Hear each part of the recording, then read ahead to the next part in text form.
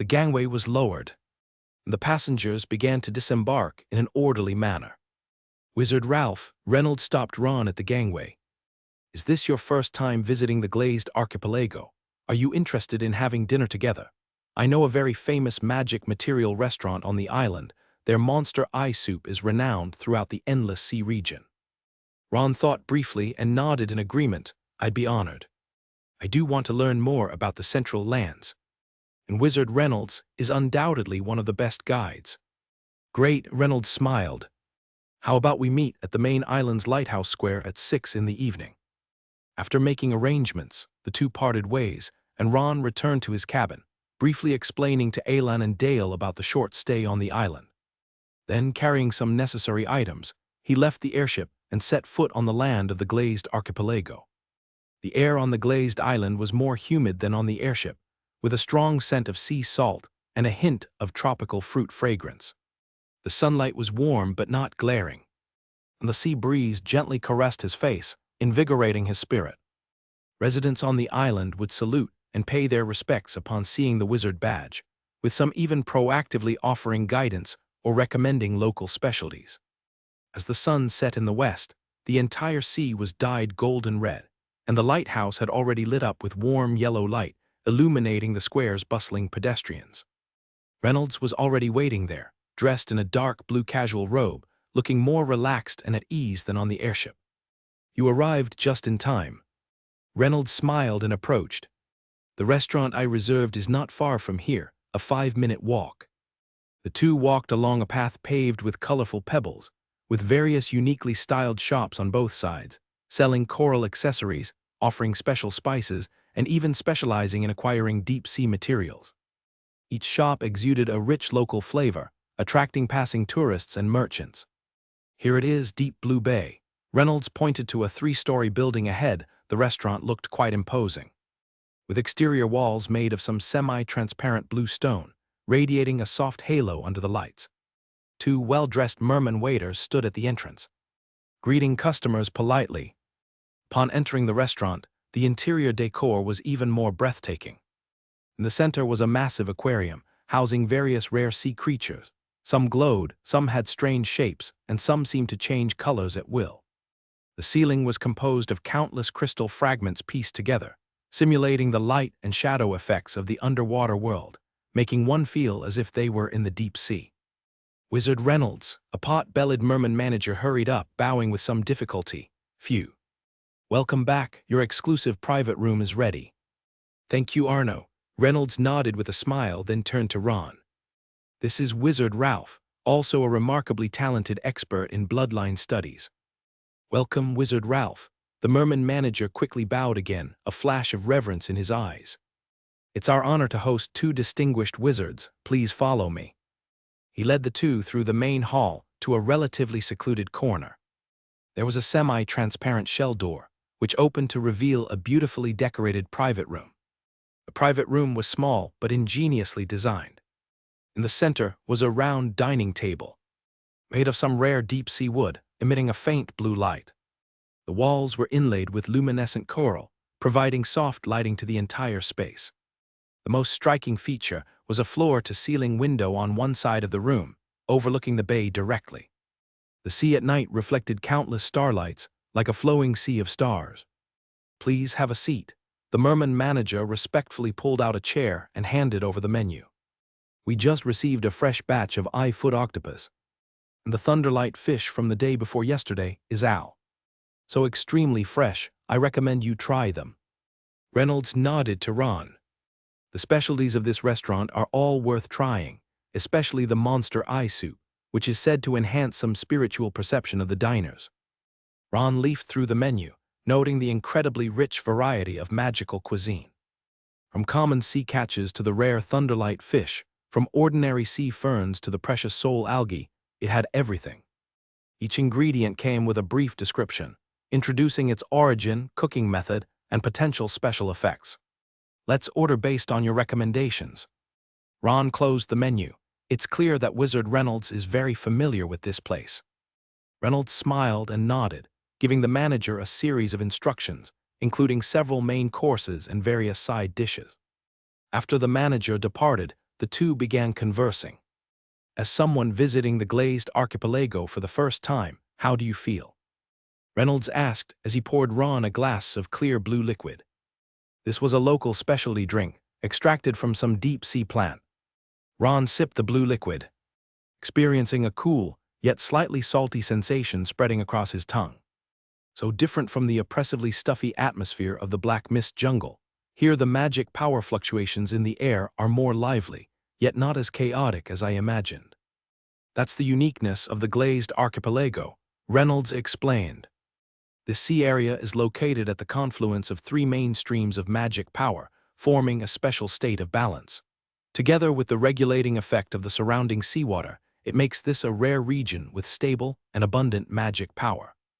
Just then, the first dish was served. It was a seemingly plain soup, but radiating a peculiar glow. A few fish slices thin as cicada wings floated on the surface, with a whole octopus eyeball in the middle, crystal clear, seemingly flowing with some kind of energy inside. Monster eye soup. Reynolds gestured for Ron to taste it first. Remember to eat the eyeball as well, that's where the essence lies. Ron picked up the spoon and scooped some of the soup. Upon touching his tongue, an unprecedented deliciousness unfolded in his mouth, accompanied by subtle energy fluctuations that felt like tiny currents coursing through his veins. This was not just a feast for the taste buds, but an experience on the energy level. As he bit into the octopus eyeball and swallowed it, a soothing sense of relaxation washed over his spirit. At the same time, his thoughts became a bit clearer, with the panel showing a slight increase in spirit attributes. Can you feel it? Reynolds smiled at Ron's slightly surprised expression.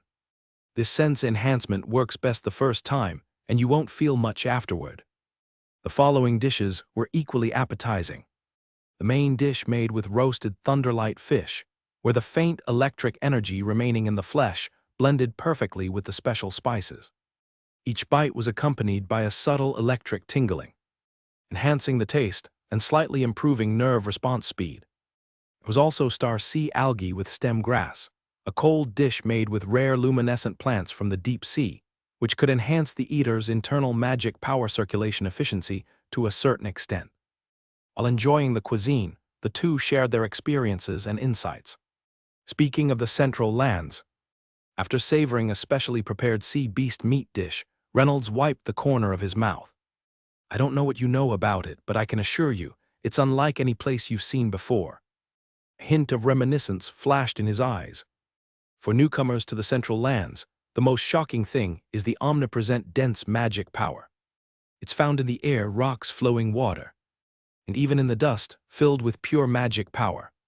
New arrivals often experience discomfort like headaches and dizziness due to sudden magic power overload.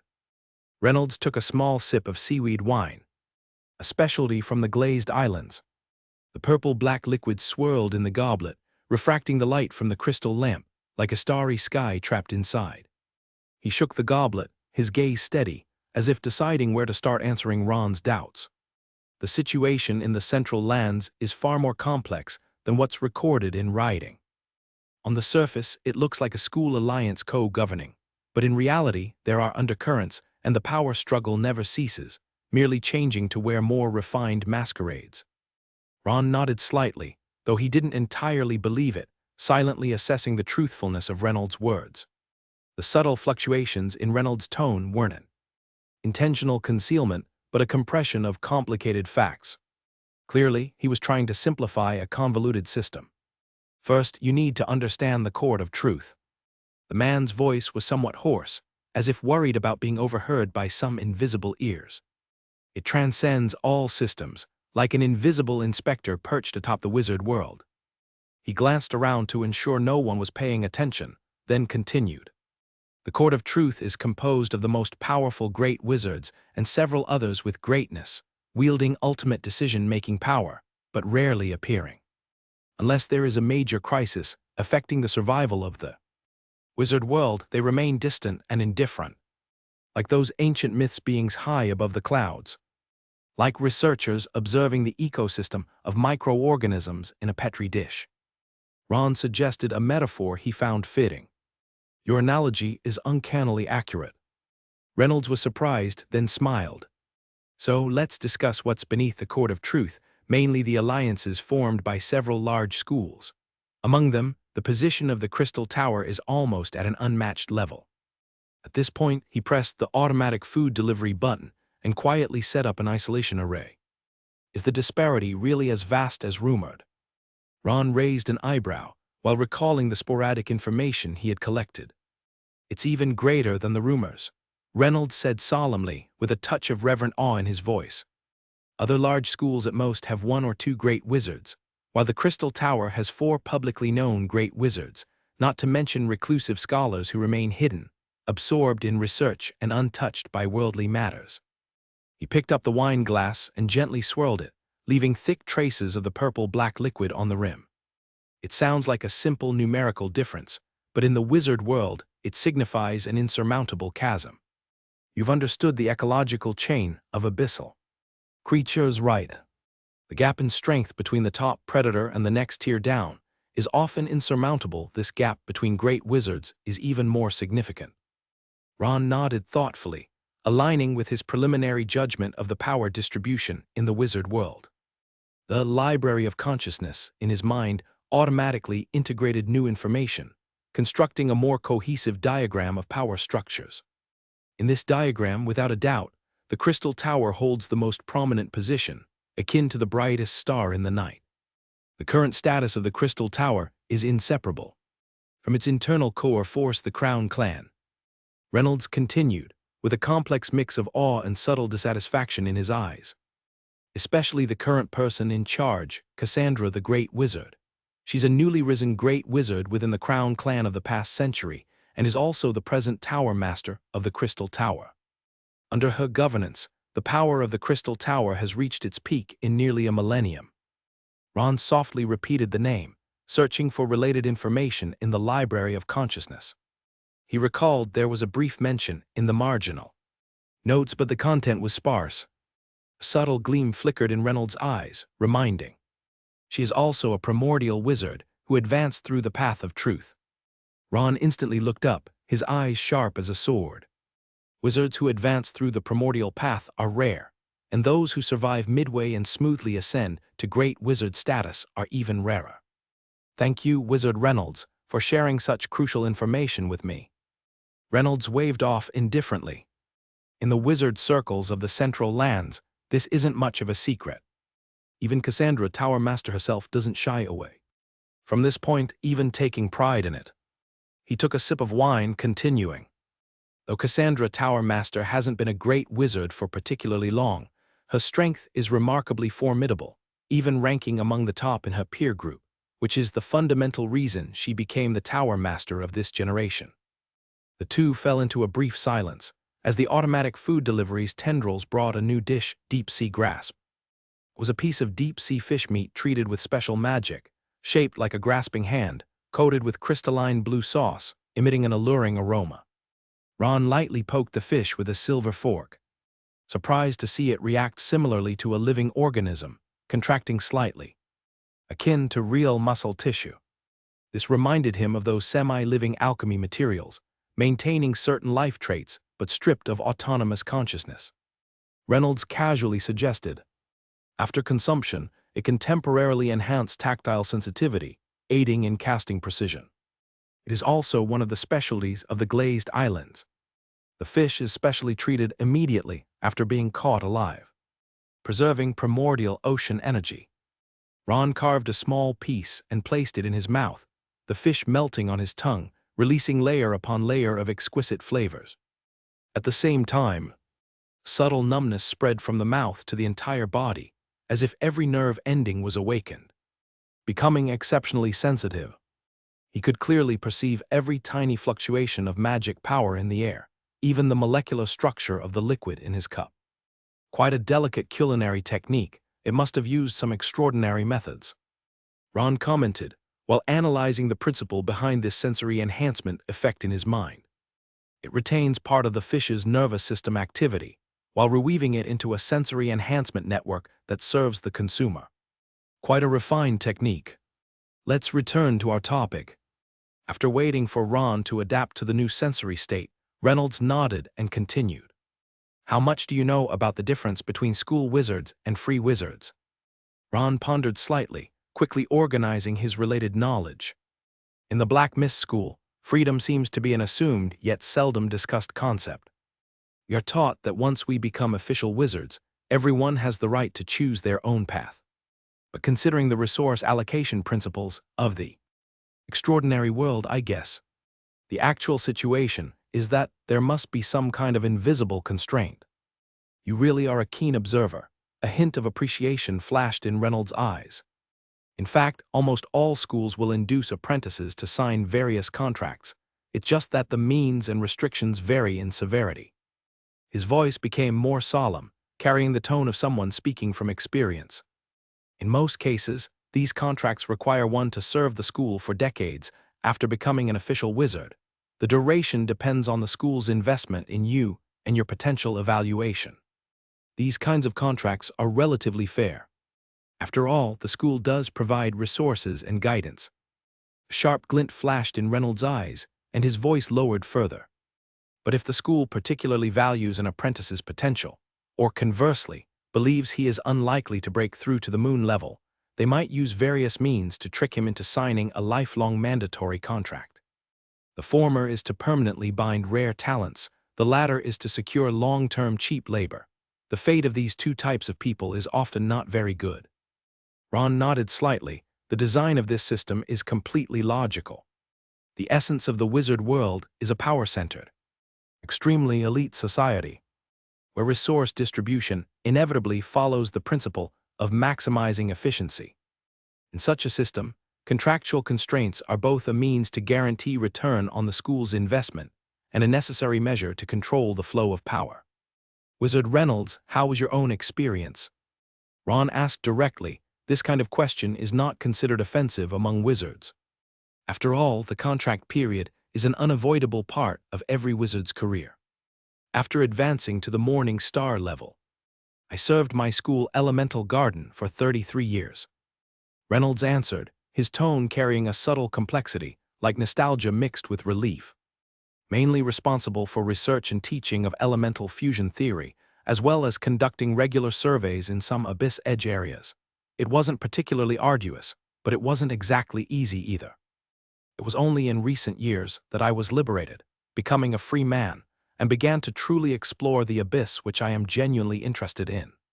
Since then, each exploration has yielded significant rewards for me. Now I'm not far from reaching the peak of the Morning Star level, which is considered quite rapid progress among my peers. It sounds like contracts are not impossible to terminate early. Ron keenly seized on the crucial point, calculating the possible options in his mind at the same time. If he ultimately chooses to join a school, understanding the flexibility of the contract is obviously vital. Of course, there are exceptions. Reynolds nodded, his finger unconsciously tracing the rim of the cup, producing a faint buzzing sound. Major merits, special contributions, or having a sufficiently powerful figure to vouch for you can provide opportunities for early contract termination. Another option is to pay a sufficient price to buy out the contract directly.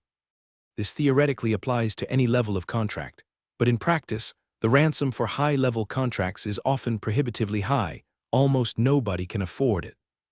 Just as he was speaking, a dish named Star Sea Platter was brought to the table. On the plate was 7 uniquely shaped deep-sea creatures, resembling a meticulously arranged miniature ecosystem.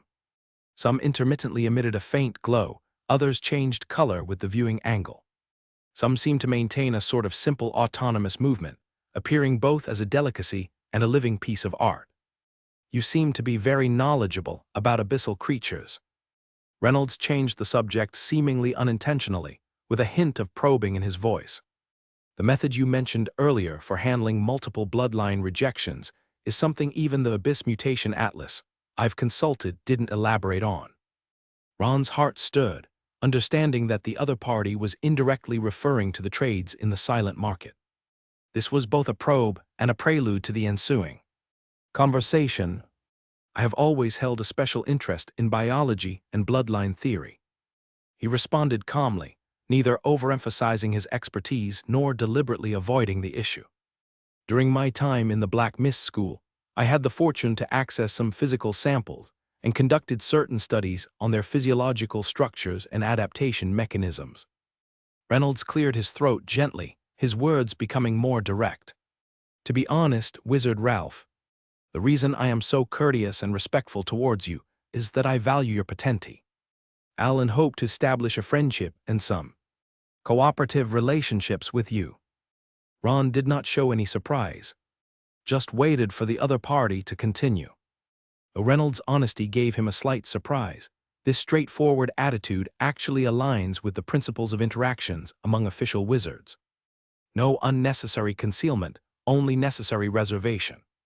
A primordial wizard promoted through the path of truth has magic power fluctuations that are completely different from conventional paths. Reynolds' gaze fell upon the wizard badge on Ron's chest. Around the eerie black glowing violin pattern, there was a barely perceptible gold edge. The gold border on your magic emblem is one of the signs, difficult to fake and impossible to hide. Ron looked down at his insignia and indeed noticed the faint golden glow. During his time at the Black Mist School, Ayek and Sauron, his acquaintances, never wore badges, leading him to lack comparative reference and neglect this detail. As you see, some of my peculiarities indeed cannot be completely hidden. Reynolds shook his head. In the Central Lands, hiding one's strength is the most foolish behavior. There is no habit of masking here. Only by showcasing actual strength can one earn the respect and equal treatment of other wizards. There is a fundamental disparity between official wizards and apprentices, ordinary, extraordinary individuals. And as seeds of great wizards, primordial wizards naturally receive special courtesy. This is the basic rule in this world where strength is king. His explanation stirred Ron's heart slightly. Speaking of primordial wizards, Reynolds took a sip of wine, his tone suddenly becoming distant. Before you emerged, the entire wizard world had the greatest hope for a successful promotion through the path of truth pinned, actually, on the unique daughter engineered by great wizard Cassandra through special means. Unique daughter, he felt slightly surprised, given his understanding of wizard physiology. Those at the great wizard level have almost completely transcended the realm of regular life forms, making it difficult to reproduce through normal means. Curiosity flickered in Ron's eyes. He put down his utensils, listening attentively. This kind of internal information at the great wizard level is extremely valuable, far exceeding the content recorded in general books. The embryo nurturing of that girl took great wizard Cassandra a whole 50 years. Reynolds' tone carried an undeniable reverence. It said she invested hundreds of rare materials and countless efforts, even contributed part of her own virtual skeleton structure, all to create the perfect successor, a being inherently aligned with the path of truth. Ron's heartbeat unconsciously quickened somewhat. This modification to the essence of life far transcends the realm of regular bloodline modulation, touching upon the deeper mysteries of life creation, which happens to be one of his core research areas. What was the result? He controlled his voice so that it sounded merely ordinarily curious. Reynolds sighed, shaking his head. The result is a painfully ironic paradox. Her talent indeed exceeded imagination. It said she possessed near intermediate apprentice intensity of magic power at birth, and had an astonishing comprehension of various extraordinary knowledge.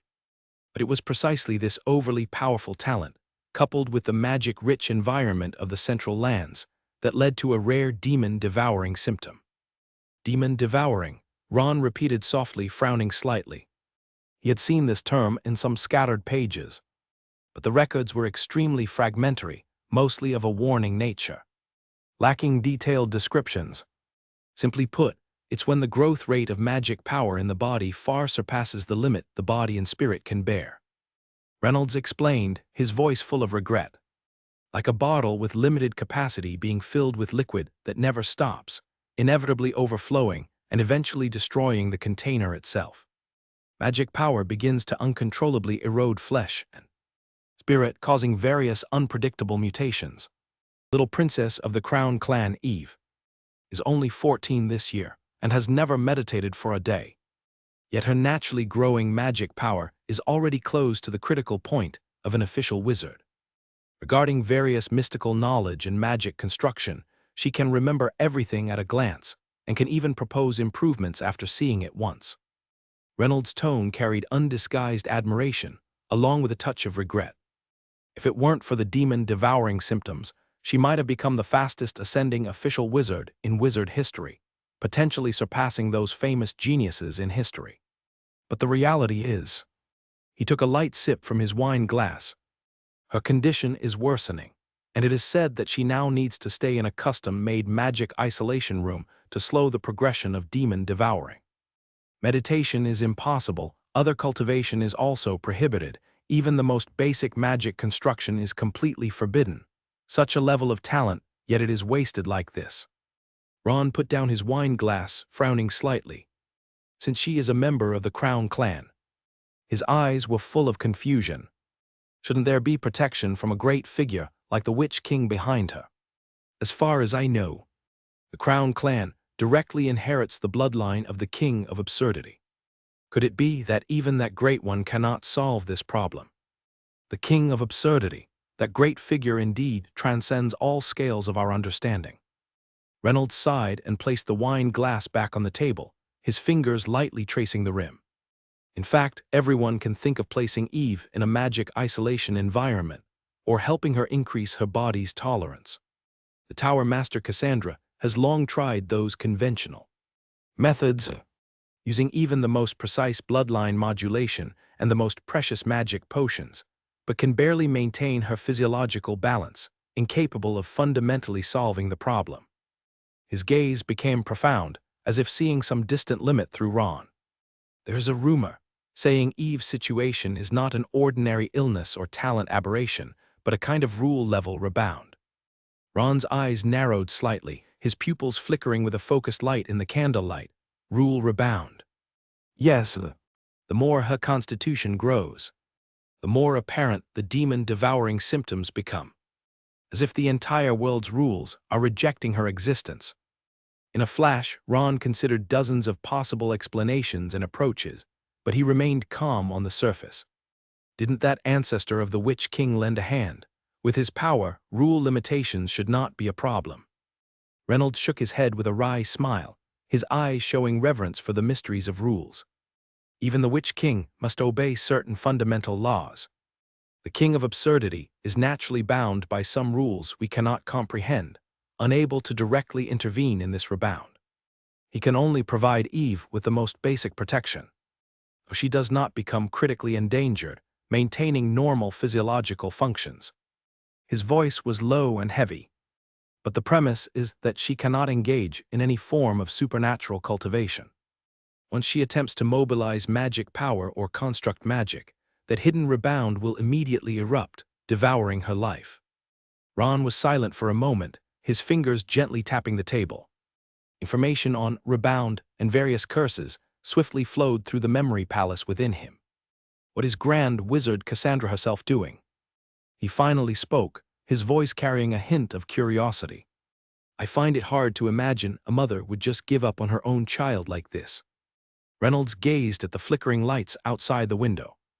Tower Master Cassandra has often been out of sight these years, traversing between countless other worlds and dispatching numerous elites from the Crystal Tower deep into the abyss to explore. This time as well, outwardly she is expanding the abyss monitoring network, but in reality. He gestured collecting. Many speculate she is frantically gathering various extraordinary resources, seeking a way to break her daughter's curse. Wait. I just thought of an interesting possibility. Ron's eyebrow raised, internally already sensing the other's intention. You have mastery of magic potion making and bloodline modulation, and possess the unique perspective of the primordial wizard. Reynolds said slowly, the light in his eyes becoming ever brighter, like a child discovering treasure. This combination is rare in the entire wizard world. Perhaps one day, you might attempt to resolve Eve's demon-devouring problem. After all, primordial wizards have an understanding of higher levels far beyond ordinary people. His tone was between joking and seriousness. Grand Wizard Cassandra once publicly announced that anyone who could cure Eve could choose 3 treasures from the Crown clan's vault. As far as I know, that vault contains the entire accumulation of the Crown clan over several epochs. From the most advanced alchemy devices to the oldest forbidden scriptures, from rare starry crystals to mysterious otherworld knowledge, everything is available. Any item taken out would be enough to benefit an ordinary wizard for a lifetime. Ron was indeed tempted by this proposal internally, but outwardly he only nodded slightly. The proposal is indeed enticing, but before considering treating others, I have many of my own projects to resolve. Moreover, without personally examining the patient's condition, it is impossible to make arbitrary conclusions about such complex symptoms as demon devouring based solely on hearsay. Deep down, he already started to think about how to incorporate this potential opportunity into his research system. Cassandra's daughter was undoubtedly an exceptionally special research subject. Being able to observe up close or even participate in the treatment could not only provide him with valuable high-level knowledge, but also allow him to access rare resources that are otherwise difficult to obtain. Most importantly, if he successfully resolves this issue, the friendship of the Crown clan and the promise of 3 treasures will provide a solid foundation for his long-term development plans. However, all of this hinges on his ability to achieve it, and with his current ancient alchemist progression path that shows no sign of progress, accomplishing these is still quite distant. Of course, I understand your point. It is indeed premature to discuss this now. Reynolds raised his glass with a smile, a cunning flash in his eyes. Speaking of which, the great wizard Cassandra was born over 200 years ago and was the last to successfully advance to primordial wizard. In this regard, she can barely be considered your senior. Ron did not take up this thread, continuing instead to ask, "Let's not talk about the great wizard. I am more interested in the Crown clan's treasury." He raised his empty glass in a polite gesture. "What level of treasures are store?" "Ed there." Reynolds leaned forward slightly. "The exact contents are of course top secret, but it is said to house several legendary ancient artifacts and might even include the collection of that great one." His voice carried an almost obsessive yearning. "There are rumors that deep within the treasury lies a time fragment of the King of Absurdity. A single glance at it reveals all possible branches of one's future." And even the otherworldly comprehensive guide, he collected a tome documenting the advanced cultivation systems of other worlds. Seeing one's future and the cultivation systems of the other world. Truly befitting of the Witch King's collection. Ron murmured softly.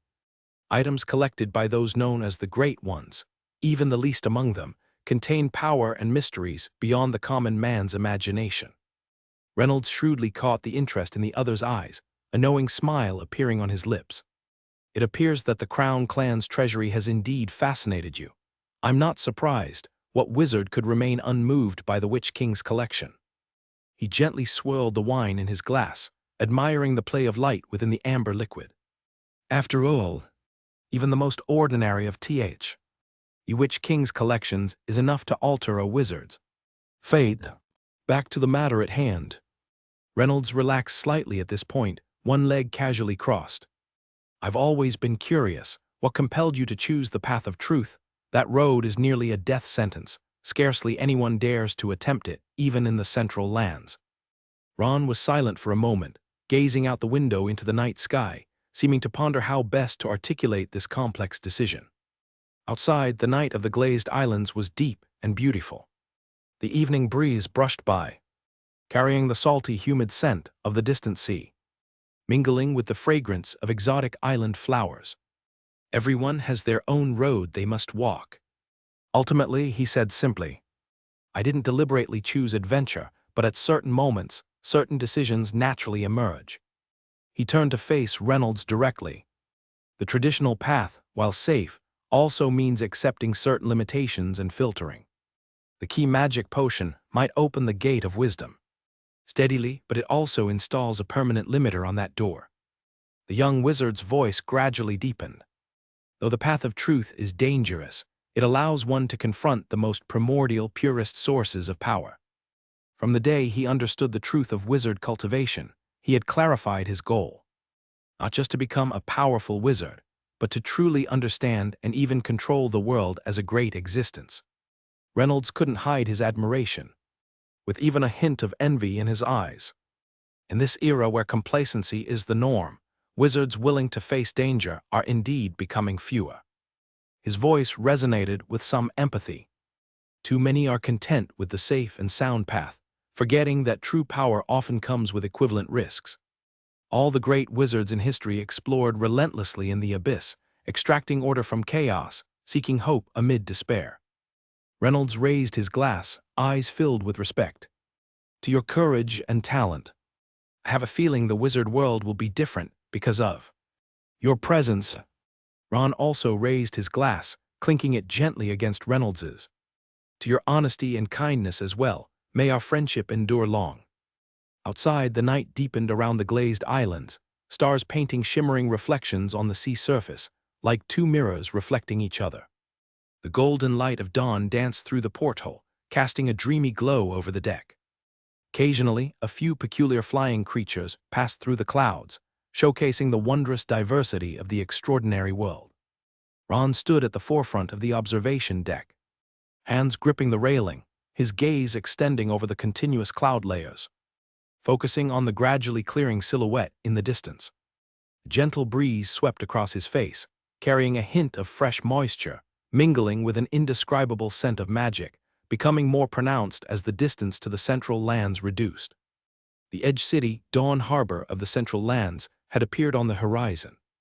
From afar, it resembled a dazzling gem embedded in the earth, with islands and coastlines weaving a graceful arc, forming a scene both half real and half dreamlike. The waters around the harbor exhibited an unusual blue-purple hue, hinting at the special magic power those waters held. Even in this edge area of the central lands, the concentration of magic power was noticeably higher than at the glazed islands. Pale blue ripples drifted through the air, like gentle waves on the surface of the water, glinting like pearls in the sunlight. Though this level of magic wasn't comparable to the rumored overwhelming concentration in the core regions, for Ron, who had never visited the central lands, it was already a completely new experience. The other travelers on the observation deck were equally captivated by this magnificent spectacle, unable to suppress their exclamations, all drawn to the railing to admire the scene. The beauty and mystery of Dawn Harbor were one of the many legends of the Ring Abyss Continent group. Seeing it now, these travelers truly understood its extraordinariness. These edge port cities acted as bridges between the central lands and the outside world. Cargo ships and merchant vessels came and went ceaselessly, a mix of various races cohabiting here, creating a picture of prosperity and chaos. From above, one could clearly see the bustling scene surrounding the harbor. Ships lined up like ants at the docks, creatures of all colors and sizes weaving among them. The marketplace was bustling with people, streets crisscrossing, painting a lively tableau. Impressive, isn't it? Reynolds's voice came from behind, having somehow reached Ron's side. The man's profile was gilded by the morning sun, his eyes reflecting the warmth of returning to a familiar place. This is just the edge. The magic power concentration can't compare to the core region. Dawn Harbor is stronger than the outside world. But for us official wizards, it remains within the comfortable range. He pointed towards the distant cloud-shrouded heights, his voice full of yearning. The true miracle lies their sky city that hovers high above. It consists of 7 main cities and dozens of acropolises, all orbiting a central point linked by invisible energy bridges, forming the magic core area of the central lands. Ron followed his direction, his gaze piercing through the morning mist. Though too far to discern clearly, he could feel the surging magic fluctuations emanating from that direction. Much like the roar of a distant sea, even a slight perception revealed a powerful current of magic emanating from that way. If I recall correctly, isn't that where the schools have their headquarters? Reynolds nodded, giving the rail a light tap with his palm. His voice took on a solemn tone, tinged with awe. The tower master of each core tower in the satellite cities is a dark sun-level wizard, and they are regarded as having the potential to become the absolute leaders, being capable of coalescing a phantom skeleton prototype. The tower masters of the main cities act as supreme leaders. Looking in the direction Reynolds pointed, Ron's gaze penetrated the misty morning air. Though the distance blurred his vision, he could still sense the overwhelming magical energy waves emanating from that direction. He was, of course, very curious, as what he saw in reality was far beyond what was recorded in books. And among them, the largest and most magic-rich main city.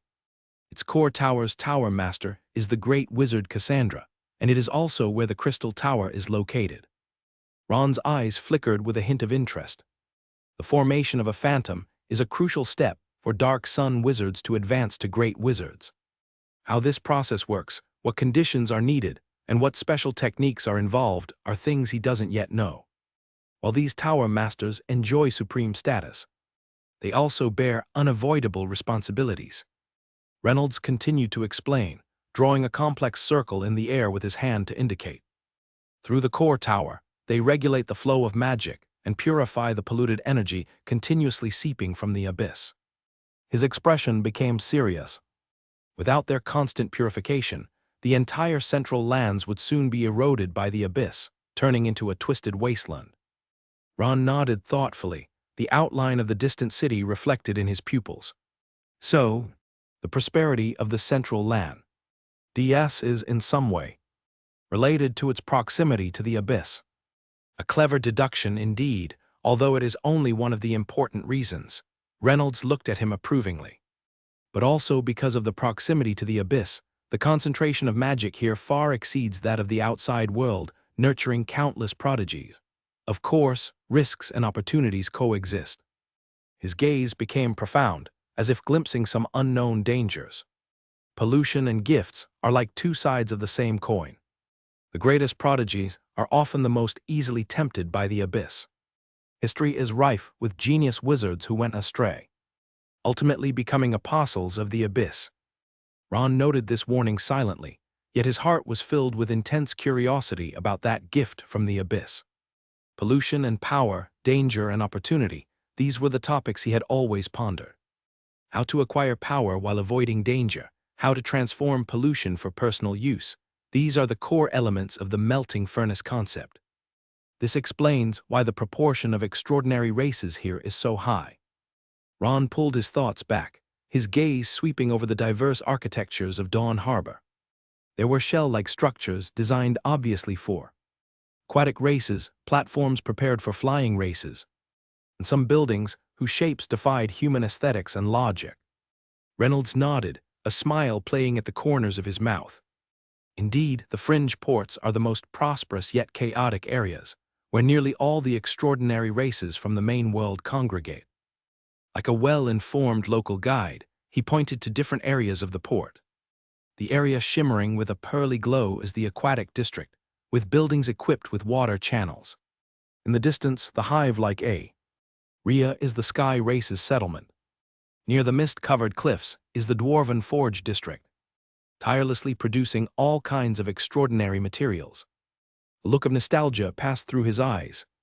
When I first arrived in the central lands, I bought my first ritual dagger in the dwarf district, and it still serves me to this day. Ron nodded nonchalantly, but deep inside, he was already analyzing the more crucial changes. He could clearly feel the unusual activity of the star projection trait, a unique ability originating from the primordial wizard, thriving in such a high magic concentration environment. It's like a parched traveler suddenly plunging into a spring with every cell greedily absorbing the energy nectar. His magic recovery rate had increased at least threefold, even unbeknownst to him. The quality of magic power had refined to another level. The subtle change was like alcohol fermentation, both intoxicating and keeping at the edge of reason. However, this change was both delightful and subtly dangerous. The rapid energy accumulation could lead to damage to magic pathways or instability in energy structures, like forcing too much water into a delicate glass container, which may break from internal pressure at any moment. Ron quickly constructed a temporary energy buffer network inside him, like weaving an intricate spider web, channeling the excess magic into it to prevent the magic pool from overexpansion. This technique requires extremely precise spiritual control, but for someone who had nearly reached mastery in magic construction, it was already second nature to him. I previously mentioned magic overload, and you might be about to experience it soon. Reynolds, observing Ron's subtle reaction, looked at him with a hint of concern in his eyes. Even for official wizards, it requires an adaptation period upon first arriving in the central lands. I suggest you maintain low-intensity magic operation in the initial days, allowing your body and spirit to gradually acclimate to this high-concentration environment. When you feel the magic tide of that sky city, you will understand what I mean by high concentration. His voice became dreamy. There, magic flows like a solid substance, forming a multicolored aural curtain at certain moments. You can even see molecules surging with the magic tide, the entire sky becoming a flowing painting, breathtakingly beautiful. I have already felt some anomalies. My body's magic pool is like an overinflated balloon, continually drawing in more air. This is actually a good sign, indicating your constitution and spiritual structure are robust enough to endure the initial impact. Reynolds patted Ron's shoulder, his tone becoming light and humorous. Those newly arrived advanced apprentices usually need to adapt gradually at the transition point, much like training children to swim, increasing the depth bit by bit. Otherwise, they may faint and not wake up, or in severe cases, suffer permanent damage to their magic circuits. His tone carried a hint of mockery. Some unlucky ones might even take 1 or 2 months to fully recover their casting ability, living like ordinary people during that time. The airship slowly decreased altitude, beginning its final preparations for landing. From high above, the full view of Dawn Harbor gradually unfolded before the two of them. It was a majestic city, constructed almost entirely of crystal and rare metals. Every building was as meticulously crafted as a work of art, radiating brilliance under the morning light. Unlike ordinary cities, Dawn Harbor was designed with a kind of complex geometric principle. The whole city presented a radial structure, with 12 main roads extending from the central square.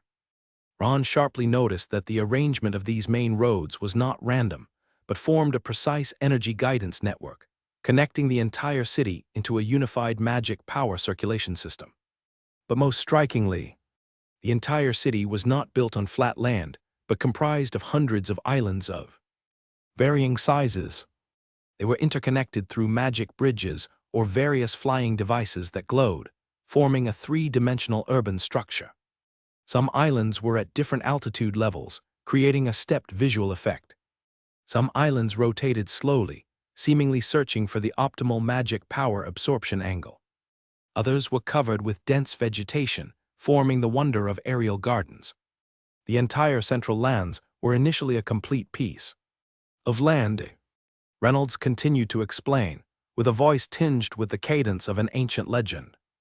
But during the dimensional navigation event of the Second Era, it was struck by multiple small dimensions, causing the crust to shatter into countless floating islands. The energy impact was so immense that it even changed the basic laws of this region. A trace of awe flashed in his eyes. At that time, the wizards did not choose to restore the status quo, but followed this geographic change, establishing this 3-dimensional urban wonder, thus creating a unique architectural marvel. The airship finally docked at the top of a massive docking tower. It was a giant structure, hundreds of meters tall, entirely constructed from faintly glowing light blue crystal, emitting a gentle halo under the sunlight. Ron had never seen this kind of crystal before. Through extraordinary recognition, he discovered that this crystal had the trait of automatically absorbing and filtering external magic power, maintaining a relatively stable energy environment within the tower. This trait was extremely friendly to newcomers to the central lands, providing a gradually adapting transitional space. The disembarkation procedure was more cumbersome than Ron expected. Each passenger needed to pass through a special energy screening gate, undergoing dual verification of identity and magic power characteristics to prevent harmful abyssal contamination or other dangerous items from entering the central lands. When Ron stood before the screening gate, an unusual phenomenon caught everyone's attention. The magic-sensing crystal on the door frame suddenly turned into an extremely rare pure golden color, emitting a pleasant humming sound, as if paying homage to some special existence. The inspection officer, who was wearing a dark blue official long robe, was originally frowning and scolding the passenger in front. Upon turning to Ron, his expression abruptly changed. his demeanor shifting from the indifferent official coldness to almost obsequious reverence. "Please, please follow me, esteemed primordial wizard."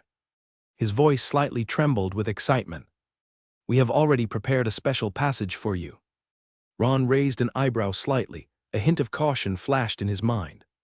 He originally thought his special status would only be recognized when dealing with individual personnel, not expecting that the infrastructure here could automatically identify the traits of a primordial wizard. Moreover, the drastic attitude change almost struck Ron, as amusing such sudden attentiveness was as if welcoming a returning prince. Apparently, the identification system of the Central Lands was far more sophisticated than he imagined, which was both a convenience and a potential risk.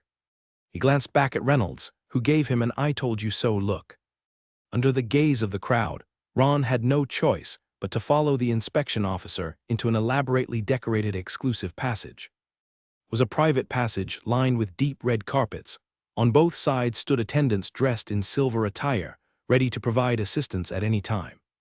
Golden runes embedded at the entrance of the passage shone, and the air was filled with a peculiar floral fragrance that invigorated the spirit. Clearly a special passage prepared for distinguished guests. At the end of the passage stood a middle-aged woman dressed in a shining silver robe, her light-colored hair woven into a complex bun, adorned with tiny magic power crystals. A complex star ring badge on her chest indicated her advanced status within the administrative system of Dawn Harbor. "Wizard Ralph, welcome to the Central Lands." The woman gracefully performed a wizard's salute. "I am Melanie, the reception director of Dawn Harbor. Based on the information conveyed by the system, we have already prepared an exclusive reception process and temporary accommodations for you. My attendants and luggage are still on the airship." His voice carried no emotional fluctuation, yet naturally exuded a sense of authority. "We have already dispatched people to assist, so you needn't worry about these trivial matters." Melanie's smile was as gentle as a spring breeze, without a trace of pretense. "If you don't mind, I can first take you on a tour of Dawn Harbor, and then to the temporary residence prepared for you. You can rest there and adapt to the magic power environment of the Central Lands before deciding on your subsequent itinerary." Ron turned to look at Reynolds, who was preparing for inspection, seemingly accustomed to this sort of preferential treatment. "Can my companion, Wizard Reynolds, come along?" he asked in a calm yet assertive tone. Melanie's eyes flickered slightly, her gaze quickly darting between Ron and the distant Reynolds, as if assessing their relationship. She then smiled, showing a bit more respect in her demeanor. "Of course, it's your right.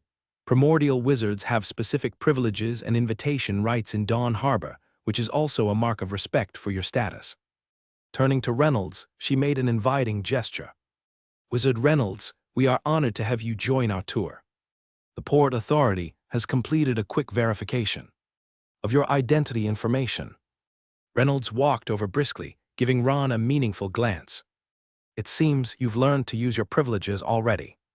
The corners of his mouth held a teasing smile. "The influence of a primordial wizard is greater than I imagined. Usually, such treatment is reserved for those at the moon level or higher." The ensuing itinerary was meticulously arranged. Luxury flying carriage, pulled by 6 illusionary winged beasts, awaited below the docking tower. Ron keenly noticed that such a carriage seemed rare in Dawn Harbor. Passers-by stopped to watch with astonishment and envy. Their eyes, clearly a special transport prepared for visitors of extremely high status. As Ron and Reynolds boarded the carriage, Melanie briefly introduced its origins. "This is the Cloud Shadow ceremonial carriage, usually prepared for core members of various schools or special guests. The carriage body uses moonlight crystal, which can adjust the interior environment according to the passenger's mood, ensuring a comfortable journey." Her voice carried a subtle hint of pride. "The design and manufacture of this carriage come from the craftsmen of the Crystal Tower. It is said that each one takes an enchanter nearly a year to meticulously create. There are less than 10 in all of Dawn Harbor." The carriage slowly ascended, starting the city tour. From high above, the layout of Dawn Harbor became clearer, indeed exhibiting a precise radial structure. With the Grand Plaza at the center, 12 main roads radiated like sunlight in all directions, each precisely pointing toward a specific direction. That is the heart of Dawn Square. Melanie pointed to the central gleaming open area. It is not only the geographical center of the city, but also the hub of the entire energy network. The tower at the center of the square can detect any normal magic power fluctuations within 100 miles, constituting a core component of the city's defense system. Ron discreetly activated extraordinary recognition, carefully observing the tower. The tower was densely engraved with defensive runes of different systems, each layer flashing with energy fluctuations at different frequencies, forming a multi-layered redundant defense and monitoring network. This level of complexity far surpassed any defense architecture Ron had previously seen, with some rune patterns even beyond his current understanding. This level of defense system, Ron was calculating in his mind, at least requires an alchemy master to personally participate in the construction to achieve such precise structure and coverage. The strength foundation of the central lands is indeed far beyond what the marginal school can compare. Dawn Harbor is not only the gateway to the central lands, but also one of its most important trade centers. Melanie continued to introduce. Every year, over 10,000 airships or large ships pass through here into the central lands. The city is home to races and professionals from across the Ring Abyss continent group, truly a melting pot of the extraordinary. The flying carriage circled over major areas, allowing Ron to overlook various distinctive districts and buildings. Sage Street is the gathering place for alchemists and alchemy masters, lined with bookstores, alchemy equipment shops, and small research labs, the air filled with a mixture of potions and material scents.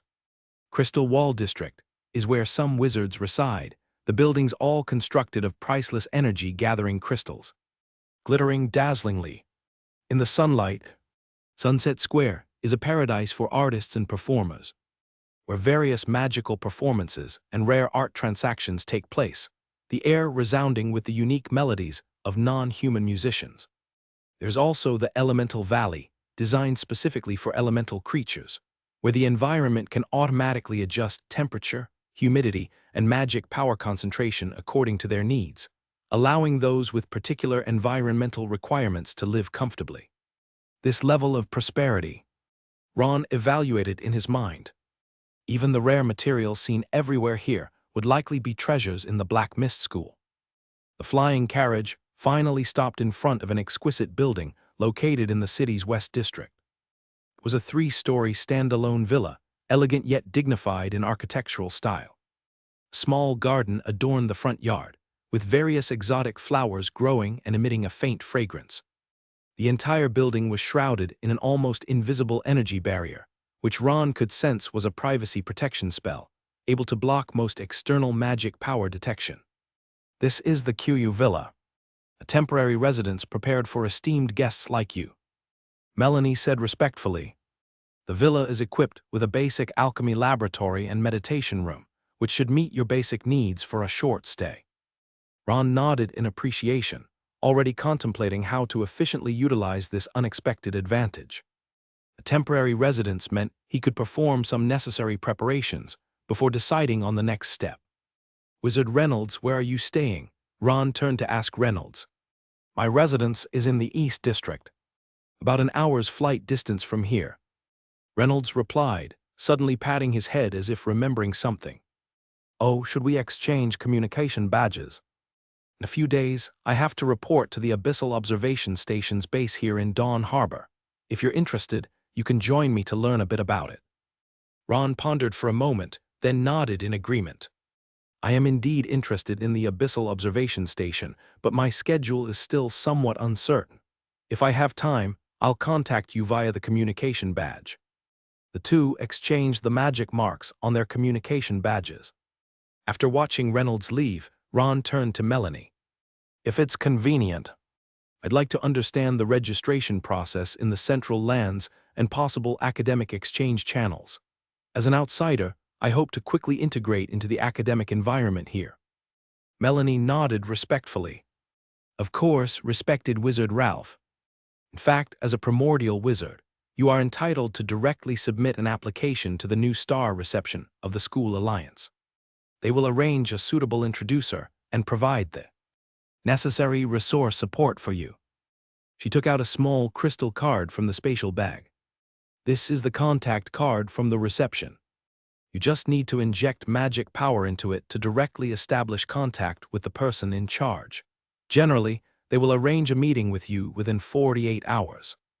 Ron took the card and gently injected a trace of magic power to test it. The card immediately emitted a warm blue glow, confirming successful activation. He put the card into his own spatial bag, planning the order of his next actions. "Lady Melanie, I have one last question," Ron said calmly. "Where in this city can I obtain the latest and most comprehensive academic materials? I have a particular interest in abyss research and bloodline studies." For academic knowledge, Melanie smiled slightly. The Dawn Library at Dawn Harbor has one of the most complete public academic databases in the Ring Abyss Continent Group, especially regarding non-restricted abyss research materials. As for bloodline studies, you may need to head to the Life Institute located in the eastern part of the city, which specializes in various bloodline theories and applications. She paused briefly and then added, "Of course, if you are willing to wait for the school alliance's arrangements, the materials they provide will be more in-depth and comprehensive. The Bloodline Research Institute at the Crystal Tower possibly has the most advanced bloodline research facilities in the entire Ring Abyss continent." Group. Ron committed this information to memory while mapping out an initial exploration route in his mind. First, familiarize himself with the surrounding environment, adapt to the magic atmosphere of the central lands, then head to the library to acquire foundational materials to prepare for future in-depth research. "Thank you very much for your help, Lady Melanie," Ron said sincerely. "I hope to have the opportunity to repay your warm hospitality." Melanie bowed slightly. "It is my honor to serve a primordial wizard. If you need anything, simply activate the communication crystal in the villa, and I will be at your service at any time." After Melanie left, Ron finally had the chance to closely inspect this temporary residence. The space of the villa was more spacious than it appeared from outside, clearly utilizing some kind of space expansion magic. The first floor housed the reception area and living room, decorated elegantly without being overly luxurious. The second floor had 3 bedrooms and a small meditation room. The third floor contained a fully equipped alchemy laboratory, although not top-notch, was far more advanced than his workshop at the Black Mist School. "Master, all your luggage has been delivered." Aylan's voice came from behind, her emerald figure appearing even more vibrant under the sunlight. "Dale has also settled in. She really likes the new crystal vat, saying the water here contains some kind of comforting energy." Ron nodded slightly. "Good, help me organize the laboratory. I need to establish a suitable working environment as soon as possible." The laboratory at QU Villa was even more spacious than Ron had imagined. With entire 3 walls, covered by various alchemy tools and potion cabinets. The central area was occupied by a huge experiment table, whose surface was polished from some special black mineral, surrounded by runes that glimmered faintly. The material of this experiment table is much more luxurious than the one in my workshop. Ron's fingers gently caressed those runes, sensing the magic power flowing through them. It seems to be made of dark night stone. This material can perfectly isolate all kinds of energy reactions from leaking. According to what he knew, even the most advanced laboratories in the Black Mist School did not have such material for their experiment tables. The presence of such a configuration in a temporary residence in Dawn Harbor and Edge City further confirmed the central land's richness in resources. "Master, shall I take out all the equipment from the luggage?" Aylan stood by, her emerald eyes flickering with a light of curiosity. Ron pondered for a moment, then shook his head. "Just take out basic testing tools and commonly used materials. Keep the key items in the spatial bag." Despite the apparent safety of this villa, equipped with multiple protective arrays, he maintained his usual caution. On the first day in this unfamiliar environment, he wouldn't easily expose everything, even in such a seemingly friendly setting, and put the abyssal materials we obtained in Town 69 into that isolation cabinet, setting the highest level of seal. He pointed to a specially designed storage cabinet in the corner of the laboratory, with its inner layer covered by multiple rune locks. Aelin nodded. She was already accustomed to her master's cautious mindset. After organizing the most basic setup of his belongings, Ron walked to the balcony on the third floor. The evening light cast a layer of golden-red sunset over Dawn Harbor, while the distant group of towers shone with a dreamy glow in the sunset, like a forest constructed of light and energy. He took out a small crystal and gently injected magic power. The crystal immediately lit up with a faint glow, and moments later projected a hexagonal energy display screen, showing an ongoing communication confirmation message. Unlike a regular magic message board, this special tri-element communication crystal allowed for long-distance real-time conversations, making it a very fine alchemy product. The runes on the projection screen flickered a few times before the aged face of Lady Alan appeared. Seeing Ron's image, a rare smile appeared on her usually stern face. "You finally remembered to contact this old lady, boy." Lady Alan's voice still carried that familiar acerbity, but the concern hidden in her tone was unmistakable. "It seems the air in the central land suits you quite well." Ron slightly raised the corners of his mouth. "Madam, you look rather well yourself. From the environmental background, it seems you've traveled quite far from the Black Mist jungle. HMPH, your eyes are still sharp." Lady Alan raised an eyebrow. "We've already reached the border of the Farrukh Kingdom and are preparing to cross the Dragon Ridge mountain range. If all goes well, we'll see the outline of the Jade Forest in 2 weeks." In the projection, behind Lady Alan stretched a vast plain. In the distance, the continuous mountains could be vaguely seen. They were the famous Dragon Ridge Mountains, named for their resemblance to the spine of a sleeping giant dragon. "Was your journey smooth?" Ron asked. Lady Alan let out a light laugh. "Much smoother than I expected. You, young man, have surprisingly amassed such a wide network in such a short time. Even those lizard men have provided us with an escort for the entire journey." "Lizard men?" Ron slightly frowned, then suddenly understood. "The tribes from the Snake-Scale Swamp." "Exactly." Lady Alan squinted her eyes. "I was originally prepared for battle in the swamp with those lizard men, who are known for being cunning and cruel, and expected to get some blood on my hands." She lightly shook her head, with a hint of incredulity in her voice. "Upon reaching the swamp's edge, we encountered a welcoming party led by Kazakh. Apparently, they had already received notification from the Black Mist School and knew of our close connection with the Ron Wizard, so they came to escort us voluntarily." Ron was slightly taken aback. "Kazakh, is he the old lizardman who participated in the alchemist examination?" Lady Alan's eyes showed a scrutinizing light. "As soon as we met, that guy rambled on about how you showcased your astonishing talent in potion making during the examination, and how you traded modified potion formulas with them, enhancing their tribe's healing abilities to a new level." She suddenly let out a light laugh. "It seems you've not only built networks in human society, but also won over those non-human races." Ron smiled lightly. During the alchemist examination, he had indeed met Kazakh once, later maintained contact, providing him with some basic modified magic potion formulas. In exchange, they also provided him with a stable supply channel for swamp materials. He didn't expect such a simple reciprocal relationship to play such an important role at this time. "Kazakh is just the beginning," Lady Alan continued with a slight teasing tone. "When we crossed the swamp and reached the kingdom's border, a royal guard unit greeted us. The new King Andre personally issued orders for us to receive the highest level of hospitality and escort." Ron was a little surprised. Has he officially ascended? "Not only ascended, but reportedly performed quite impressively." Lady Alan gave him a meaningful look. "The Farrukh Kingdom's border situation is stable, and I've heard that the new king introduced a new set of bloodline enhancement training systems in the army, making neighboring countries hesitate to act rashly." Ron understood in his heart that this training system had something to do with the things and potion recipes he gifted upon farewell. "That Andre also gave us a mixed-blood earth dragon beast," Lady Alan continued, a look of joy on her face. "This big creature will help us cross the Dragon Ridge mountain range. Without this gift, it would probably take us twice the time to detour along the safe route." Listening to these unexpected yet reasonable developments, Ron felt a trace of warmth in his heart.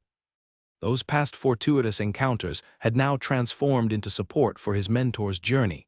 This indirect return made him quite content. "How's Lilia?" he suddenly asked with a slight concern in his words. Lady Allen's expression softened too. "That girl is stronger than I imagined." The first few days she was indeed very depressed, like she had lost her soul. But gradually, she seems to have found some kind of motivation to move forward. There was a hint of solace in her eyes. Recently, her enthusiasm for learning magic potion making is more intense than it was in my shop, often studying those basics books day and night. Last night, I accidentally found her staying up late reading in the tent. With that focused expression, it somewhat reminded me of you back then. "Give her my regards," Ron finally just said as usual. "You can tell her yourself when you get the chance." Lady Allen snorted lightly. "I'm not a messenger for you young people. By the way," the old woman suddenly lowered her voice, her tone becoming serious. "Regarding the situation in the Central Lands, I need to warn you of one thing. Try to be cautious of those who show excessive enthusiasm towards primordial wizards." Ron immediately became alert, his gaze fixed on the projection. "What do you mean?" "Some forces in the Central Lands are extremely eager for the favors of primordial wizards, especially those high-tier wizards who are severely affected by spiritual contamination. They will try every means to lure some geniuses into signing unequal contracts, turning them into exclusive energy springs." This corroborated some things he had previously known. Clearly, in the Central Lands, his special identity was both an opportunity and a risk. However, Lady Allen's tone was slightly more relaxed. "Now that you have officially become a primordial wizard, with the protective constraints of the Witch King's decree, they can't actually force you to sign any contracts, only deceive or lure you. With your cautious nature, I trust I don't need to remind you further." "Rest assured, Lady Allen," Ron nodded solemnly. "I will never sign any contract lightly that involves favors. Moreover, you've met old Valen and that boy Elliot. They can be trusted for now," Lady Allen added. The two then discussed precautions regarding the Central Lands. This included how to handle relations with various schools and practical information, like which areas are most suitable for private research. The conversation lasted about half an hour, during which Ron inquired in detail about Lady Allen's subsequent plans and Lilia's learning progress. Before the call ended, Lady Allen's expression softened unusually. "Remember, young man, never easily abandon your principles and bottom line no matter what difficulties you encounter. Power only has meaning when it's in your own hands, otherwise, it's just a tool in others." Ron nodded deeply, which was indeed the belief he had always upheld. "I will remember your teachings, lady. I wish you and Lilia a smooth journey. May the light of wisdom always guide your path." The elderly woman uncharacteristically did not respond with harsh words to such a formal farewell, only slightly nodding. "Take care." After the communication ended, Ron stood on the balcony, gazing at the dusk over Dawn Harbor, his mind filled with thoughts. In the following hours, he contacted Hayek Soran and Uni separately. They all expressed a certain level of concern for Ron's situation at the Crystal Tower. "Young man, the Central Lands indeed possess countless resources and opportunities that we schools on the fringe lack." Hayek's image appeared slightly blurry within the crystal, but his voice remained clear. "But remember, behind every opportunity there's a corresponding cost. Master Valen is a good person, and now that you've advanced, even if bound by his clan, he won't compromise on matters of principle." Hayek added, trust in his old friend showing on his aged face. "Although Elliot is young, he also has his own persistence and bottom line. If it's those two, the situation should be better than I originally expected." Soran was more direct. "If their contractual terms are too harsh, you can refuse. With your identity as a primordial wizard and displayed talent, even without aligning with the Crystal Tower, numerous schools would open their doors to you." Uni's advice was more practical. "First, understand their true intentions before making a decision. There are numerous factions within the Crystal Tower with overlapping interests. Master Valen and Elliot belong to a relatively mild faction, but behind them there are more unseen forces competing." The advice from the three masters was largely consistent, giving Ron a clearer judgment in his mind.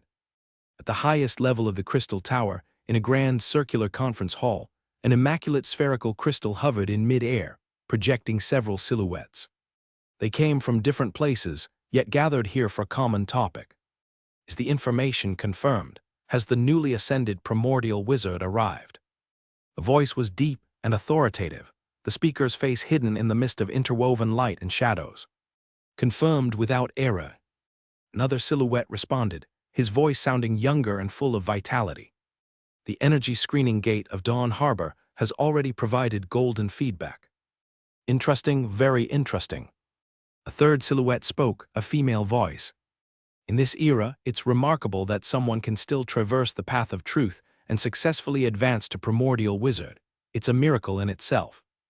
Everyone also saw little Melanie's report. A fourth silhouette spoke up, voice hoarse and jarring. According to the detection, the magical power fluctuations on this young wizard are indeed extraordinary. Silence enveloped the conference hall. Finally, the authoritative voice spoke again. I just connected to the Tower Master's communication device. Asked her opinion and advice on this new arrival. This sentence immediately attracted the attention of the others, all eyes focused on him, waiting for the follow-up information. Her reply was brief, just one sentence. The silhouette paused, seemingly savoring the deep meaning of the answer. In the conference hall on the top floor of the Crystal Tower, that brief reply stirred different ripples in the hearts of those present. Normal treatment.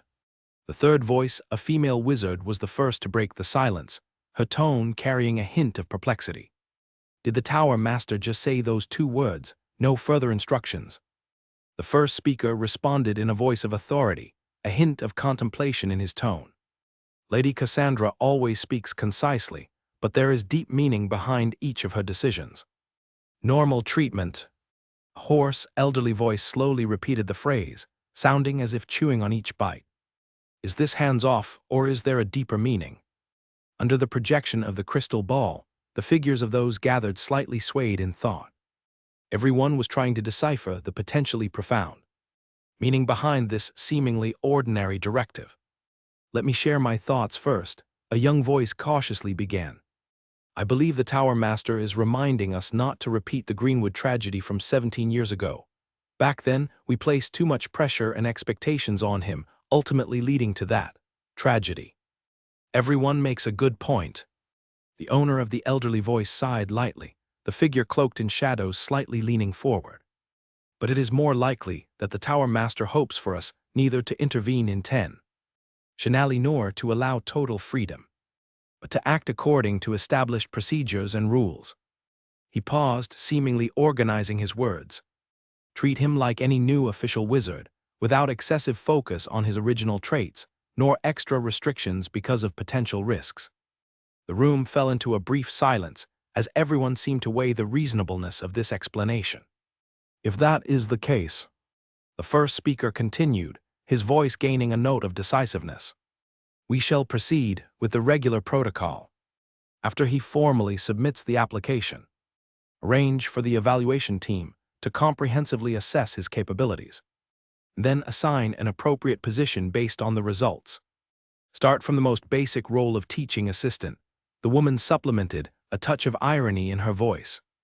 The Crystal Tower tradition, regardless of where you come from, you must start from the bottom. The first speaker made the final decision. Everything will be handled according to the procedure, neither expedited nor impeded, as the Tower Master said, normal treatment. This meeting is adjourned. With a light sound, the light of the crystal ball gradually dimmed. The projected figures faded away one by one, leaving only the empty conference hall and a few lingering rays of light. At QU Villa, Ron stood at the center of the third-floor laboratory, gently stroking the experimental table made from dark night stone with his palm. The cold stone surface emitted a subtle energy resonance, as if responding to his touch. After a night of rest and adaptation, the magic power within him had gradually adjusted to the high-concentration energy environment of the central lands.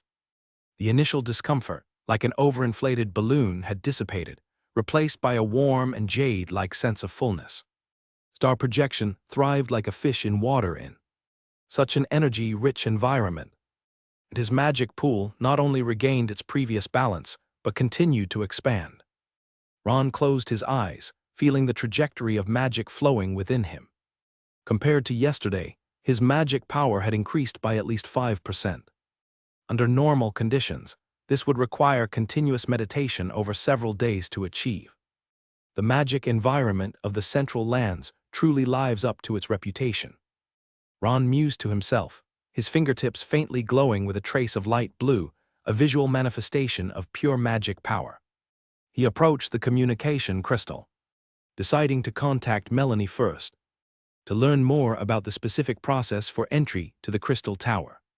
Although she had provided initial guidance yesterday, details often determine success, and Ron never embarked on unprepared adventures. The crystal quickly lit up after magic was infused, projecting Melanie's dignified and elegant visage. She maintained that professional smile, looking ready to provide any service at any time. "Good morning, Wizard Ralph." Melanie nodded slightly, her voice as gentle as flowing water. "How can I assist you, MS?" "Melanie, I'd like to know about the specific procedure for joining the Crystal Tower." Ron got straight to the point, without any unnecessary politeness.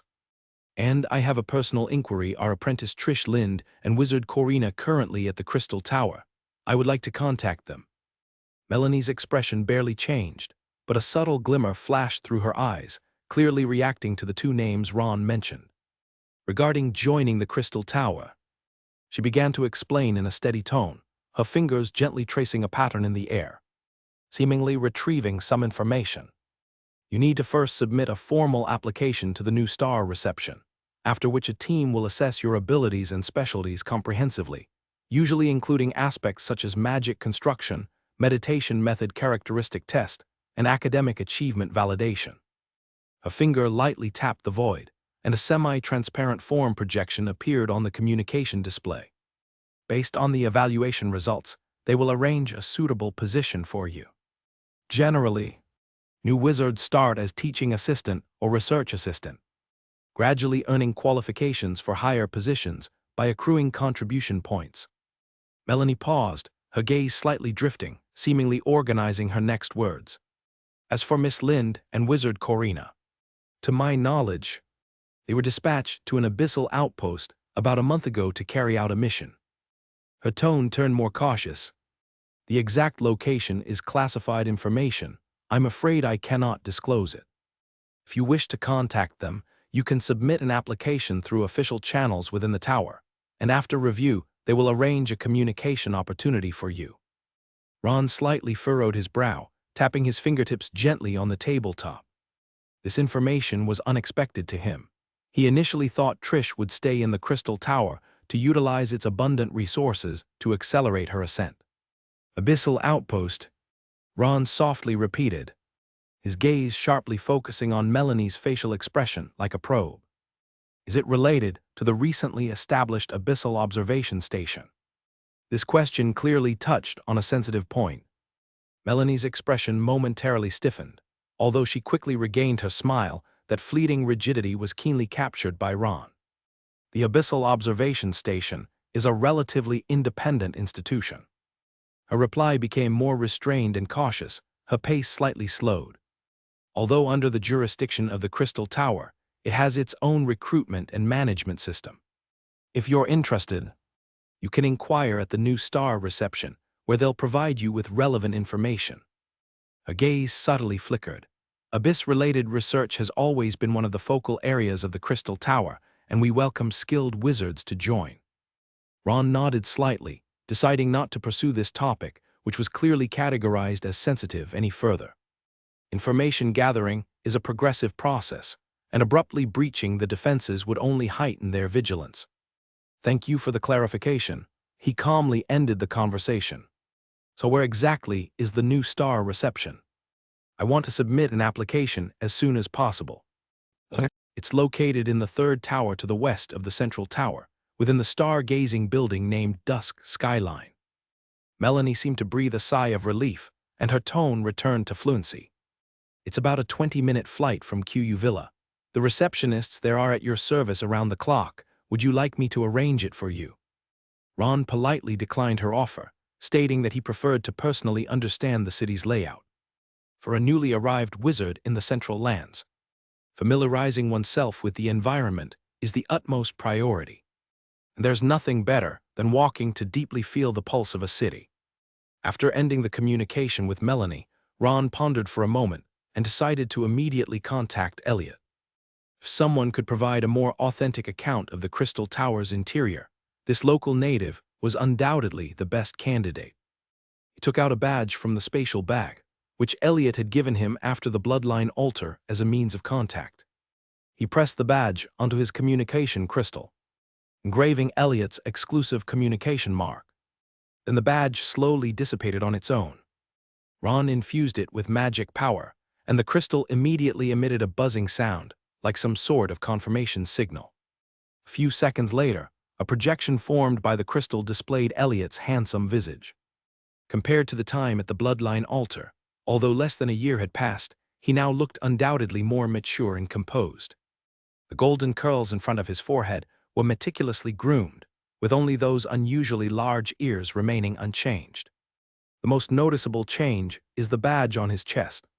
Not the apprentice's mark anymore, but a star ring symbolizing a morning star-level wizard, proving he had completed his ascent. Elliot's voice was full of surprise, but quickly transitioned into an odd kind of understanding, as if he had long anticipated this contact. "Have you already reached the Central Lands? When did you arrive?" Ron briefly responded, revealing no extra emotion. "There are some matters I wish to discuss in person. Would that be convenient?" A glimmer of thought crossed Elliot's blue eyes, then he swiftly made a decision. "Of course, very convenient. Give me half an hour. I will personally visit you at Q Villa." He paused slightly and added, "I'm very familiar with that place, having accompanied my family elders there several times to visit certain guests." Ron nodded. "Thank you, I'll wait for you. Let's talk in detail when we meet." Elliot smiled faintly, revealing a set of neat white teeth. "By the way, it seems some of the rumors I heard are true. You did indeed walk that legendary path." After the communication ended, Ron thoughtfully placed the crystal back into the spatial bag. Elliot's final comment carried intriguing implications. Evidently, the news of his advancement via the path of truth had already spread within certain circles of the Crystal Tower. This was both expected and worthy of caution. In the wizard's world, information is currency, and an overly conspicuous trait is often a double-edged sword. "Master, would you like me to prepare anything for the visitor?" Aylan's voice came from behind, her green figure silently appearing at the door, holding a pot of fragrant hot tea. Ron gently shook his head. "Simple refreshments will suffice, no need for lavishness. I'm only preliminarily acquainted with Elliot, so it's not yet a relationship that warrants special hospitality." Aylan nodded gracefully, her vines gently swaying. "I'll prepare some middle-tier snacks, courteous yet not overly eager." Ron nodded in agreement, then began checking the protective array and privacy barriers within the villa. Caution is never a mistake, especially in a place where information equates to power. On the second floor of the villa, a small figure peeked out from the crystal vat. Dale's large golden eyes flashed with curiosity, her silver hair floating in the water like a blooming water flower. "Master, is someone visiting?" she asked innocently, her voice filled with childlike curiosity. "Is it the blonde human from the communication crystal?" Ron answered briefly, his gaze scanning the indicators on the crystal vat to confirm everything was functioning normally. "A wizard I met at the bloodline altar, now working at the Crystal Tower." He didn't elaborate further, nor did he need to. "Will he stay long? Can I play in the yard for a while?" Dale blinked her big eyes. Ron pondered for a moment and shook his head. "Not this time. We need to discuss some private matters. After he leaves, I'll let Aylan take you for a walk nearby." Dale pouted slightly, but merely flicked her tail and sank back into the water to continue her frolicking. About half an hour later, a unique energy fluctuation was heard outside the villa. Ron walked to the window and saw a silver bird-shaped aircraft slowly landing on the open ground in front of the villa. The aircraft was covered in complex runes, its wings composed of some sort of semi-transparent magic construct, shimmering with rainbow-like light in the sunlight. The hatch on the bird's back opened, revealing a young blonde man in an official wizard robe. The collar and cuffs were embroidered with star pattern designs. The star ring emblem on his chest glistened in the sunlight, and his presence exuded a noble sense of refinement. He silently assessed the value of this aircraft. A magic tool of this caliber was worth at least dozens of complete magic stones, a luxury unattainable for most ordinary wizards in their lifetime. The doorbell rang, and Ron adjusted his expression, personally going to greet this special guest. Elliot slightly bowed, performing a standard wizard salute, drawing the shape of a star ring with his palm in front of his chest. "Very pleased to meet you again. Congratulations on your promotion to official wizard." Ron returned the standard wizard salute, poised but natural. "Thank you for visiting, please come in." The two passed through a meticulously arranged courtyard and proceeded via a corridor to the guest room on the second floor. This room was centrally located in the villa, with walls covered in soundproof and anti-surveillance runes, making it an ideal place for private conversations. "Please wait a moment," Ron said before closing the door, and quickly walked to the third floor to fetch a small crystal ball from the laboratory. This was a security device he had painstakingly improved while at the Black Mist School. Though outwardly simple, the internal structure was extremely intricate, containing multiple anti-snooping and energy isolation functions. Upon returning to the guest room, he placed the crystal ball in the center of the table and infused it with a strand of magic power at a special frequency. The crystal ball immediately emitted a soft blue light, forming a semi-transparent energy shield that enveloped the entire room. "Additional protective measures," Ron explained briefly, his eyes sweeping over the young man's face to observe his reaction. "To isolate external energy detection and sound transmission." Elliot raised an eyebrow, a slight smile appearing at the corner of his mouth. "It seems your reputation for caution is well deserved. This multi-frequency isolation field is very finely crafted." He reached out to lightly touch the energy shield, feeling the flow of magic power within. "Did you design it yourself?" "Improved from a basic model circulating in the market."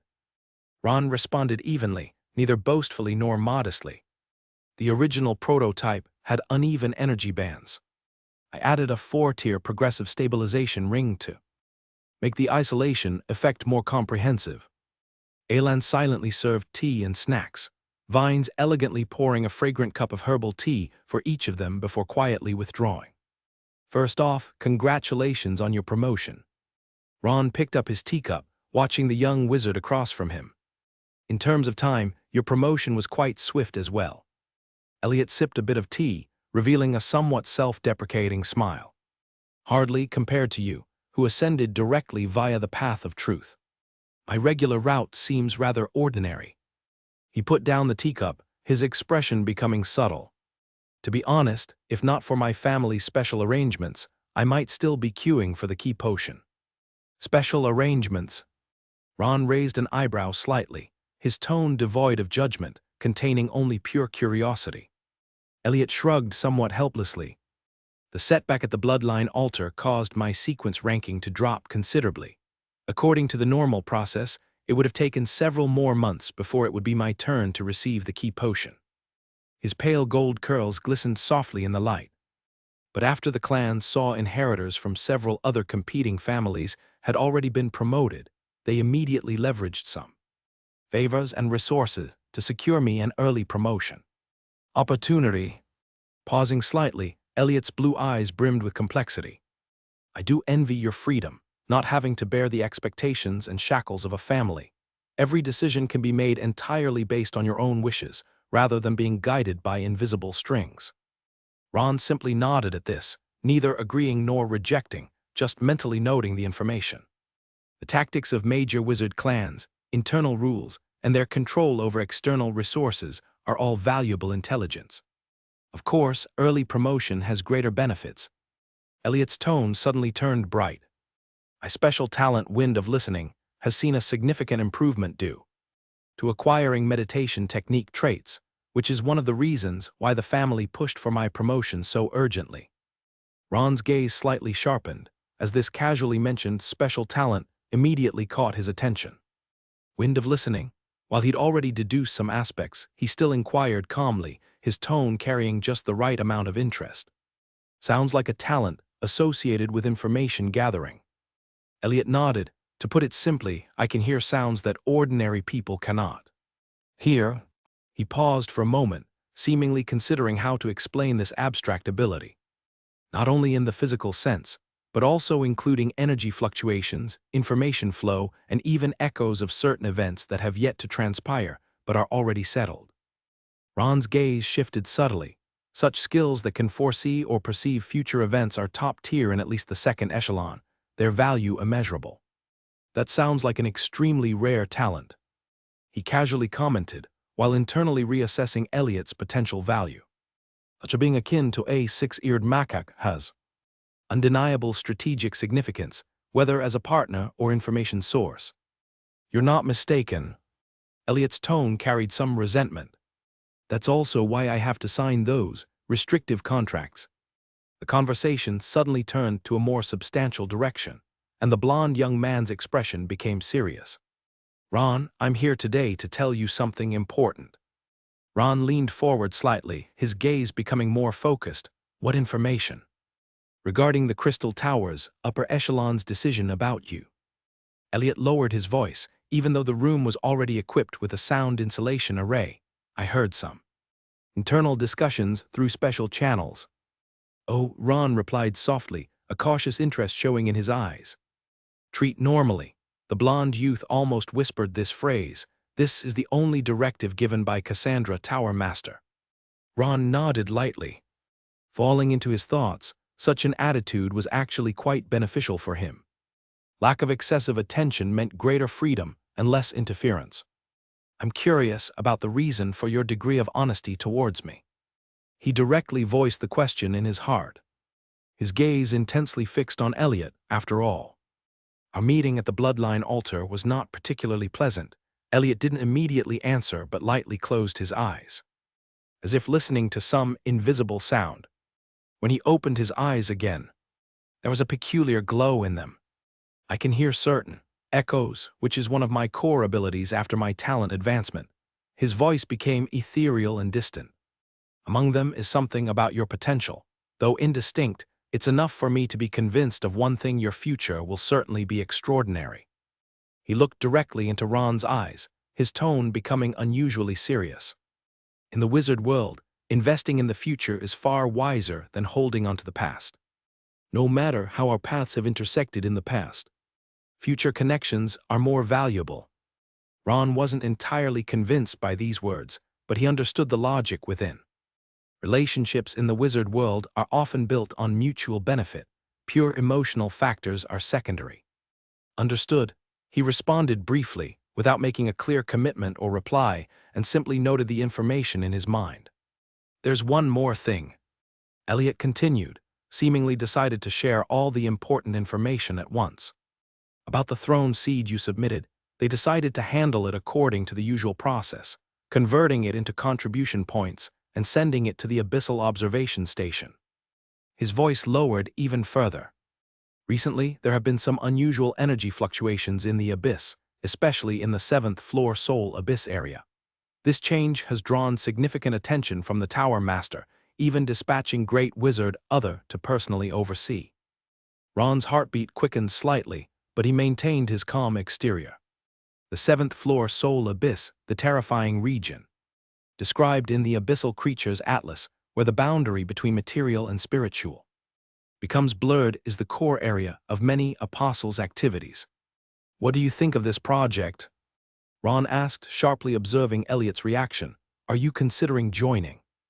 Elliot shook his head, his expression becoming remarkably steadfast. No, I will stay within the Crystal Tower and grow steadily. Besides the contract restrictions, my talent can only be maximized in a relatively safe environment. He looked at Ron with a subtle, scrutinizing gaze. But for someone like you, he seemed to be searching for the right word. An independent person, the observation station might be a good choice. It provides a stable platform for abyssal engagement with the protection of the Great Wizard.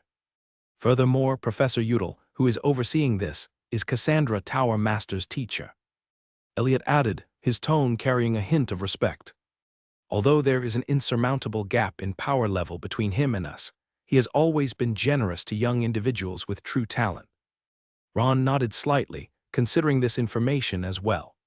The guidance of a great wizard, whether from a knowledge level or a resource level, is an extremely valuable opportunity. However, Elliot cautiously added, when it involves the great abyss, I dare not make rash judgments. The specific path still depends on your own judgment and choice. As the conversation continued, the blond young man further explained the operational system of the Crystal Tower's contribution point system and how to most efficiently utilize various resources. From teaching contributions to research outcomes, from special missions to resource exchanges, each aspect has clear and complex rules, demonstrating the tightly organized structure within this historically extraordinary gathering place. If there's nothing else, I'll be leaving first. He stood up, adjusted his robe. You should soon become my colleague, please guide me then. Ron stood up as well, and the two exchanged farewells once more. By the way, Elliot suddenly turned back before stepping out. If you decide to join the observation station, remember to notify me beforehand. After the other left, Ron stood by the window, watching the silver bird circling in the air for a moment, finally transforming into a stream of light and disappearing into the distant tower clusters. The existence of the Abyssal Observation Station and the gathering of numerous high-tier wizards undoubtedly indicated an important fact. There is indeed some abnormal change occurring within the abyss, and this change is significant enough to draw the attention of a presence at the level of a great wizard. This is both a risk and a rare opportunity. If he could join this project, not only could he obtain more first-hand information and rare materials about the abyss, but he might also directly access the level of a great wizard. Ron walked slowly to the third floor, preparing to organize some necessary materials and proofs to display his qualifications and abilities at the reception. In his mind, a path to a higher realm was gradually becoming clearer. Using the Crystal Spire as a platform to accumulate resources and knowledge, and seizing the opportunity of the Abyssal Observation Station to acquire more first-hand information about abyssal material. The young wizard followed the receptionist through a winding, crystal corridor where the air was filled with a peculiar energy fluctuation, more intense and purer than those in Dawn Harbor. This is the New Star reception, responsible for evaluating all the extraordinary individuals coming to the Central Lands, especially those wizards with special talent or potential. The receptionist explained, a suitable smile always maintained on the young face. Cassandra Tower Master specifically instructed to arrange the most comprehensive assessment for you, personally hosted by 3 reviewers from the School Alliance. Ron's heart stirred slightly. To have the Tower Master of the Crystal Spire personally pay attention and mobilize members of the School Alliance. It seems this identity of a primordial wizard is indeed more precious than imagined. It is said that you are the first primordial wizard in the past 157 years to ascend through the path of truth. The receptionist lowered his voice, eyes flickering with indescribable awe. Before you, the last one who walked this path was Cassandra Tower Master herself. At the end of the corridor was a massive silver archway, embossed with intricate runes. The runes were not static decorations but flowed and changed on the door's surface, forming various complex magical matrices, emitting a gentle cyan-white glow. In front of the archway stood 2 guards in moon-white robes, wearing the badge of the Crystal Spire on their chests, their gazes sharp as knives, exuding energy fluctuations close to those of an official wizard. Seeing Ron's wizard badge, the 2 immediately performed a standard wizard salute. Then they lightly touched the door, causing the flowing runes to rearrange and form a new opening sequence. The archway slid open silently, revealing a spacious circular hall inside. The entire hall was hemispherical, made of some sort of translucent crystal. At the top was a delicate astrological instrument, continuously rotating and changing, projecting images of the starry sky visible from the Ring Abyss Continent group. The center of the hall was a complex multi-layered magic array, intricately interconnected, with a platform about 4 meters in diameter in the center, its surface shimmering with a pale blue glow. Around the platform stood 3 wizards in robes of different colors: azure, dark purple, and gray silver. each color representing a specific faction within the school alliance. Wizard Ralph has arrived. The receptionist bowed to the three reviewers and then stepped aside. The female wizard in the azure robe stepped forward. She was a middle-aged woman with a pleasing appearance, her deep brown hair styled into a bun, and her amber eyes shining with intelligence. "Welcome to the Central Lands, Wizard Ralph." Her voice was as clear and pleasant as flowing water. "I am Melissa Albert, and this is William West." She pointed to the bald old man in the gray-silver robe, "and that is Ivan Petrov." The old man in the gray-silver robe and the middle-aged man in the dark purple robe both nodded in greeting. "Considering your application to join the Crystal Tower, we will conduct the Crystal Tower's standard evaluation for you." Melissa continued, her voice calm and professional. "The evaluation will include magic power, control precision, spell expansibility, and multidisciplinary comprehensive ability. This is not an exam, but a way for us to better understand your range of abilities so that we can provide the most suitable resources and guidance for you." Ron nodded slightly, a very reasonable arrangement. He looked around, taking note of every detail in the hall. The slightly flickering runes on the walls, the energy patterns flowing on the ground, even the almost imperceptible magic detectors in the air. These were all standard protective and monitoring measures of the Crystal Spire, both to ensure the fairness of the test and to protect the safety of everyone present. Ron quickly weighed the pros and cons in his mind. Since stepping into Dawn Harbor, he had been contemplating a crucial question. In this brand new environment, how much strength should he display? Lady Allen and Hayek's warnings was still fresh in his mind, but after careful consideration, he ultimately made his decision. In such a formal evaluation, hiding one's skills excessively would be an unwise move. Firstly, as a primordial wizard, many of his traits were inherently difficult to fully conceal. Secondly, the Witch King's decree and the rules of grace provided him with a considerable degree of protection, alleviating concerns of being forcibly controlled. Thirdly, only by demonstrating sufficient talent and capability could he acquire resources and opportunities that match his abilities. Of course, this didn't mean he would reveal everything without reservation. Certain core trump cards, such as the Dual Soul, Stand-in Puppet, Pocket Watch, and other unique artifacts and glorious legacies, as well as the essence of his capabilities, would remain secrets he would cautiously guard. "Shall we begin?" Ron asked, his voice carrying a confident indifference. "Certainly." Melissa gestured invitingly. "Please step onto the central platform." Ron stepped onto the glowing circular platform, immediately feeling a gentle, yet penetrating energy scan sweep through his body. It was an exceptionally intricate detection spell, far more precise and comprehensive than any test he had undergone at the Black Mist School. However, unlike ordinary detection, this spell deliberately avoided the most private spiritual areas, focusing only on those abilities that could be objectively measured. First is the magic power test. William West spoke, his aged voice carrying unquestionable authority. "Please release your magic field, no need to hold back." Ron nodded slightly, slowly closed his eyes, and began to release his magic field. Having recently been promoted to official wizard, his magic pool was larger than an average Morning Star-level wizard, but still far from reaching the limit. Additionally, his magic power quality benefited from the star projection trait, presenting an unusually pure state. As his magic field gradually spread, the air in the hall seemed to become heavy. It was a gentle yet undeniable sense of oppression, like the pressure of the deep sea, silent yet unmistakably squeezing the surrounding space. What attracted the attention of those present even more was Ron's magic field, displaying a rare silvery white glow. Like the condensation of starlight, every strand of energy was as pure as crystal, without the slightest impurity.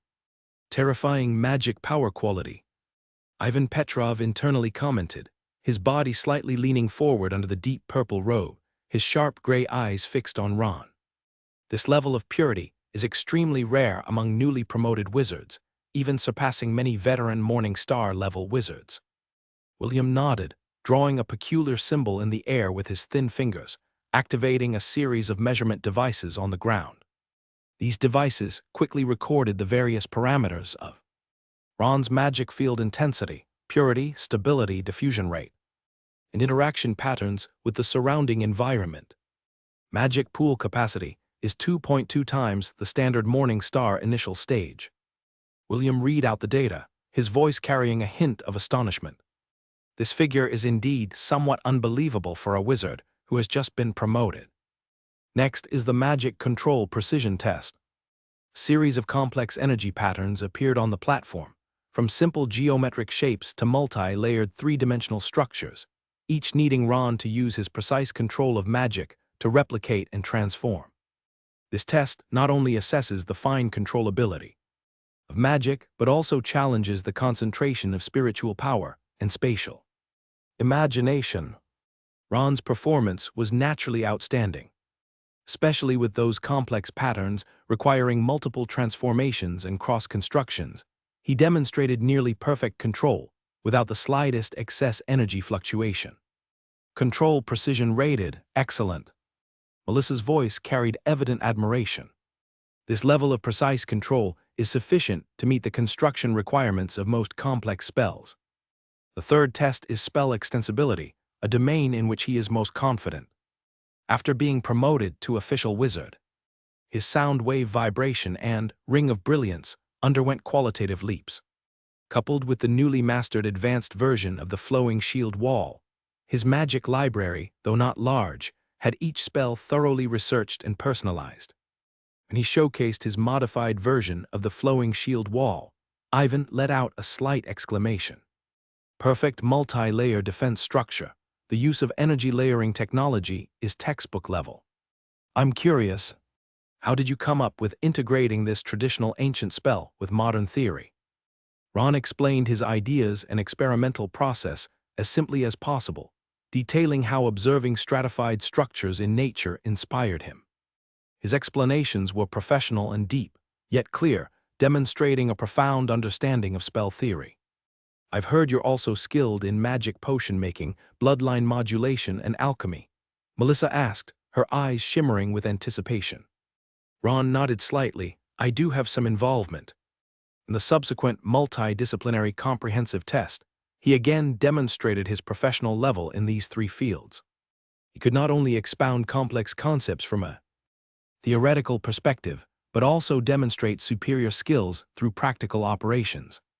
When he successfully synthesized a complex spiritual stabilizer within just 10 minutes, with efficacy and stability surpassing the standard formula, the expressions of the three evaluators noticeably became more astonished. What was even more impressive was when Ron explained the core theory of bloodline modulation. His unique insights into abyssal creature bloodline fusion even prompted William, an old scholar, to fall into deep thought, nodding in agreement from time to time.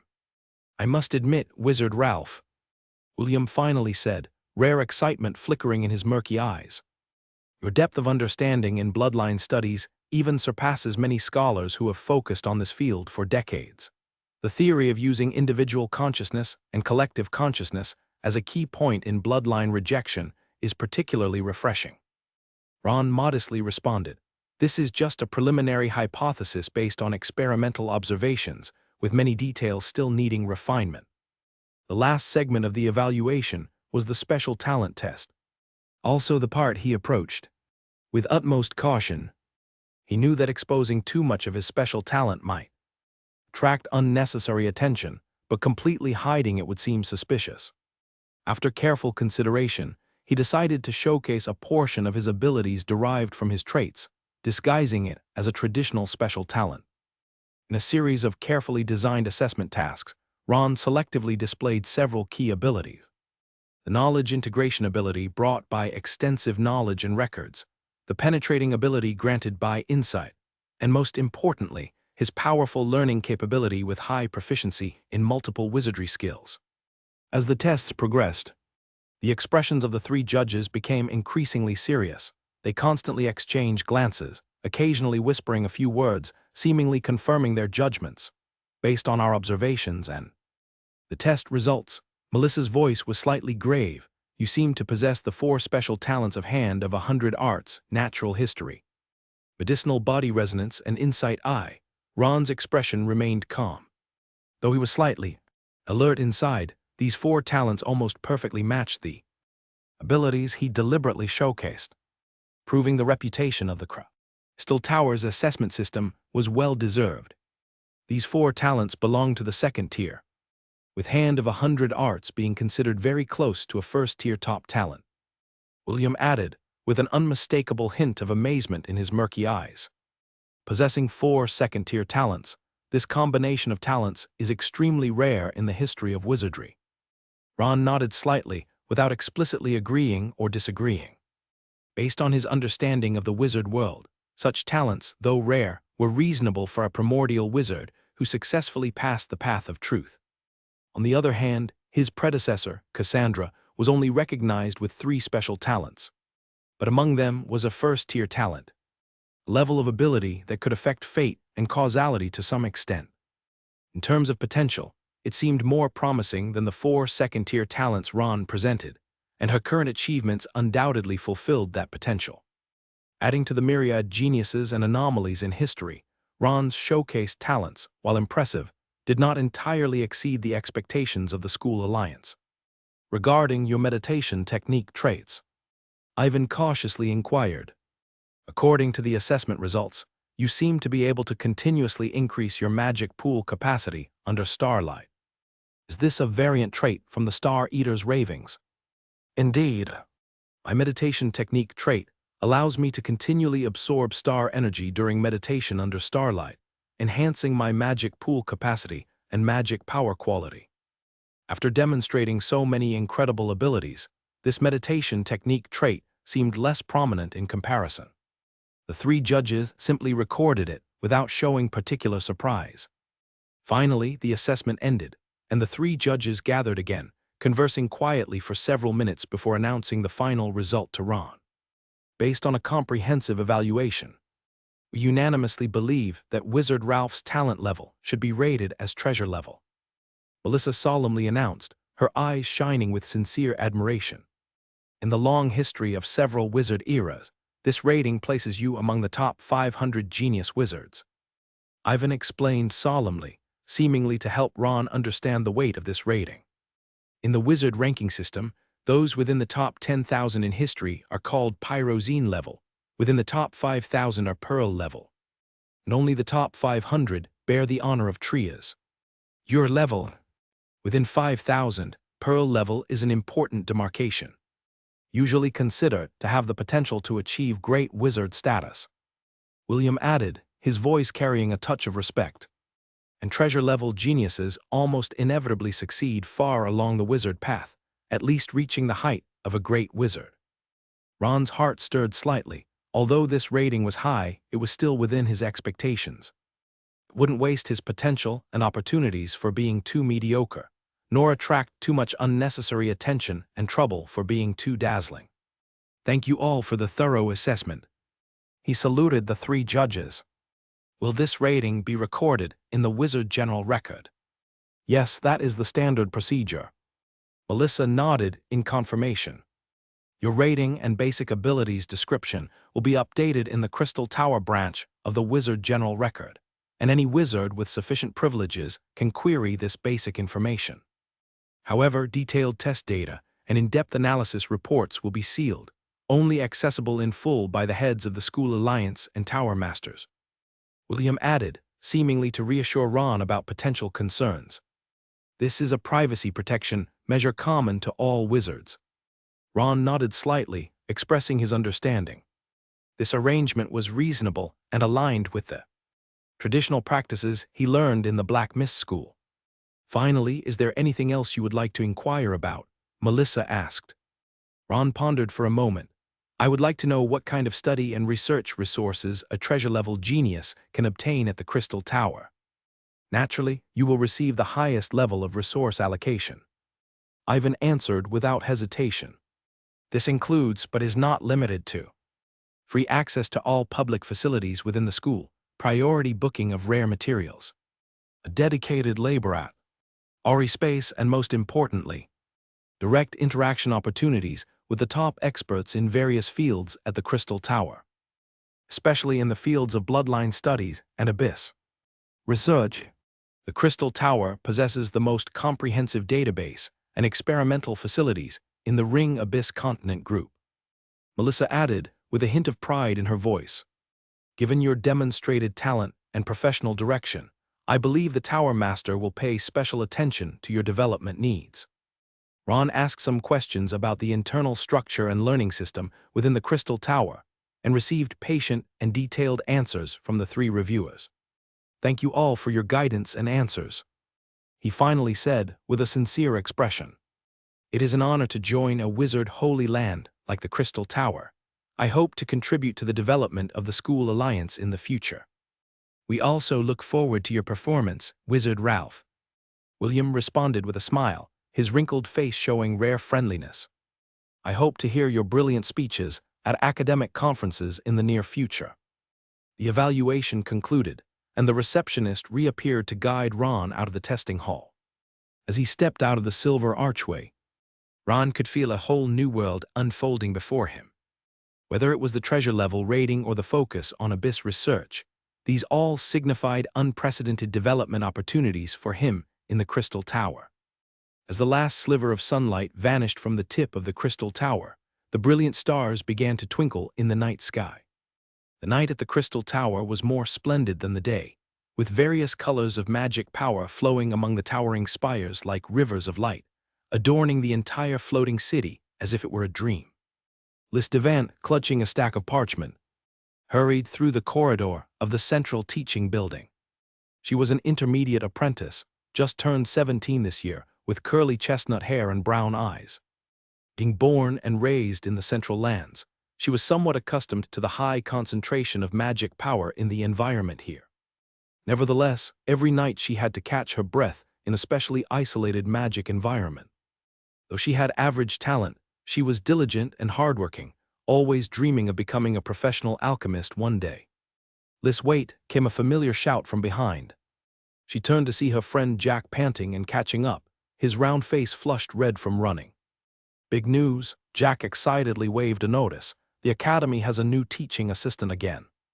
Liz raised her eyebrows. "Another one? Didn't one come just last year?" "This one is different." Jack lowered his voice, his eyes gleaming with excitement. "I just heard from Senior Asa that this one was promoted to a primordial wizard through the path of truth." Liz's eyes widened, almost dropping the parchment in her arms. The path of truth. Isn't that the legendary advancement method with almost certain death? Last I heard, the only one who advanced this way was Cassandra Tower Master herself. Jack solemnly nodded. "Exactly, and I've heard that not long after he arrived at the Crystal Tower, his evaluation result was labeled as a treasure-level genius. Anyone placed in that level is a notable figure, right?" The two of them talked as they walked, and soon arrived at the central announcement area of the Academy. A crowd of apprentices was already gathered there, all vying to view a huge crystal announcement board displaying the latest course information. "Do you see it? It's those 3 courses." Jack squeezed through the crowd and pointed to a particularly eye-catching line of text on the board. "Teaching Assistant Ron Ralph is offering Advanced Potion Theory and Practice, Bloodline Modulation Basics, and Alchemy Introduction and Application." "Wait. Look at this price," Liz frowned, carefully examining the numbers marked next to the courses. "Advanced Potion Theory and Practice costs 100 magic stone fragments per month.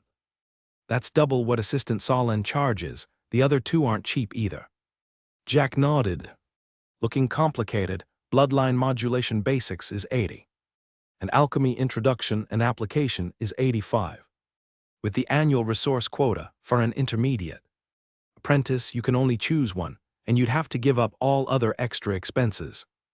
A flurry of discussion erupted around the Academy. "Isn't this too expensive? What gives a new teaching assistant the right to set such high prices?" "I heard it's the Academy setting the price, not his decision." "Why would the Academy give him this kind of privilege? Is he really that impressive?" "Anyway, the first week is a free trial. It's a waste not to go and see for ourselves what makes this treasure-level genius so special." Liz thoughtfully looked at the announcement board, her finger gently touching her chin, a habitual gesture when she's deep in thought. "I want to attend the trial of Advanced Potion Theory and Practice. Maybe I can learn something new," she told Jack, her eyes shining with curiosity. Even if I can't afford the tuition in the end, at least I can absorb some knowledge during the free week. That's what I was thinking too. Jack nodded with a smile, then lowered his voice. But I heard that some clan apprentices also showed interest in these courses, especially that princess who's always heavily guarded. Liz blinked in surprise, her voice involuntarily lowered. Doesn't she rarely leave that magic, isolated small building? I heard her demon-devouring condition is getting worse and worse. Jack shrugged. Perhaps geniuses have a special attraction to each other. Liz hesitated for a moment and finally took out her apprentice badge, lighting up the registration option for Advanced Magic Potion Theory and Practice on the bulletin board. No matter what, I don't want to miss this opportunity. Listening might help broaden some ideas. Meanwhile, on the other side of the Crystal Tower, in a beautifully decorated small building surrounded by layers of arrays, a similar conversation was taking place. Your Highness, are you sure you want to personally attend this new teaching assistant's course? A woman in a thick long dress asked worriedly. Considering your special situation, any public place carries certain risks.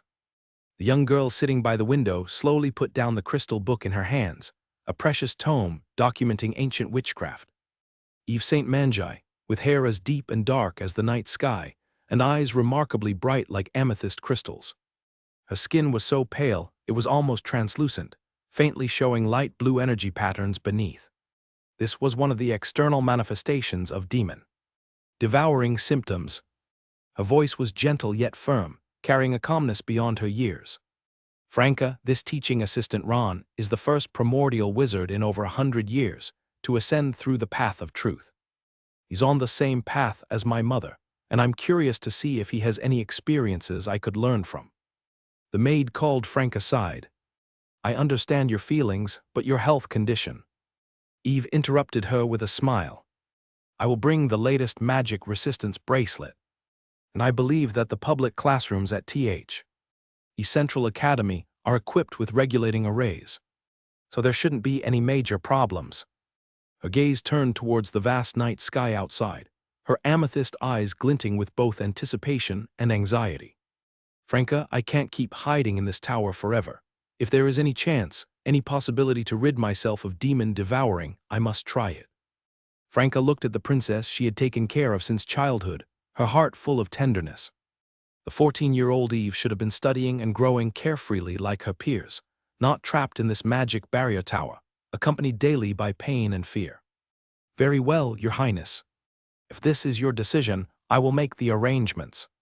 Franca finally relented, knowing that while Eve was young, she had inherited her mother's resilience and decisiveness. However, besides me, at least 2 nursemaid-type golems must accompany you, and you must promise to leave immediately if you feel any discomfort. Eve's face lit up with a radiant smile, instantly dispelling the gloomy atmosphere in the room.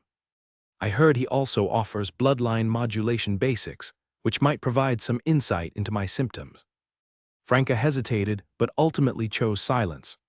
She knew how concerned Eve was about her condition, and understood that even though the Crystal Tower had invested significant resources, demon devouring remained an almost unsolvable mystery.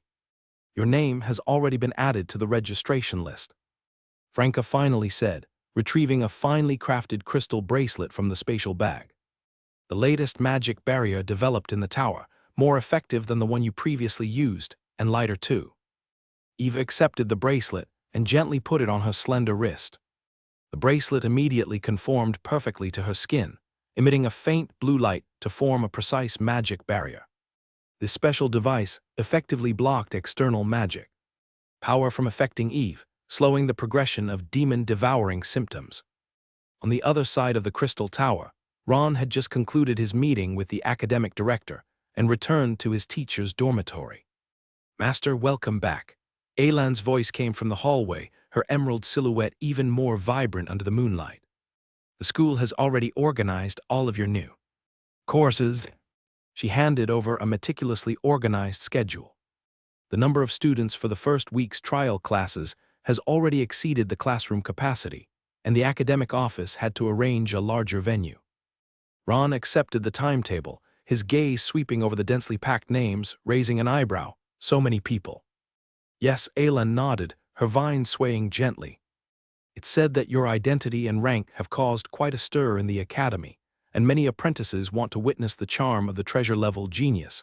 Even some masters have expressed interest in auditing.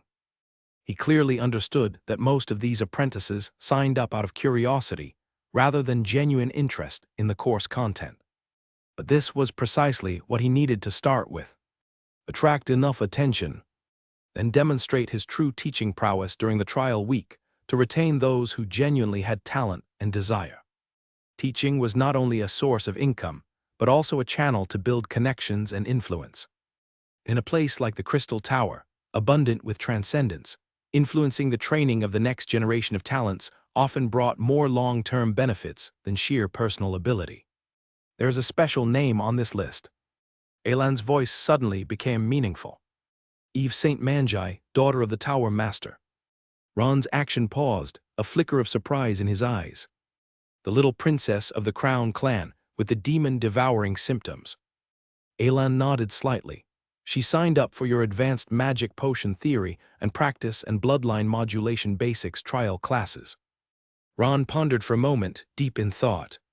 Of course, he remembered what Reynolds had mentioned about that genius girl and Cassandra the Great Wizard's promise. If anyone could cure Eve, they could choose 3 treasures from the Crown clan's treasury. Interesting? Ron finally commented simply, his face showing no distinctive emotion. But he was already pondering various possibilities in his mind. This little princess rarely appears in public occasions. Her sudden interest in your course is probably not just simple curiosity. Elan keenly analyzed. Considering your bloodline modulation techniques and special status, she might be coming with a specific purpose.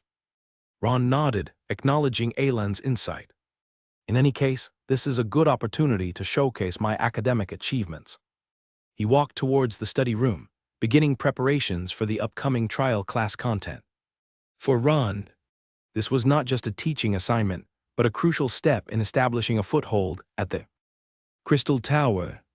If he could display his true value through these courses, he could attract outstanding students and gain more attention and support from the higher-ups. As for that mysterious princess, regardless of her purpose here, she'd be a variable worth noting. Make sure the teaching materials pay special attention to the intersection of magic potion making and bloodline modulation. A slight demonstration of my achievements will suffice. Ron said to Elan while taking down several related tomes from the bookshelf. Also, prepare some small-scale experiments that can be performed in public impressive enough, without revealing too many core secrets.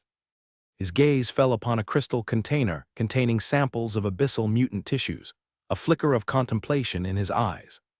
Perhaps starting from the adaptability and energy conversion mechanisms of abyssal creatures. It's our domain of strength and shares some similarities with demon-devouring symptoms. In the following days, Ron focused on course preparations while adapting to the Crystal Tower's high-concentration magical environment. Every night, he meditated for long periods under the starlight, continuously enhancing the capacity and quality of his magic pool through the star projection trait. Simultaneously, he did not abandon his research on the simulation battle device, spending time each day perfecting its design and testing various energy cycle structures. Thus time passed day by day, and the day of the first trial class was about to arrive. The towering cluster of spires bathed in the gentle dawn, light their lofty tips piercing the sky like spears, splitting the first rays of sunlight into colorful beams that scattered across every corner of the city. Ron walked along the main road of the central lands, feeling the subtle magical pulses of the floating islands beneath his feet. In stark contrast to the inert magic field of the black mist jungle, here magic surged like a torrential stream, every inch of air imbued with a heart-pounding energy density. The star projection trait became extraordinarily active in this environment, akin to a greedy devourer, constantly extracting nourishment from the surrounding ocean of magic. In just a few days, his magic reserves had surged several folds, with its quality significantly improved. This rate of magic growth, Ron calculated silently. If it continues, within 2 years, I could reach the magic reserves of a moon-level wizard. Of course, mere magic reserves weren't enough to rival a true moon-level wizard. Those seasoned casters mastered countless intricate spell and exclusive secret techniques, results of years of accumulated experience. Yet undeniably, the central land's environment provided an excellent soil for his growth. Today, he intended to visit an inconspicuous cluster of buildings in the West District, the Abyss Observation Station, Central Land Branch. As agreed, Reynolds would be waiting there to show him around and explain the many benefits of joining the station. Along the main road, various extraordinary races and professionals busily came and went. Dwarf artisans carried shiny metal apparatuses while shouting. Catfolk curled under the eaves, their eyes alertly scanning everyone who passed. Few half-elf scholars in splendid robes were fiercely discussing the derivation process of a magic formula, the magic models in their hands constantly changing shape with the discussion. Ron took all of this in but didn't pause. As the distance closed, he keenly perceived himself entering a special area. It was like moving from shallow to deep water. The surrounding magic fluctuations began to exhibit subtle changes. On the surface, still calm yet beneath, hidden turbulence suggested some indescribable sense of danger. This magic composition is mixed with the scent of the abyss. Ron activated extraordinary recognition, carefully analyzing the energy fluctuations in the air.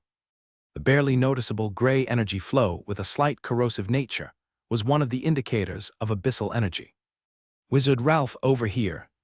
A familiar voice interrupted Ron's thoughts. He looked up to see Reynolds standing at the entrance of a low building, waving to him. Unlike his laid-back demeanor on the airship, today Reynolds wore a deep blue formal robe. On his chest, he adorned a silver hexagram badge, a symbol of the Abyssal Observation Station membership. "Wizard Reynolds, good morning." Ron slightly nodded, a hint of friendliness in his eyes. "Good morning. It seems you've fully adapted to the Central Land's environment." Reynolds chuckled warmly and stepped forward to shake Ron's hand. Many new wizards are probably still in bed suffering from headaches due to magic overload. His gaze carefully examined Ron, seemingly surprised by the young wizard's condition. "You look quite well with a stable mental state, which is not very common. Thanks to my meditation technique trait. It has some unique advantages in adapting to environments." Ron smiled, his tone neither boastful nor overly humble. "Speaking of which, I must thank you for taking the time to show me around. It's my duty, and congratulations on successfully joining the Crystal Tower." Reynolds patted Ron's shoulder, his overly enthusiastic manner sharply contrasting with Ron's calm. "Perhaps we'll soon become colleagues. Come, let me show you the true face of the Abyss Observation Station." They passed through an ordinary-looking wooden door. However, Ron's extraordinary recognition skills immediately detected 3 layers of concealment covering the door. The first layer masked the internal energy fluctuation. The second layer blocked external spiritual detection. The third layer consisted of a memory interference structure, causing passers-by to subconsciously overlook the existence of this entrance. Clearly, this unassuming building hid many secrets inside. Behind the door lay a long corridor, its walls made from a special deep gray stone. The air was filled with a strange metallic rust aroma, mixed with an indescribable exotic realm vibe, as if echoing from the depths of the abyss. This corridor is the buffer zone for the entire facility. Reynolds led the way while explaining, his voice a few decibels lower than outside. It helps visitors gradually acclimate to the internal special environment, and it's the first line of defense against abyssal energy leakage. Ron nodded, his gaze on the runes adorning the walls. These runes not only isolated external detections, but also prevented the internal abnormal energy from spilling out. As they proceeded, Ron could sense the air's energy composition subtly changing. Besides the regular magic fluctuations, there was a peculiar gray energy flow, a more primal and chaotic power. The abyssal scent is indeed quite strong. Very astute observation. Reynolds gently tapped the walls. The concentration of abyssal scent here is maintained within safe limits. This design serves 2 purposes. 1, to keep researchers sensitive to abyssal energy, and 2, to provide a relatively authentic abyss research environment while avoiding substantial harm to the body and spirit. At the end of the corridor stood a heavy door made of some kind of silvery white metal, embedded with a complex hexagonal verification system. Reynolds pressed his badge against the verification system, simultaneously entering a magic password. The door slowly opened, and a strange atmosphere seeped out from within, as if countless eyes in the dark were watching every intruder. It has to be said, the abyssal breath is indeed as recorded, silently infiltrating one's spiritual world, inducing various negative emotions and twisted thoughts. Without enough spiritual power and willpower, prolonged exposure to such an environment easily leads to madness or downfall. Behind the door was a spacious circular hall, surrounded by numerous small laboratories and storage rooms, with a massive multi-level observation platform at the center. The entire space was filled with complex instruments and energy monitoring devices, with over a dozen researchers in uniform busily engaged at their stations. "Welcome to the Abyssal Observation Station."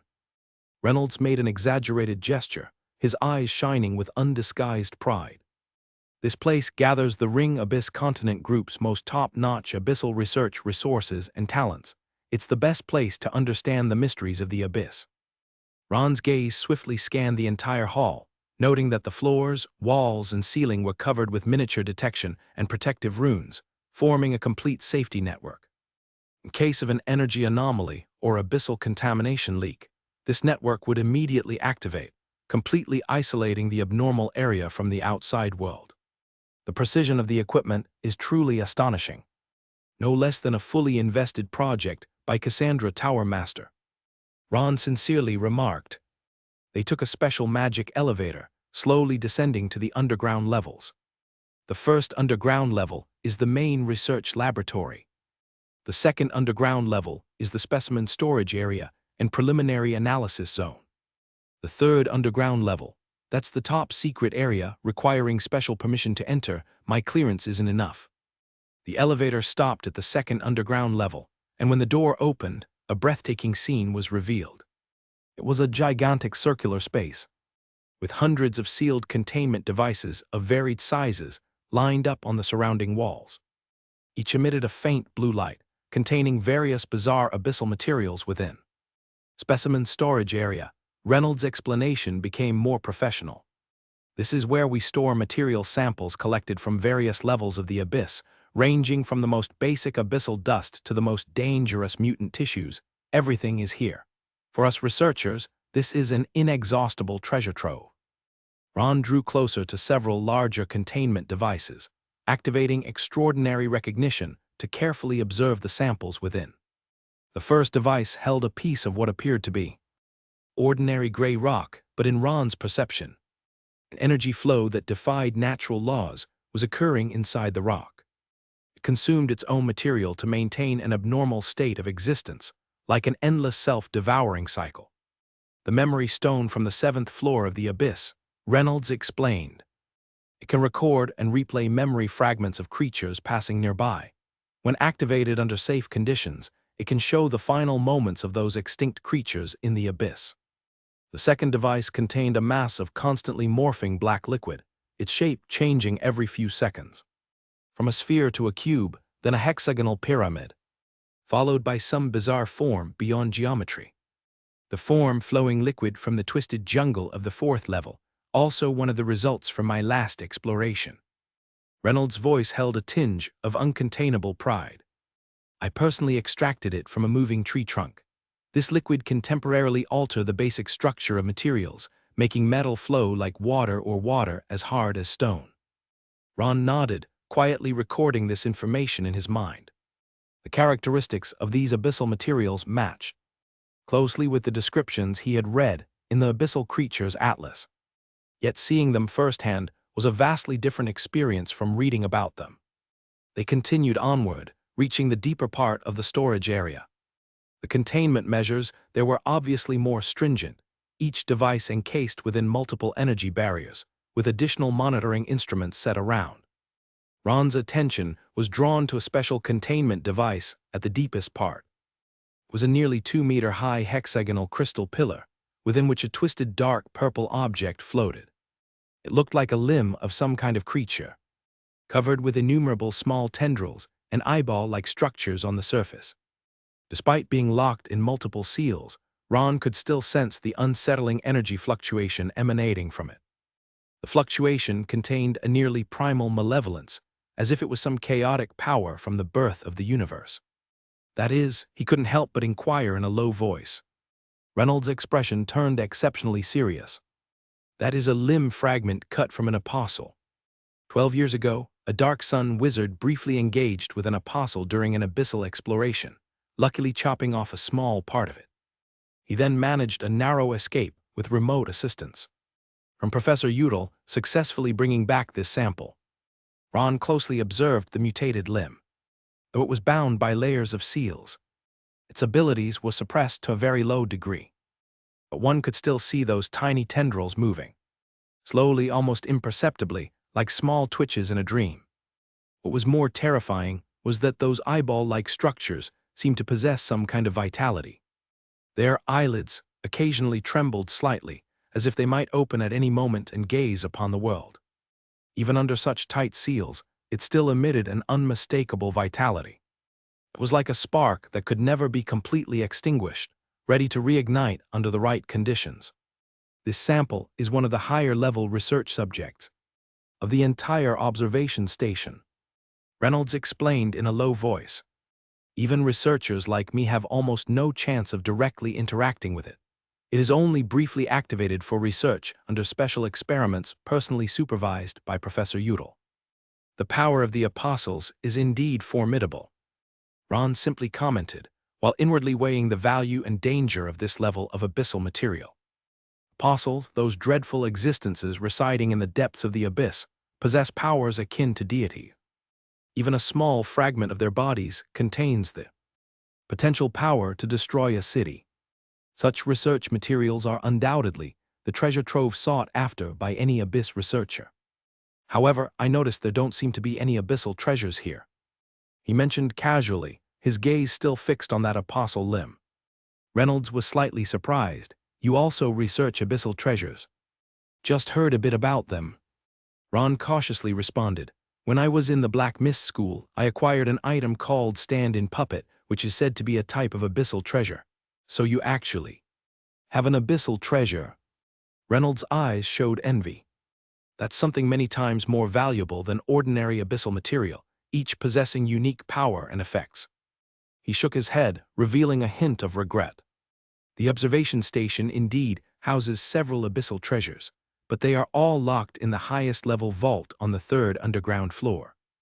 The two continued their tour, with Ron constantly evaluating the research value and potential application of these abyssal materials in his mind. If you're interested in researching these abyssal materials, joining the observation station would be a wise choice. After the tour, Reynolds' tone became more enthusiastic. As a formal member, you would not only have priority research access, but could also purchase some non-high-risk abyssal materials at internal prices for personal research. The two arrived in a quiet meeting room, and Reynolds took out a detailed document and handed it to Ron. This is a detailed explanation about joining the observation station. He explained it includes information on rights, obligations, benefits, and promotion paths. Ron took the document and read it carefully. This document was quite exhaustive, covering almost everything an observation station member needed to know. Of course, as a member, the first thing you need to sign is a confidentiality agreement. Reynolds added, many of the research projects in the observation station are top secret and cannot be disclosed without authorization. I understand that's only natural. Ron nodded in understanding. The document particularly emphasized several advantages.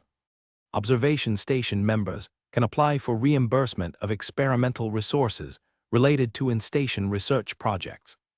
During abyssal explorations, they can receive remote guidance from Professor Udall and assistance when necessary.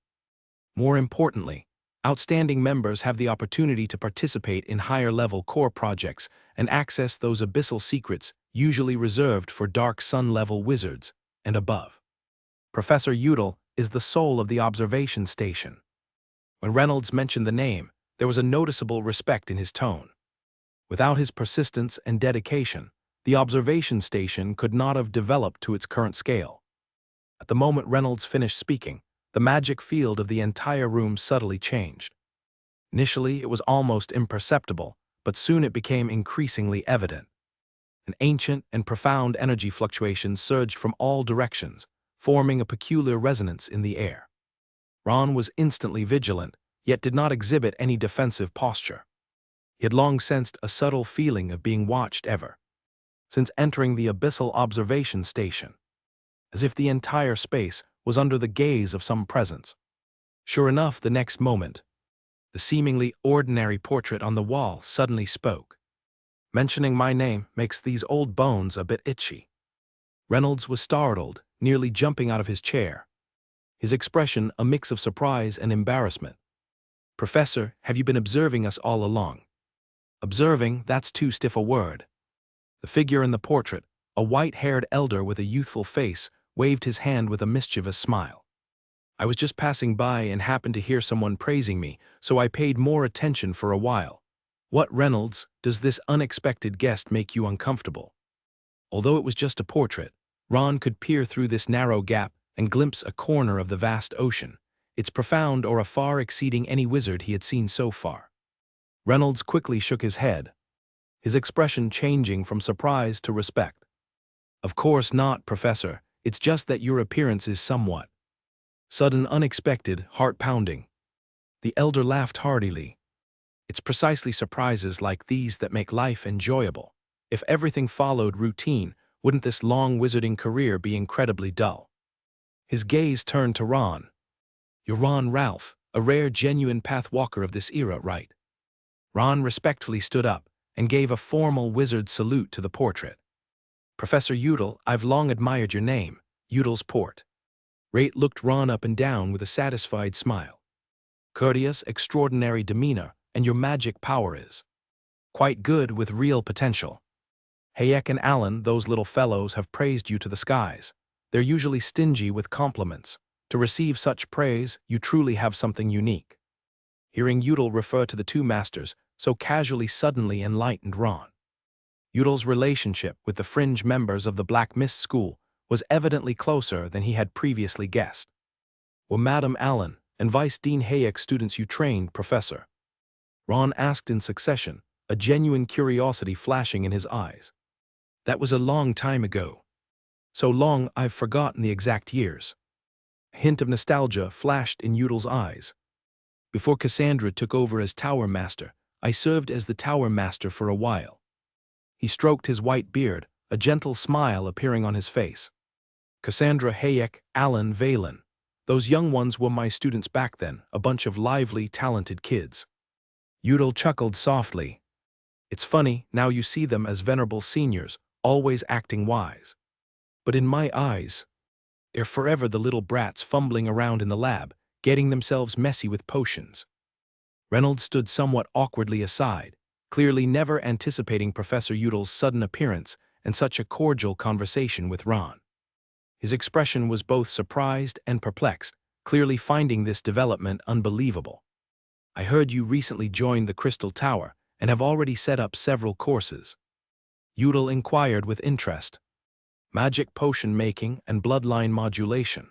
That's a great idea. It's exactly the cross-disciplinary thinking many young wizards lack. Knowledge isn't an island, it's a connected network. Those who can see these connections often go further on their quest for knowledge." Ron could only respond modestly, as everything about him was recorded, which wasn't too surprising. Then Udall's gaze turned again to Reynolds.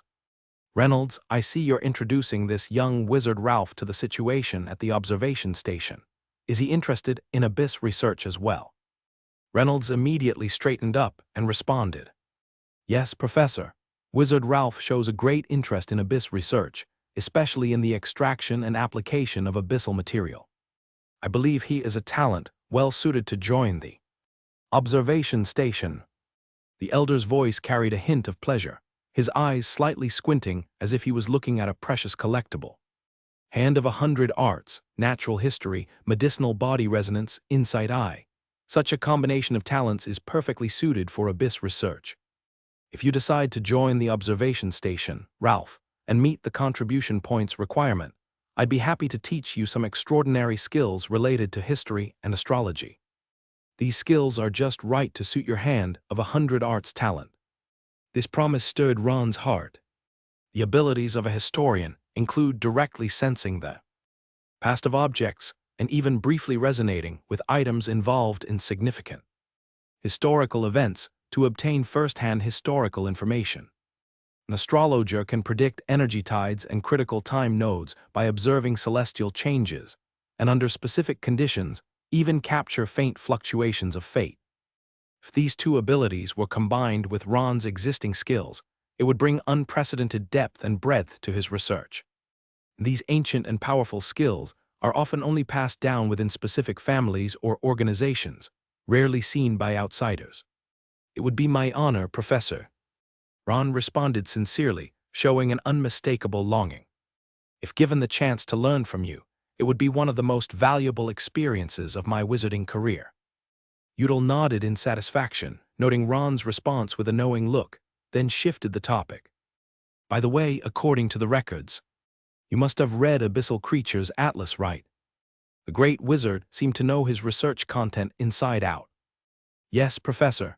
I obtained an engraved copy while at the Black Mist School, which was very helpful for Abyss research." "An engraved copy? That's far too inferior." Other waved dismissively. "I have an original written by Audric himself. If you're genuinely interested in Abyss research, perhaps you'll have a chance to read this true treasure." The difference between a manuscript version and a circulated version is often not just in the amount of content, but in that the most core and dangerous knowledge often only exists in the original manuscript. "I very much look forward to that day, Professor." Ron could only say, which might have been the response the other party desired to see. "All right then, I won't disturb your continued tour. The world of young people is always full of possibilities. I look forward to seeing your growth on the wizard's path, Ralph." The portrait returned to a static state, and the magical fluctuations within the room gradually reverted to normal, as if everything just now was a mere illusion. Reynolds still looked somewhat surprised, as if still digesting everything that had just happened. The professor rarely initiates conversations with newcomers, let alone promise to impart knowledge. "It seems he holds you in very high regard." "I think it's more out of respect for my mentors, who were all once his students." Reynolds shook his head. "No, the great wizard would never do anything out of favoritism. If he shows interest in you, it's because he sees some quality in you." He glanced at the time. "The tour is about to end. Consider my suggestion. Joining the observation station would greatly aid your research, but for now, you might need to go back and prepare for your trial lecture." Ron nodded. Indeed, tomorrow would be his first trial lecture at the Crystal Tower. This was an important opportunity for him to showcase himself in the new environment, and he could not afford to be careless. "Thank you for your guidance, Wizard Reynolds." Ron rose to take his leave. "I will seriously consider joining the observation station." Back at his residence, Ron checked the contribution point system of the Crystal Tower via the magic terminal. The terminal screen displayed a complex list detailing various items and knowledge available for exchange, along with the corresponding contribution points requirements. Magic Power Amplification Crystal Blueprint 1,000 contribution points. Tool that can temporarily enhance a caster's magic output. Odd Expansion Potion Formula 2,000 contribution points. An advanced potion formula that can briefly expand mental capacity. After use, it allows for the simultaneous processing of more information, suitable for complex magic research and multithreaded thinking. Derived from an ancient alchemist's legacy formula. Spatial Device Construction Technology Improved Edition 5,000 contribution points. Advanced technology for creating a personal exclusive space storage device. With a larger capacity and greater stability than the common spatial bag on the market. Customizable and expandable according to personal needs. Potential Awakening Stone 10,000 contribution points. An extremely rare extraordinary item. Can help the user awaken hidden talents. Success rate is about 30%, and each person can only use it once in a lifetime. The awakened talent level cannot exceed middle of the second tier. Soul Purification Ceremony 12,000 contribution points. An ancient ceremony capable of temporarily removing spiritual contamination. The duration of the effect is proportional to the caster's spiritual power, derived from ancient wizards' research outcomes against abyssal contamination. Bloodline Ancestor Return Ceremony 20,000. Contribution Points. A special ceremony to awaken dormant talents deep within the bloodline. The success rate varies with individual bloodline purity, and one can only attempt it once in a lifetime. Possible to awaken any talent within 3 direct ancestors. Soul Anchoring Technology, 160,000 contribution points. Allows anchoring part of the soul in a safe place before exploring dangerous areas to prevent the soul from completely falling.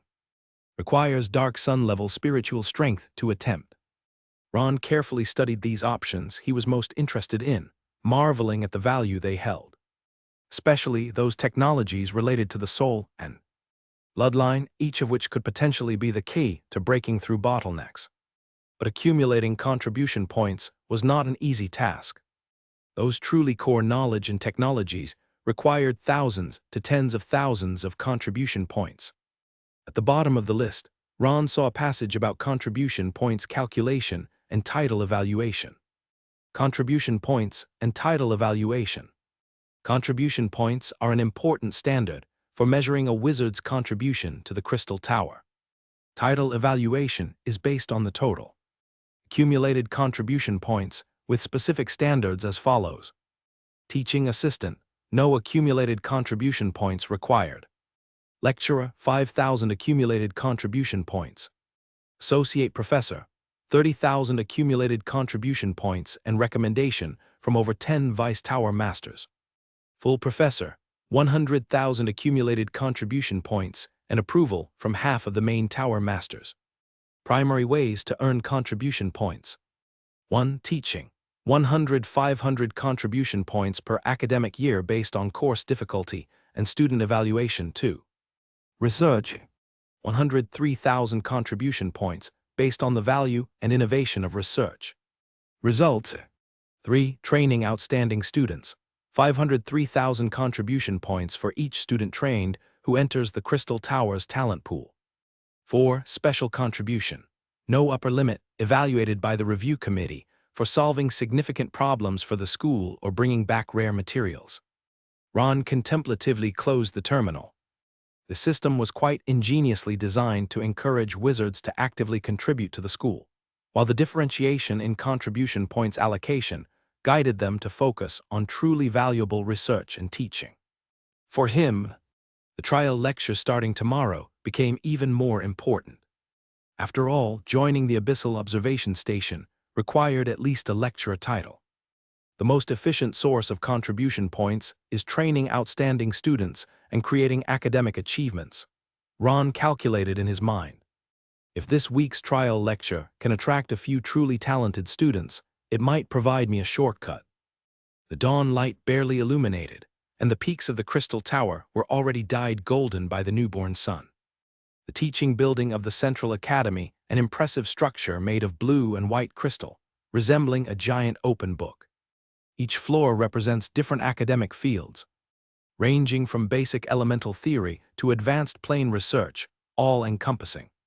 Today, this building, usually quiet year-round, was unusually bustling. The corridor leading to the third-floor integrated application classroom was crowded with apprentices, who were focused and quietly discussing the upcoming course. "Look at that crowd." Jack stared in shock at the crowded entrance of the classroom and couldn't help swallowing.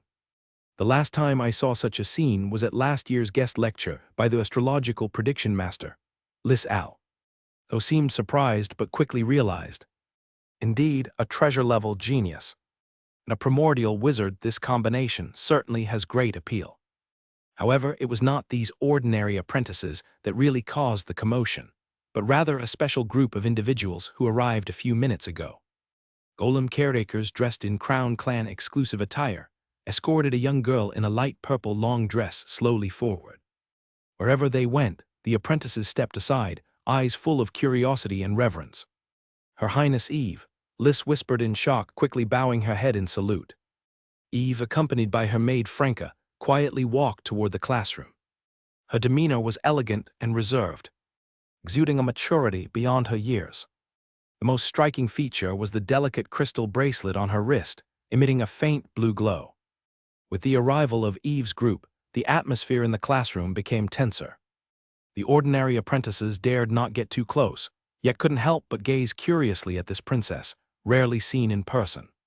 I heard her magic pool is many times that of an ordinary person, able to cast first circle spells directly without meditation.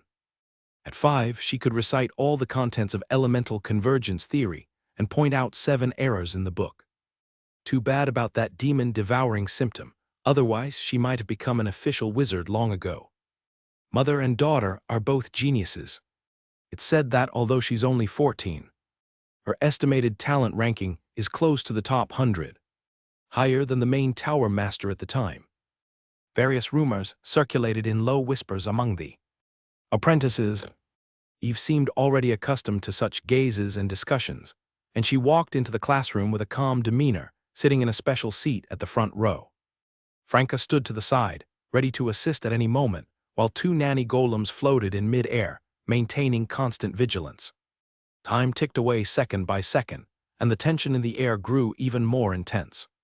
At the precise moment when the magical pointer reached 9, the classroom door silently closed. A crystal light screen slowly rose from the lecture platform, projecting a massive array pattern. It was a complex knowledge transmission array, capable of conveying the lecturer's voice and demonstrations accurately to every corner of the classroom. Suddenly, the air became heavier, as a wave of pure and powerful magic energy swept through the classroom, causing everyone to unconsciously straighten their backs.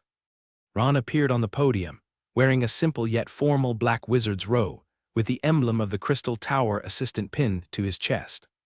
Unlike most official wizards, he did not choose flamboyant decorations or a flashy entrance. While his entrance was almost modest, that special radiation field managed to capture everyone's attention. Today's class is Advanced Potion Theory and Practice, Lecture 1. Ron's voice was not loud, yet it reached every corner of the classroom with clarity. The underlying power in that calmness made everyone focus involuntarily. I am Ron Ralph, the main lecturer for this course. After a brief self-introduction, his gaze swept over the apprentices below, lingering slightly on Eve before continuing. Magic potion making is considered by many to be the most fundamental and simple domain of wizardry. Suitable for apprentices with insufficient spiritual talent, this perspective is a foolish and dangerous misconception. The sharpness in his words left many apprentices visibly startled, but Ron's pace did not slow. True magic potion making is not just a simple accumulation of recipes, nor is it a mechanical mixing of materials or a repetitive adherence to procedures. His voice gradually became more compelling. True magic potion making is a science about the essence of life, an analysis and recombination of the deep structure of matter, a precise and flexible manipulation of energy forms.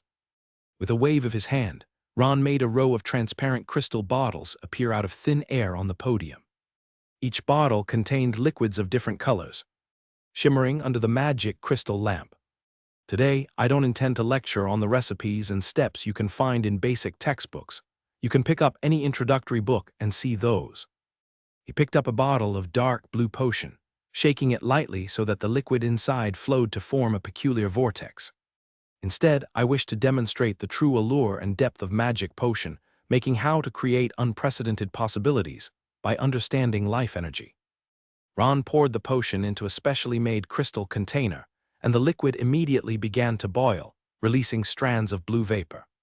This is a modified awakening potion of mine, distinct from the standard formula, not by simply adding some rare material or changing proportions, but by fundamentally rethinking its functional mechanism. As he explained, he manipulated the energy flow within the potion using his magic. The energy paths visible to the naked eye became clearer under his guidance, like a living teaching illustration. The core principle of the standard recipe is to stimulate certain regions of the brain with the energy from light flame powder, contracting under pressure to achieve the purpose of clearing fatigue. But this method is inefficient, and the side effects are obvious. Many experience mild headaches, dry mouth, and other symptoms after use. Ron's fingers lightly traced above the potion, guiding the energy to change direction. The real issue lies in the energy pathway's lack of coordination. If we adjust the energy flow to form a closed loop instead of unidirectional stimulation, we can significantly enhance efficacy and reduce side effects without adding materials. His every movement was elegant and precise, as if performing a delicate work of art, yet it was underpinned by profound practical knowledge. The true value of an alchemist doesn't lie in material collection or mechanical repetition, but in understanding and innovation of the recipes. An outstanding alchemist, with a deep grasp of energy principles, can create exceptional potions surpassing the norm even with limited resources. In the next 2 hours, Ron not only explained the functional mechanisms of conventional potions, but also delved into the core principles of energy conversion and how to innovate and improve based on these principles. He completely abandoned the traditional teaching mindset of compounding according to prescription, instead emphasizing the importance of understanding and innovation. In the practical demonstration segment, he chose the spiritual stabilizer as an example. This potion is typically not introduced to senior magic potion apprentices until later and is recognized as one of the more challenging potions. The core concept of a spiritual stabilizer is to reduce external interference on the spirit without hindering the user's cognitive abilities. Ron spoke eloquently, his voice steady and magnetic. However, there is an essential energy repulsion between the moon shadow dandelion and ice crystal heart stone powder in the standard recipe, which leads to poor stability and limited duration of the potion. He took out a series of materials, some common, some relatively rare, but all within the reach of an advanced apprentice. Observe the energy patterns of the ingredients, feel the interaction between the components, and adjust the proportions and procedures as needed. This is the true art of magic potion making. Ron's fingers gently passed over the mortar, indicating to the apprentices to pay attention to the order of the material combinations. Every step was meticulously designed, not simply following a set process, but rather adapting to the real-time reactions of the materials to make the optimal choices. When handling ice crystal heart stone powder, he didn't follow the traditional method of directly crushing it, but first softened it with a special solution, then crystallized it at a low temperature, and finally ground it into powder. This innovative handling method significantly reduced its repulsion to moon shadow dandelion, allowing the two ingredients to fuse better. When the last drop of liquid was added to the container, the entire magic potion suddenly emitted a gentle silver glow, and then quickly stabilized into a clear light purple liquid. This is the improved spiritual stabilizer. Ron stated the results matter-of-factly. The efficacy is 1.6 times that of the standard formula. The duration increased by 35%, and the side effects reduced by nearly 60%, he specifically emphasized. Moreover, the entire process didn't use any rare materials, but was achieved through optimizing proportions and improving procedures. The classroom was silent, and all the apprentices frowned deeply, incredulously watching the scene on the podium. It felt as if their eyes understood, but their minds and fingers remained in a dazed state. This is incredible, Jack whispered in amazement, his voice trembling slightly with excitement. He didn't use standard procedures just now, but adjusted the proportions and order based on the real-time reactions of the materials. Many senior magic potion-making lecturers can't match this level of assistant Ron. Beside him, Liz completely ignored her companion. The girl was both inputting magic power into an automatic recording quill to quickly record Ron's dictated knowledge and working hard to digest everything she had just seen. In the front row, Eve also showed an unusually focused expression. Her eyes, like purple crystals, were fixed intently on Ron's every move. Next, I would like to invite a volunteer to come on stage to complete a simple experiment together. Ron scanned the classroom, his gaze finally landing on Liz. The thirst for knowledge flickering in those brown eyes immediately drew his attention to this serious female apprentice. The female apprentice with the silver hairpin, would you like to come up and assist me? Liz widened her eyes in slight surprise and pointed at herself. After getting confirmation, her heart started racing as she walked onto the podium under everyone's gaze. Don't be nervous, this is just a simple demonstration. Ron said soothingly, his voice carrying a natural calming power that made people unknowingly relax. He took out a small bottle of the freshly prepared spiritual stabilizer from the container. Tell me, what is the biggest challenge you face during meditation? Liz swallowed, her voice trembling slightly with nervousness. My spiritual power is not focused enough, easily disturbed by external distractions, and it lasts only for a short time, at most 10 minutes of deep meditation. Ron nodded, a trace of understanding flashing in his eyes. A typical beginner's concentration problem, which is common among apprentices, is mainly due to the incomplete opening of spiritual power pathways, leading to poor energy flow. He took a small crystal glass from the podium, poured in 3 drops of the prepared potion, and then added some clear water to dilute it. This is a diluted version of the improved spiritual stabilizer, mild in effect but sufficient to demonstrate the principle. Would you like to try it? Liz hesitated for a moment but quickly nodded in agreement. She knew a treasure-level genius would not do anything dangerous in such a public setting. Moreover, being able to experience the effects of such an efficient magic potion personally was a rare opportunity for an ordinary apprentice like her. Receiving the crystal glass, Liz carefully drank the pale purple liquid. As soon as the potion entered her mouth, a cool energy immediately spread from her throat throughout her body. It was as if a small electric current flowed along the meridians throughout her body, activating the dormant energy at each node. The feeling was both unfamiliar and wonderful, not stimulating, nor numbing, but an indescribable sense of clarity. It was as if someone had gently wiped the dusty mirror in her mind, making everything clearer to see. Her gaze instantly became bright and focused, and her mind became unprecedentedly clear. The flow of surrounding magic power seemed visible, like ribbons of color flowing lightly through the air. Now please try a short meditation and feel the difference compared to usual, Ron instructed. Liz nodded, closed her eyes, and began to operate her spiritual power as she would usually do. To her shock, all the distracting thoughts and interruptions she normally experienced disappeared. Her spiritual power flowed remarkably smoothly, like a clear stream without any obstacles or whirlpools. A brief 30-second meditation gave her a sense of spiritual concentration more intense than her usual 10 minutes, almost a realm she had never experienced before. Liz opened her eyes, her face full of surprise and gratitude, her hands trembling slightly with excitement. I've never felt this way before. It's like I suddenly gained a higher level of spiritual talent. Ron smiled slightly, with a hint of satisfaction in his eyes. This is exactly the charm of magic potion making. It can somewhat compensate for the lack of talent, giving everyone a chance to experience a higher state of mind.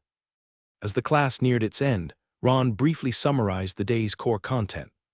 He assigned a small research task to try to understand and analyze the energy structure of a common magic potion and consider possible directions for improvement.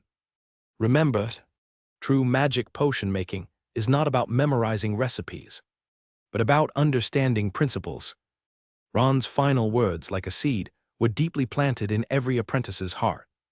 Only when you truly understand the flow and conversion of energy can you transcend existing limitations and create your own miracles. When the magic power cursor pointed to 11 o'clock, the first class officially ended. However, the apprentices did not leave immediately, but eagerly discussed the content just covered. The classroom was filled with excited whispers. That was amazing. It completely overturned my understanding of magic. Potion making. That improved spiritual stabilizer was incredible. It achieved such an effect with just common materials. This is real magic potion making. It's not mechanically following recipes, but truly understanding the underlying principles. I definitely need to sign up for the official course. 100 magic stone fragments is worth it. Eve gently caressed the magic resistance bracelet on her wrist, her thoughts churning. Despite Ron's course being so exciting that the apprentices were reluctant to leave the classroom, she couldn't help but feel a hint of disappointment. Impressive lecture, yet not enough to solve my problem. She silently evaluated in her heart, her amethyst-like eyes flickering with complex light. Franca gently approached her. Your Highness, how do you feel?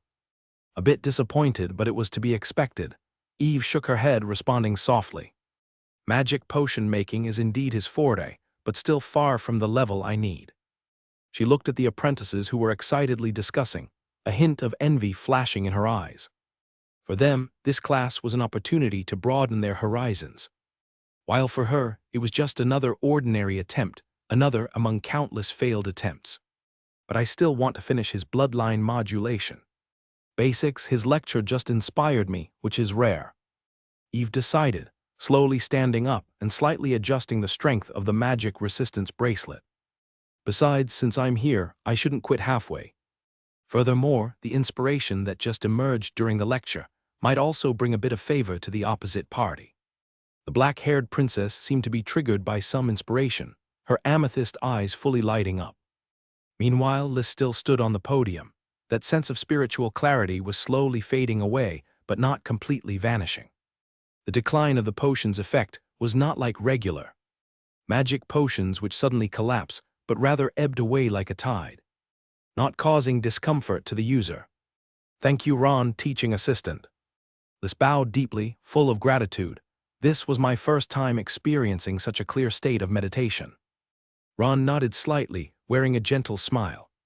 Everyone has the potential to improve. The key is finding the right method. If you're interested in further learning, my course always welcomes you. Liz hesitated for a moment, thinking about the high tuition, but eventually mustered her courage to ask. Teaching assistant, does your course offer apprentice assistant positions? I don't have enough magic stones, but I'm willing to exchange extra time and labor for the learning opportunity. Ron was about to answer, but noticed Eve standing below the podium. Those amethyst-like eyes were directly staring at him. Moreover, he sensed a faint, yet pure favor emanating from her side. Interesting, this purity of favor is far stronger than Lilia, who possesses second-tier talent. Ron was slightly surprised in his heart. He turned back to Liz, smiling warmly.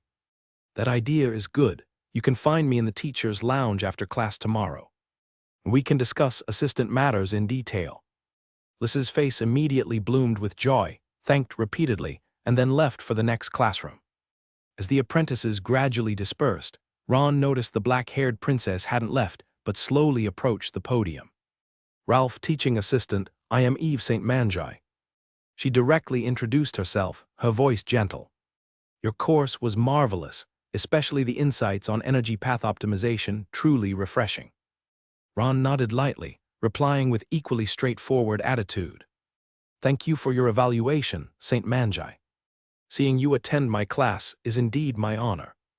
I am more looking forward to your upcoming Bloodline Modulation Basics course. Eve continued, a hint of exploration flashing in her eyes, especially regarding the energy conversion among different biological systems. Ron keenly detected the implicit suggestion in her tone. Bloodline studies is indeed a field full of possibilities, particularly when dealing with some special situations. Their conversation was polite and courteous on the surface, but in reality, both were cautiously probing each other's intent. Additionally, I heard your favor possesses very unique qualities. Purity is rare, even among all official wizards. Eve suddenly shifted the topic, directly cutting to the core. May I ask if you are willing to accompany me in a small attempt? What kind of attempt? Ron raised an eyebrow, looking at the young yet remarkably poised girl before him.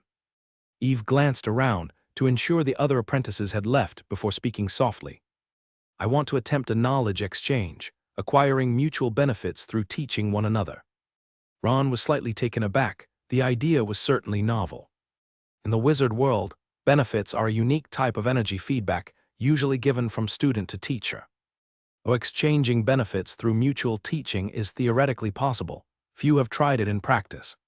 It sounds interesting, but discussing it in such a public setting seems inappropriate, Ron replied cautiously. Of course, if you're interested, you can come to my residence for a detailed discussion. There, complete magic isolation measures are in place, which are more suitable for such topics. Eve spoke softly, her amethyst eyes glinting with anticipation. I live in the Jadate Pavilion in the North District. You're welcome to visit anytime. Ron pondered for a moment. This was indeed an opportunity not to be missed. Rather than for the knowledge exchange Eve proposed, was more for the chance to learn up close about this Crown Clan princess, especially concerning her demon-devouring condition. "I'd be delighted to meet. How about this afternoon?" he asked. "Great, 3 in the afternoon. I'll have Franca prepare everything." Eve smiled slightly, a trace of uncontainable joy in her purple eyes. She then turned and left, with 2 nanny golems and Franca following closely behind. Ron watched their departing figures, lost in thought. Conducting a knowledge exchange with a princess of the Crown Clan was indeed beyond his expectations. It seems the afternoon will be interesting. He began packing up the equipment on the podium, preparing to head to the next classroom to continue his bloodline modulation basics course. By the afternoon, the outline of the Jadate Pavilion was visible in the distance. This exquisite building in the North District, although seemingly ordinary from the outside, Ron could sense the multiple layers of magic barriers enveloping it. From the outside, it looked like a 3-story elegant building. But upon careful observation, one would notice that every brick, window, and door was intricately inscribed with runes. The protective net woven by these runes was tight and exquisite, effectively isolating external magic disturbances while also preventing internal energy leakage. Ron wore a dark gray robe, a small rune bag at his waist containing some small alchemy tools he thought might be useful. For this meeting, he was both expectant and vigilant. As he stepped onto the stone path leading to the pavilion, a gray-haired woman in a thick, long dress was already waiting at the door. "Wizard Ralph, welcome to your visit." Franca bowed, her voice calm and polite. "Her Highness is waiting for you in the reception room." Ron nodded in acknowledgement, while unobtrusively activating extraordinary recognition, conducting an in-depth observation of the slender maid before him. His heart nearly skipped a beat. On the surface, Franca seemed just like a stable, advanced apprentice. The maid had silver-gray hair and eyes. Her appearance could be described as graceful and lovely, but her stern demeanor detracted from her appeal. However, under Ron's recognition, the hidden magic power fluctuations within her far surpassed this level. In his special vision, her body structure revealed astonishing anomalies.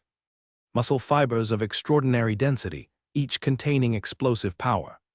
The blood carried rich dragon species essence, at a concentration close to pure blood dragon descendants. The most shocking was the hidden intricate structure in Franca's bone framework, capable of expanding into dragon scale-like armor covering her entire body in an instant.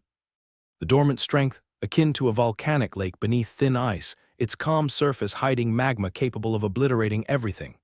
Is this a dragon descendant? Ron was secretly amazed, and the bloodline level is already approaching star ring level. This level of bloodline modulation far exceeded any modulator he knew. If Franca were to exert her full power, her combat ability might rival that of a moon-level wizard for a short time.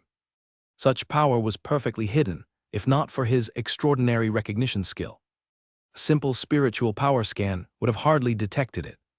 Ron entered the pavilion with Franca, noticing that the 2 nanny golems constantly by Eve's side became particularly conspicuous. In his perception, each golem contained at least 3 layers of energy barriers. Their internal alchemy weapons were far beyond standard configurations. Grand Wizard Cassandra's protection for her daughter is indeed flawless. A half-dragon made along with 2 advanced combat golems, even several moon-level wizards would find it hard to break through such defense. As for the higher Dark Sun-level existences, they are notable figures and wouldn't aimlessly launch such a suicidal attack. After all, this place is the core of the Central Lands.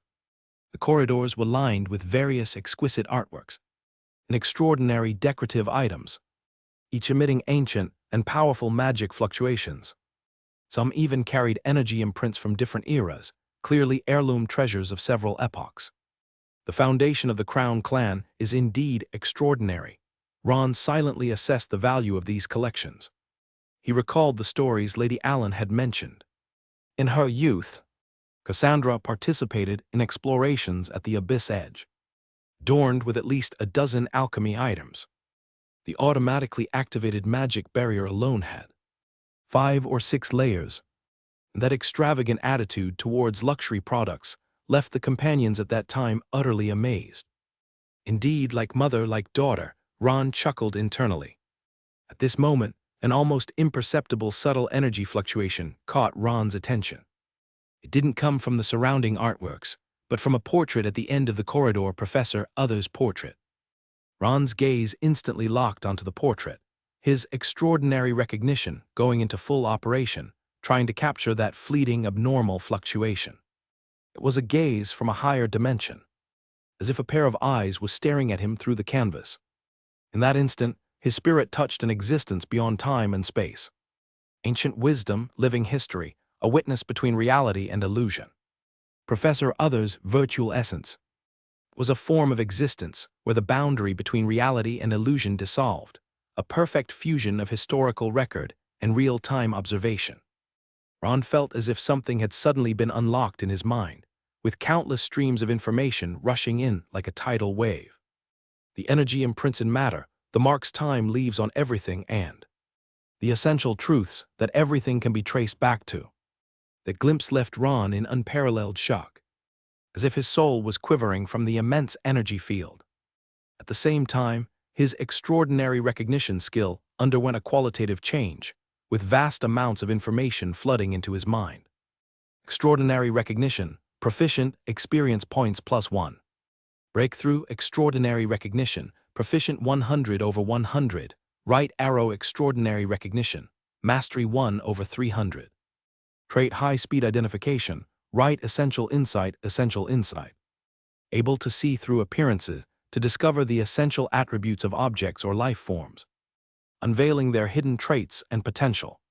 The accuracy in assessing extraordinary items is significantly improved, and one can briefly glimpse the true form of advanced beings without being noticeably detected. He calmed his feelings, his newly gained ability making his perception of his surroundings more clear and profound. A trace of Other's virtual essence, this is the true protection. Ron realized in his heart. So that's how it is, the whole Jadate Pavilion is under the direct surveillance of that great wizard. Obviously, Eve's invitation for him to come wasn't without preparation, but was with Other's tacit approval or even support. Franca, on the other hand, seemed not to notice Ron's brief distraction. Or perhaps she had seen too much and chose to ignore it selectively. She guided Ron to the door of the reception room and gently knocked 3 times. The door of the reception room was already open at this point, with Eve sitting by a crystal table waiting. The interior decor was even more exquisite than outside, with furniture made of various rare material, showcasing the owner's extraordinary status and taste. Besides this, the entire room was enveloped in a finely controlled magic energy field, keeping the indoor energy fluctuation at an unusually stable low level. This was apparently to alleviate Eve's devouring condition. "Welcome, Wizard Ralph." Eve stood up to greet. "Please forgive me for not being able to meet you further away. This pavilion was specially designed for me to temporarily escape the pain of magic overload." Ron bowed slightly. "It's an honor to receive an invitation from your highness." "Please just call me Eve. Here, we are merely 2 wizards pursuing knowledge." Eve gestured for him to sit. "What do you think of the attempt I proposed?" Franca poured tea for the 2 and then silently left the room. But Ron knew she must be nearby, always ready to protect her young master. The idea of teaching each other in exchange for favors is indeed feasible theoretically, Ron stated slowly. However, in practice, it will face certain challenges. Such as, Eve asked curiously. The generation of favors requires several key conditions. Ron shared what he knew. Firstly, the teaching must truly inspire and advance the student. Secondly, there must be a significant gap in knowledge or experience between the teacher and student. Lastly, this inspiration must be genuine understanding, not mechanical. Memory or repetition. Eve nodded in understanding. "I know that simple knowledge exchange, or trying to trick the favor rules through cross-field endeavors won't work." "Exactly," Ron smiled. "The favor rule seems to have some sort of consciousness that can distinguish genuine teaching outcomes from opportunistic attempts." Eve pondered for a moment, her amethyst-like eyes shimmering with wisdom. "But our situation is somewhat special. As a primordial wizard, your favor essence is unique, purer, and more powerful. And I, despite my young age, have quite a grasp in certain fields of study. What are you referring to? Due to the limitation of my demon-devouring symptoms, I cannot engage in normal meditation practice and casting training. Eve's voice carried a trace of helplessness. But this, in turn, allowed me to devote all my energy to theoretical research and the study of spiritual control techniques. Especially in the refinement of spiritual power control, I might have some unique insights. Ron found this quite interesting. Refinement of spiritual power control.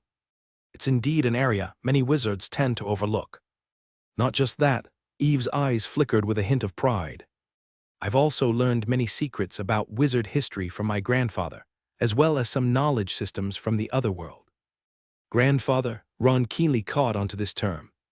Professor Other, Eve explained with a smile. Although by blood, we are not truly related as grandparent and grandchild. He has always cared for me and has taught me much knowledge that ordinary people cannot access. Ron suddenly realized. So when you refer to knowledge exchange, you mean you will teach me these special fields of knowledge, and in return, I will offer assistance to help you solve the demon-devouring problem. Eve nodded, a hint of expectation and worry in her eyes. I know this sounds like I'm using you, but I really have tried so many methods, yet remain unable to rid myself of this cursed symptom. Every time I try to mobilize magic power or construct a magic, the pain is like someone lighting a fire inside me, burning every nerve of mine from inside out. Ron could feel the deep despair and yearning in her words. Being a wizard seed born with exceptional talent, yet imprisoned within one's own body. Unable to unleash that innate power, only to be tormented by it. This feeling is probably even more unbearable than mere physical pain. I understand your situation, Ron said sincerely. Although I cannot guarantee I can solve your problem, I am willing to try. After all, it is a beneficial exploration for both of us. Eve's eyes lit up. Really, you're willing to help me?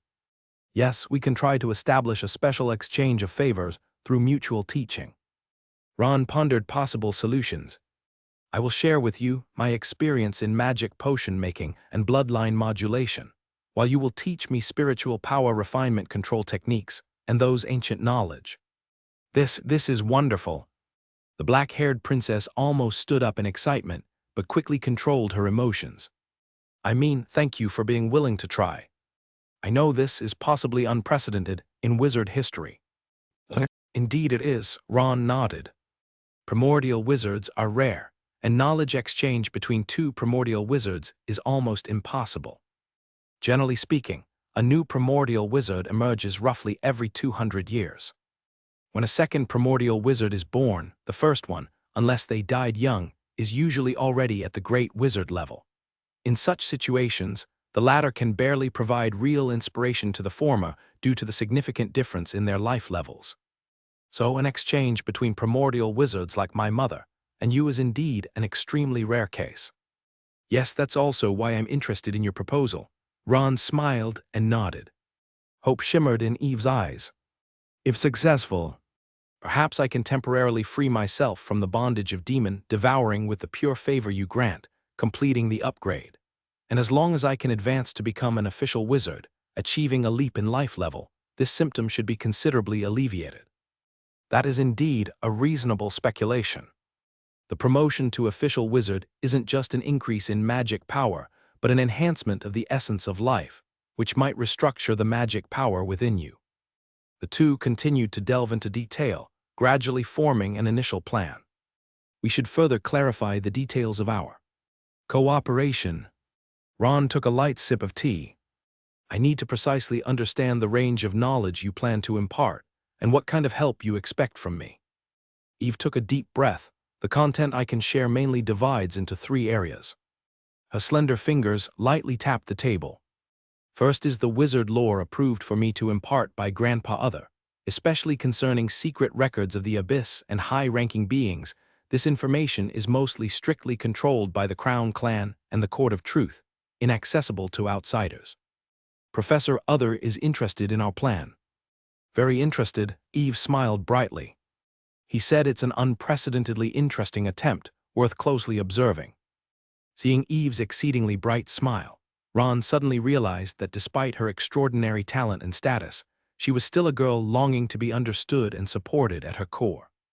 14 years of imprisonment had made her miss out on so much of the experiences and joy that normal young people should have. Secondly, it is the knowledge systems of many other worlds, including some nearly lost, unconventional approaches. Lastly, it is the refined control techniques of spiritual power I have immersed myself in over the years since I cannot normally cast. I have devoted all my energy to the precise control of spiritual power, which might offer you some insights. Ron's eyes slightly narrowed, weighing the value of this knowledge in his mind. Wizard lore and inter-world knowledge systems could fill many gaps in his understanding of this world, while the refined control of spiritual power could significantly enhance his combat abilities. These are indeed extremely precious knowledge, Ron sincerely commented, especially the inter-world knowledge systems, which are almost a blank in the public archives of the Crystal Tower, because these materials are monopolized by several major wizard clans. Eve slightly smiled bitterly, a hint of disagreement flashed in her amethyst eyes. They firmly believe knowledge is power and must strictly control the scope of its dissemination. Only those qualified can obtain it. But I personally believe that knowledge should flow. Only through exchange can new sparks be generated. Her tone turned firm. As for the assistance I hope you can provide, it's quite simple. I need your favor to stabilize my condition and ultimately help me overcome the limitations of demon devouring to achieve advancement. Ron pondered for a moment, showing caution. Theoretically, this kind of exchange is feasible. Through continuous knowledge sharing, we can establish a stable flow of favors between us. However, I'm afraid I cannot immediately promise a solution to the demon-devouring problem. Eve said softly, a hint of weariness flashing in her eyes, quickly replaced by hope. But even if there's only a 1 in 10,000 chance, I am willing to try. Over the years, my mother has made me try all conventional treatments, yet none were able to truly resolve the issue. Ron gazed at the black-haired girl, reading the agony and anguish of being trapped by her own talents from her eyes.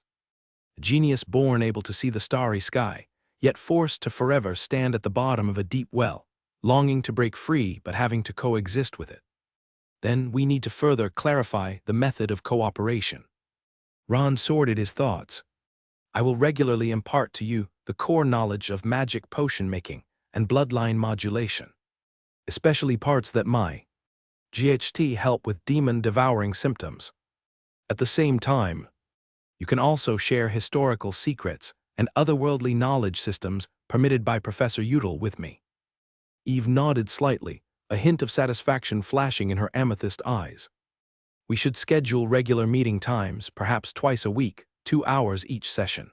Let's have the location here, as the little building has a complete magic power control system, minimizing the impact on my symptoms. All of these arrangements need a reasonable public reason, Ron cautiously added, tapping the table lightly with his fingertips.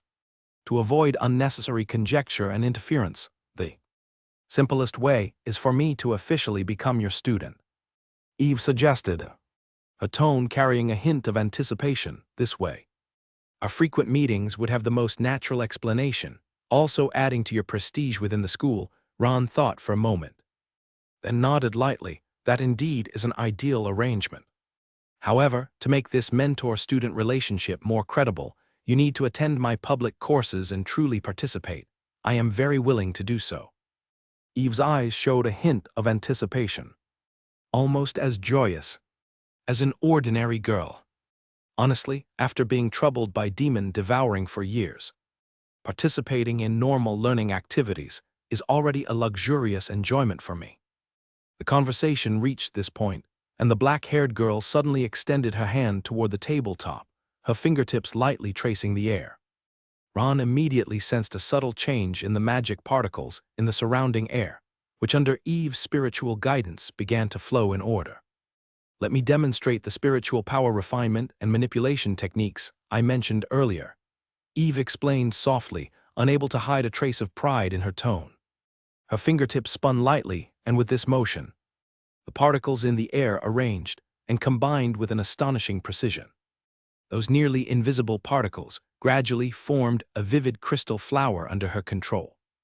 Each petal was precisely arranged from thousands of particles, presenting a dreamy rainbow hue under the refraction of light.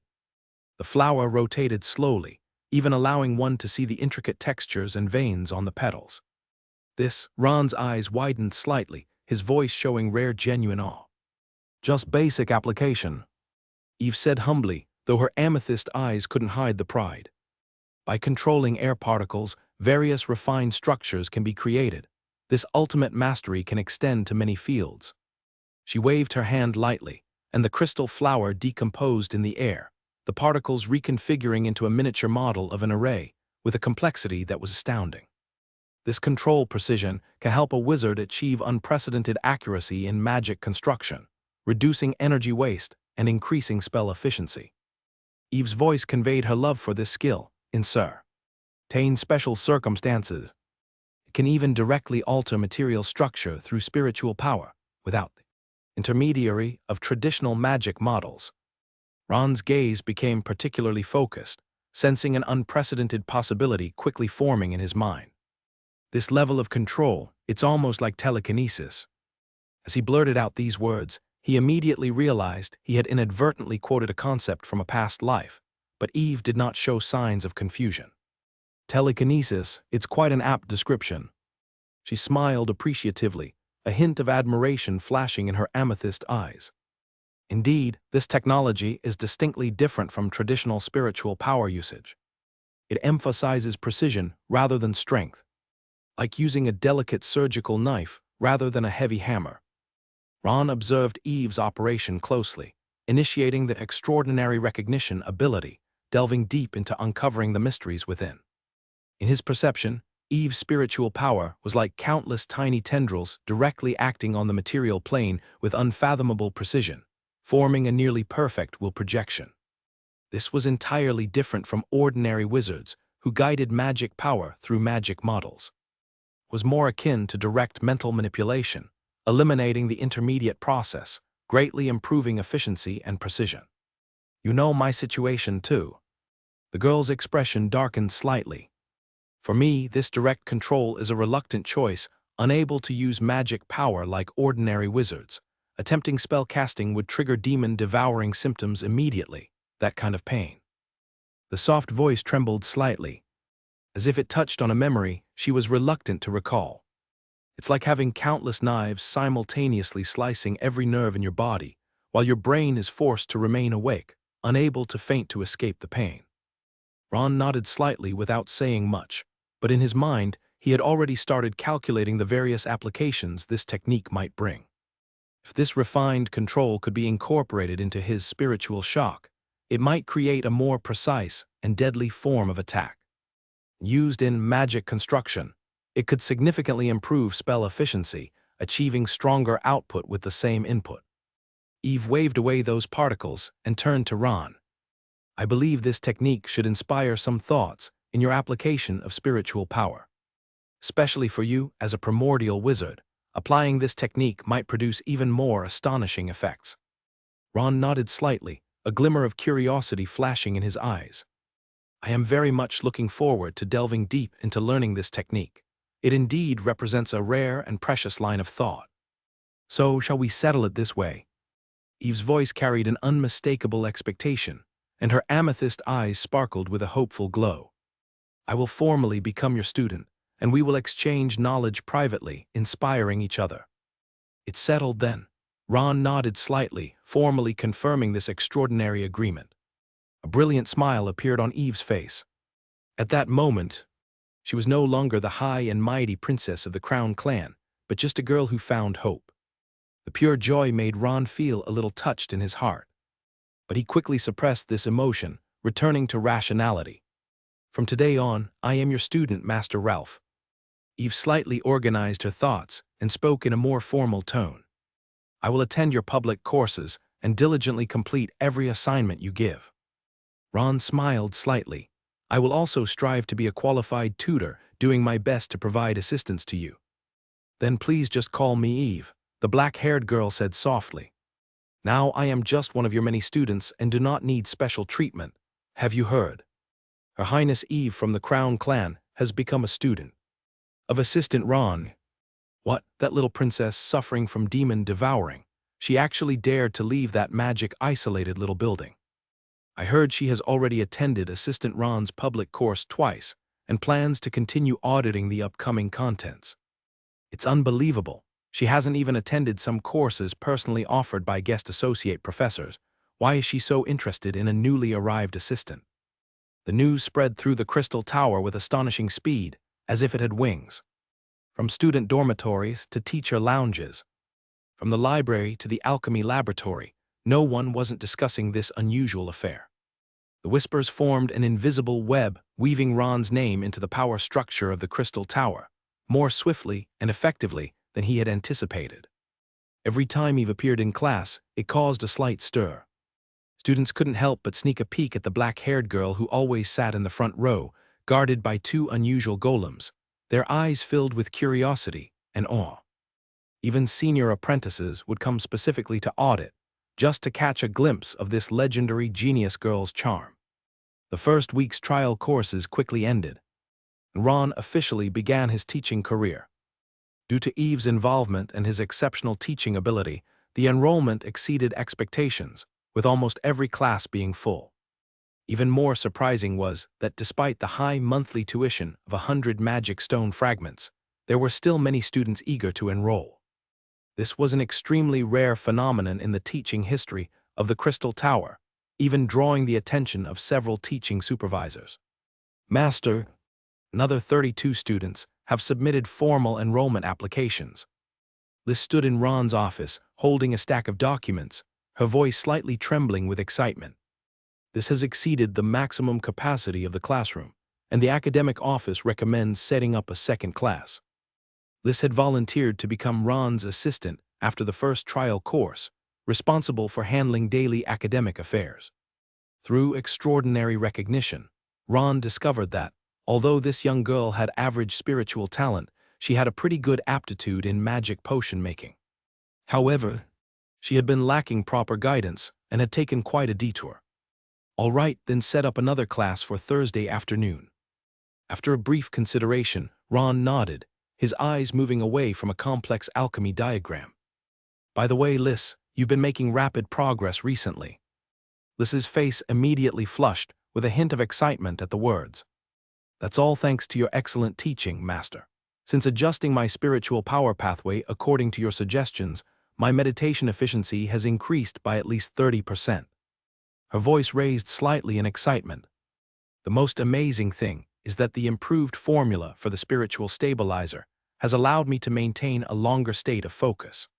Before your guidance, I could maintain deep meditation for at most 20 minutes. Now I can easily reach 45 minutes or even longer. Ron nodded slightly, expressing satisfaction with this diligent student. In just a few weeks of guidance, Liz had grown from an ordinary apprentice to one of the standout students in the class. The success rate of the experiment setup increased by nearly 40%, which further validated the effectiveness of his teaching method. Keep up this momentum and advance according to the learning path I've designed for you, Ron encouraged. In next month's course, I will explain more advanced magic potion theories, and you need to be prepared in advance. Yes, Master, I will not disappoint your expectations. Liz nodded solemnly, then hesitated for a moment and couldn't help but ask. Master, regarding Her Highness Eve, will she really keep attending the classes? Ron smiled slightly. What, does her presence make you nervous? A little bit, Liz admitted honestly, her voice slightly trembling. After all, she is a princess of the Crown clan, and it is said that her talents are exceptionally impressive. At a young age, she could recite the entire elemental magic basics and corrected 3 logical errors within it. Such a genius, even if she cannot practice normally due to the demon-devouring symptoms, her theoretical knowledge is probably still far beyond us. Don't be affected by these rumors, Ron reassured. In the classroom, she is just like you, one of my students. There's no need to pay special attention to her identity. Just focus on your own studies. Liz nodded to show her understanding, and then reported some other educational matters before respectfully leaving the office. After Liz left, Ron stood up and walked to a corner of the office. There was a specially made alchemy device placed there. This was one of his main purposes of going to the Crystal Tower, the prototype of a simulation battle device. The device was a complex structure made of dozens of rare materials, centered around a transparent crystal ball the size of a fist, with Axe's soul fragment suspended inside. Around the soul fragment were 12 small energy nodes, forming a complete energy recycling system. Ron lightly stroked the surface of the device. A light of inquiry and expectation flickered in his eyes. Once completed, this device would provide him with a place for high-intensity training at any time, greatly accelerating the speed of his strength improvement. However, completing this device requires a lot of time and effort. Especially the stability of the soul fragment and the optimization of the energy recycling system. Both are extremely tricky issues. Fortunately, the spiritual control techniques taught to him by Eve provided new ideas for solving these problems.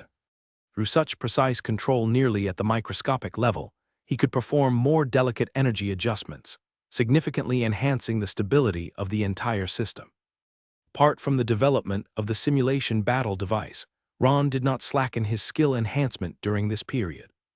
Every night he engaged in long meditation under the starlight, continuously enhancing his magic power foundation through the star projection trait.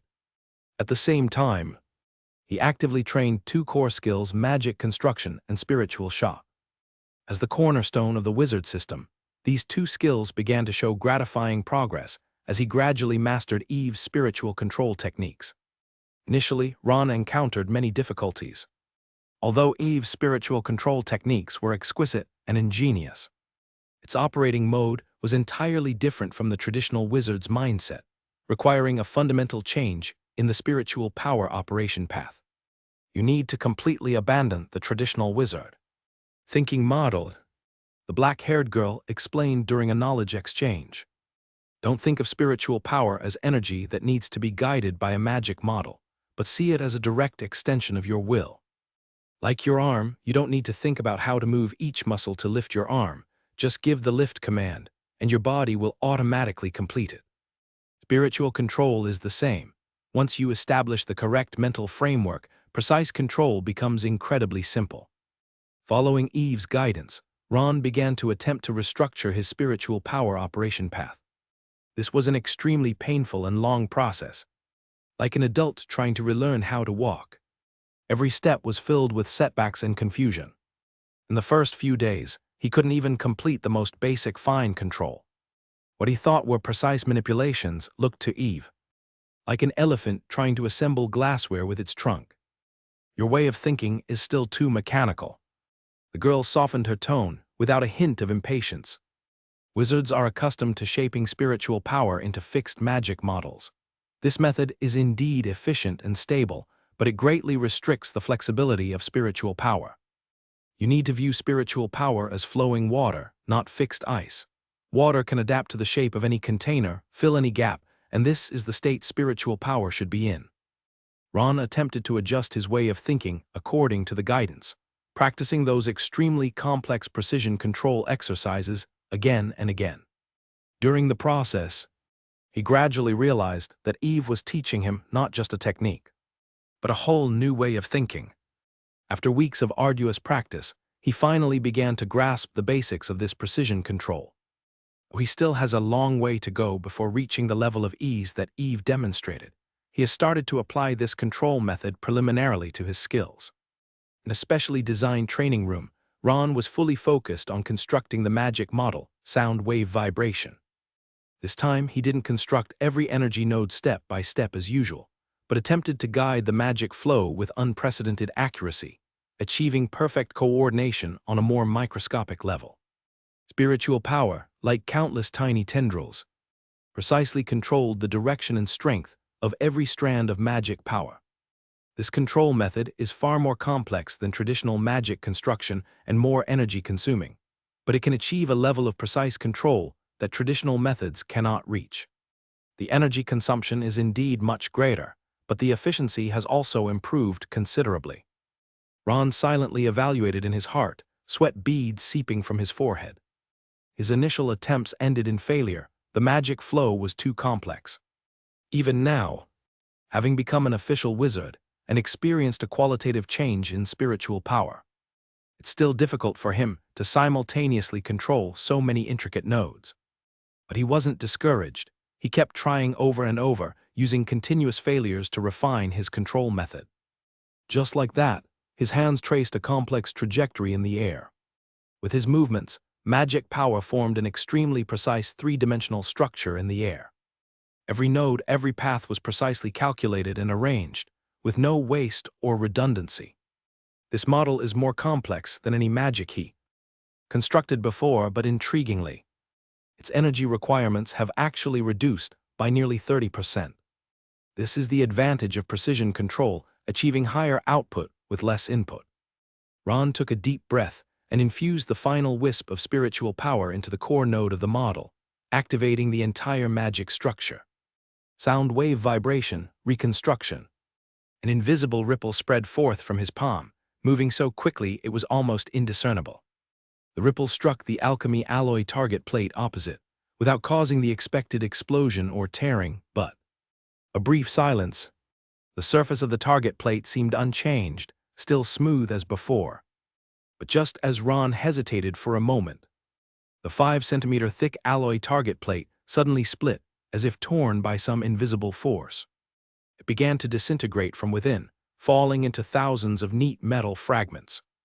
Moreover, these fragments were not random in shape, but displayed a remarkably regular hexagonal structure, as if someone deliberately cut the plate into countless miniature honeycombs. Magic construction, proficient, experience points +1 breakthrough. Magic construction, proficient 100/100, right arrow magic construction. Mastery 1/300. Trait stable state, right microstructure adaptation, microstructure adaptation.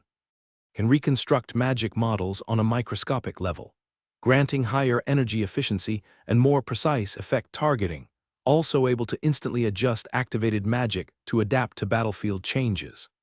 Ron felt the surge of new abilities within him. Sparkle of delight in his eyes.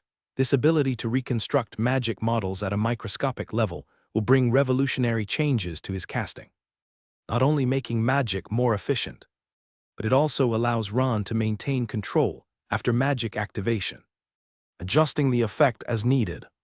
In complex battles, this flexibility may become the key to life and death. Thanks to Eve's spiritual control techniques, Ron silently assessed, recording the key details of this breakthrough. Different from traditional thinking, her method indeed paved a new path. That near telekinetic precise control is indeed a tremendous inspiration. In the following days, Ron delved into exploring the application scope of this new ability. He discovered that microstructure adaptation is not only suitable for attack magic, but also produces remarkable effects with defensive magic. Flowing shield wall, under such precise control, can instantly adjust according to attack type and intensity, greatly enhancing defense efficiency. Even the form, gradually tending towards the more stable ring of brilliance, could obtain new usage methods through microscopic adjustments. In the afternoon, in the Jadate Pavilion's reception hall, Eve was imparting some arcane secrets about wizard history and the otherworld to Ron. Do you know the essence of magic power? Eve sat on a soft crystal chair, her amethyst eyes glowing with scholarly colors. Conventional theory assumes magic power is a combination of the world's natural energy and life energy, but this is merely the surface. Ron held his breath, fully concentrated on listening. In the past few weeks, Eve has shown him many rare ancient pieces of knowledge, each time leaving him in awe. According to ancient texts, magic power is actually the projection of higher dimensional energy in our dimension. Eve explained softly, just like sunlight producing a rainbow when it passes through a prism, high-dimensional energy breaks down into various forms of energy we can perceive and use when it penetrates our dimensional barrier. Ron nodded thoughtfully. This also explains why the manifestations of power systems in different worlds vary, yet share a certain commonality. Exactly, Eve's eyes shone with excitement, grandfather. I mean, Professor Udall once told me he encountered dozens of different power systems during his planar travels. Some rely on divine faith, some on natural elements, and some even guide energy through mathematical formulas. But regardless of the differences in form, at their core, they all guide and shape the same high-dimensional energy. She paused, took a sip of tea, and continued. This is also why the abyss is so special. It is not merely a geographical location, but a dimension weak point, a fissure allowing those high-dimensional energies to directly seep into our world. Ron felt a tremor of thought. This explanation could account for many phenomena, especially the unreasonable abilities of abyssal creatures, much more than those textbook theories. Then what is the blessing? He asked curiously. What relationship does it have with this high-dimensional energy? Eve smiled slightly, showing a teacher's appreciation for a good student. You've touched on the core. The blessing is actually a special high-dimensional feedback. When knowledge and insight are shared among different life forms, it produces a wave. This wave can penetrate dimensional barriers, inviting echoes from higher dimensions. Her voice became even softer. And primordial wizards are special. It is because they establish a direct connection with the source upon ascension, bypassing many of the restrictions and filters of traditional cultivation. This is also why the blessing of primordial wizards is purer and stronger. Ron was suddenly enlightened. If demon devouring is essentially because Eve's inner energy is too active to circulate normally, then the pure blessing energy could indeed serve to reconcile it. It sounds like these explanations are much more reasonable than conventional theories. He commented, but why is this knowledge so little known? In the Black Mist School, I have never heard of such explanations. Eve's expression became complex. Because this knowledge falls into the dangerous category. Understanding the nature of magic power implies a potential for more fundamental manipulation and use. Throughout history, there are countless wizards who have fallen or lost themselves in pursuit of such knowledge. Her voice carried a hint of warning. Grandfather Udall said those wizards who overdo high-dimensional energy research ultimately either get eroded by the abyss or transform into a form similar to an abyssal existence, becoming what we call apostles. Ron felt a chill in his heart, recalling the fragment of an apostle's limb he saw at the abyssal observation station. The primitive energy fluctuations, and those constantly writhing tendrils and eyeballs indeed possessed a quality beyond conventional life forms. As night fell, after a day of knowledge exchange, he bid farewell to Eve and returned to his residence. Walking under the radiant lights of the crystal tower, he felt his thoughts more active than ever. The ancient knowledge acquired from Eve was colliding with his experience and theories in his mind, sparking new ideas. Especially the theories regarding the nature of magic power provided a whole new perspective for his melting furnace concept. Meanwhile, deep within the distant otherworld, a thrilling campaign was unfolding. Cassandra St. Magi, the contemporary tower master of the Crystal Tower, and one of the strongest wizards currently on the Ring Abyss Continent group, was at this moment suspended above a massive planet. She shares extremely similar physical traits with her daughter Eve. Similarly deep black hair like the night sky and captivating amethyst eyes. But unlike her daughter's youthful innocence, every inch of Cassandra's form exudes maturity and grace. Like a ripe peach, her figure's curves are perfectly and breathlessly clad in a form-fitting deep purple long robe, revealing alluring contours at just the right angles. However, those amethyst eyes emitted a bone-chilling coldness, making it hard for others to stare directly, let alone conjure any profane thoughts. Once these are cleared, I can go back and see little Eve, Cassandra said softly, her voice turning velvety when mentioning her only daughter. With her movement, the air began to warp, and an overwhelming oppressive aura spread from her body center. Cassandra's human form gradually dissolved, replaced by an ever-expanding radiant energy body. This was a complex structure formed by countless tiny energy particles. Every particle flashed with different frequencies of light, together forming a dizzying multidimensional tableau. This is the void effigy, a form of existence only great wizards can exhibit. It transcends the corporeal energy structure and is also the pathway to higher levels of existence, the form of the virtual skeleton fully unfolded. Cassandra's energy body had expanded to a diameter of tens of thousands of meters. It looked like a miniature purple sun, emitting awe-inspiring energy fluctuations. On the surface of the planet below, there is a civilization unlike the human world and the wizard world. There are no skyscrapers, no bustling traffic, replaced by countless semi-transparent crystal buildings. They grow and transform ceaselessly as if alive, connecting with each other into complex network structures. The creatures living in this world are equally peculiar. Most of them have fluid-like semi-transparent bodies, no fixed form, capable of freely altering their shapes as needed. These life forms communicate through a form of energy akin to electromagnetic waves. The entire surface of the planet is densely packed with energy nodes, forming a vast information exchange network. This is a highly advanced civilization based on collective intelligence. Although the individuals are relatively simple, the collective consciousness formed through network connections possesses astounding creativity and adaptability. However, this peaceful and co-creative advanced civilization now faces a catastrophic disaster. Cassandra's virtual skeleton form began to release countless tiny energy tendrils toward the planet below. These tendrils rapidly penetrated the planet's atmosphere, spreading into every corner of the surface like a swarm of hungry snakes. When the tendrils made contact with the crystal buildings and fluid creatures, an astonishing dissolution phenomenon began to occur. Crystal buildings started to fracture and dissolve, turning into pure energy absorbed by the tendrils. Fluid creatures solidified instantly upon contact, becoming crystalline statues. Then they were entirely encapsulated, levitated, and absorbed into the space apparatus carried by Cassandra. The Earth began to crack, the oceans boiled, the entire planet seemed to be gripped internally by an invisible hand, emitting painful groans. Those fluid creatures attempted to resist through their network consciousness, mobilizing the planet's natural energy to form protective barriers. But before Cassandra's virtual skeleton, these defenses were like paper walls, instantly destroyed. An interesting symbiotic system. Cassandra's voice echoed in the void, no longer human, but a multi-frequency energy fluctuation. This collective consciousness structure might offer some inspiration for me. Her virtual skeleton form floated to the other side of the planet. There lay a gigantic garden composed of special crystals. Each crystal splashed with different colors, resembling Earth's coral reefs, beautiful and mysterious.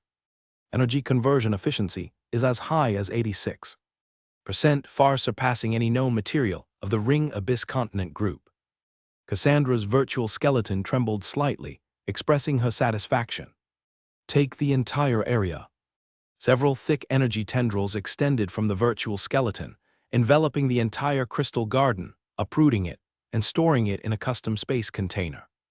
Simultaneously, countless small energy pods detached from the virtual skeleton, scattering throughout the planet.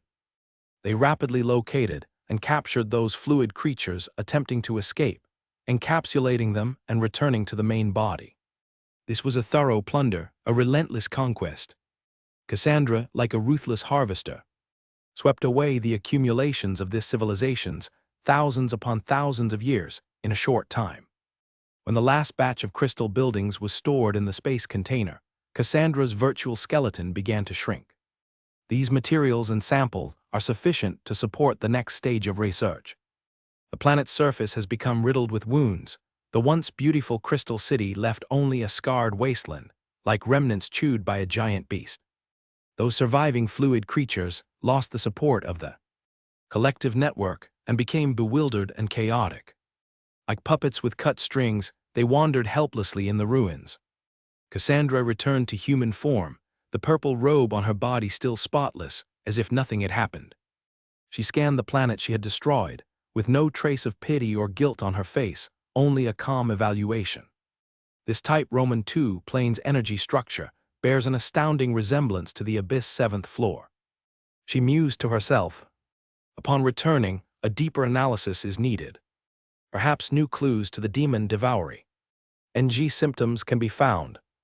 In the brilliant void, Cassandra was suspended among the stars, like a silent deity. The planet she had plundered away from gradually receded behind her, turning into a dim dot in the void. The surrounding energy fluctuations tended to calm, presenting a peculiar state of harmony, a natural phenomenon after large-scale planar conquests. Cassandra calmly examined the space containers she carried with her. They were neatly arranged, each emitting a unique energy fluctuation, like jewel boxes filled with dazzling gems. The crystal civilization of the type Roman II plane, indeed, has some merits in energy conversion. She mused to herself, a satisfied glint in her amethyst-like eyes. Especially the collective consciousness structure of those fluid creatures, which might provide me with some additional inspiration. The black-haired witch began to inspect the samples she had harvested one by one, her elegant long fingers lightly touching each container, sensing the energy traits within. The fluid creatures, encapsulated as if frozen droplets, emanated a faint but steady life pulse in the crystal containers. Just then, a delicate crystal suspended between her hair suddenly emitted a faint hum and began to flash with urgent, dazzling light.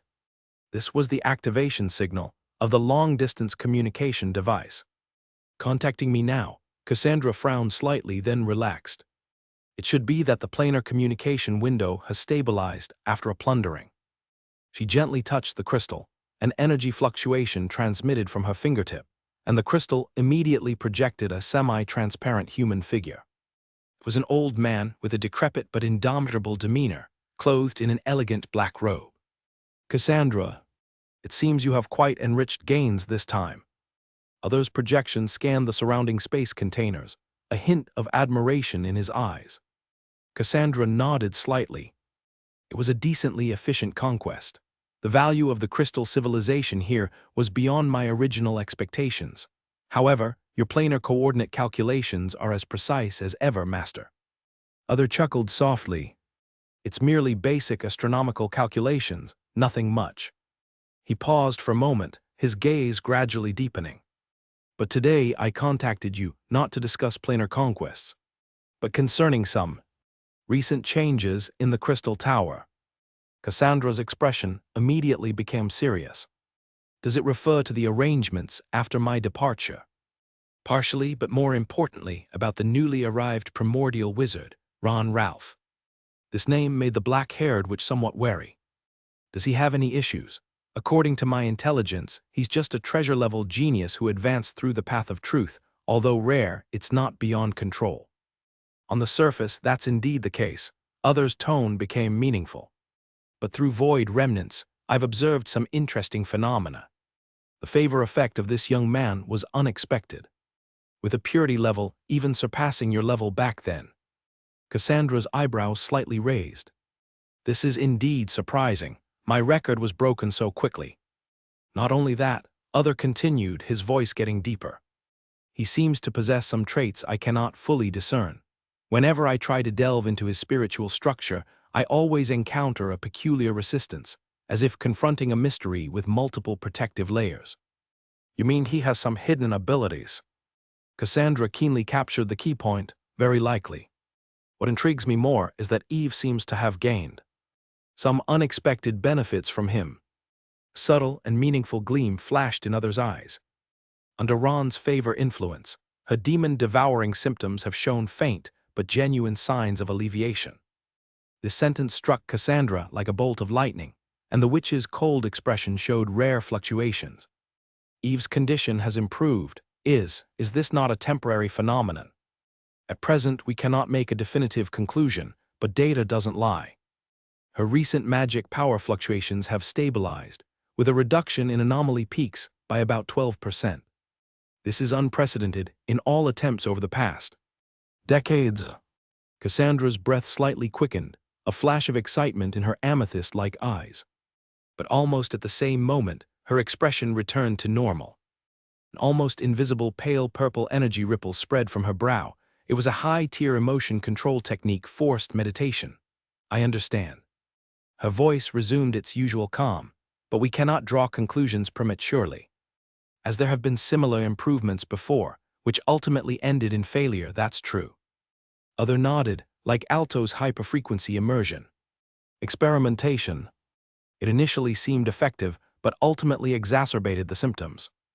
Cassandra's gaze turned slightly grim. Don't mention that foolish old man, his recklessness almost got Eve killed. This is also why I believe we should maintain a stance of observation rather than intervention this time.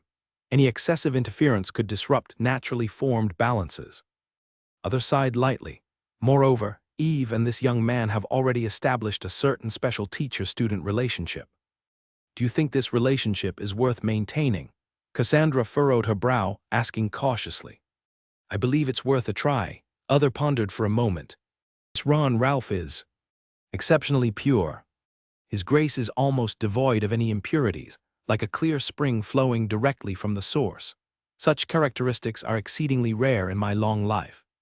Other paused for a moment, then continued. Aside from this, he seems to have no particular purpose for Eve, at least for now. Their interaction appears more like a pure knowledge exchange rather than a trade of interests. Cassandra fell silent for a moment, evidently weighing the pros and cons. Then, what is your suggestion? Observe but do not intervene, let things develop naturally. Other concluded. This young man is likely more extraordinary than what we currently perceive. His future achievements may far exceed our imagination. If he can indeed provide any relief to Eve's condition, it would be a pleasant surprise. Mentioning her daughter's condition, Cassandra's expression became complicated. According to what you previously said, the root cause of the demon-devouring symptoms, is it really completely unsolvable? This question seemed to touch upon some taboo. The energy fluctuations in the air underwent a subtle tremor. Others' gaze deepened, as if he saw through endless space-time. Violations at the rule level are never simply solvable issues, Cassandra. You should understand as well. I do. Cassandra's voice turned low, but as a mother. Her words remained unfinished, yet she realized she fell into emotional turmoil again, immediately resorting to forced meditation. We all know Eve's existence itself is an adventure. Other carefully chose his words. Your attempt to break that bloodline lock, though daring, isn't without reason. Cassandra's amethyst eyes held some desolation. Forever unable to surpass the shackles of one's bloodline origin. That is the fate of our crown clan. It's the common predicament of all great bloodline descendants. Other could only reassure. The bloodline lock is part of the rules, a mechanism to ensure balance.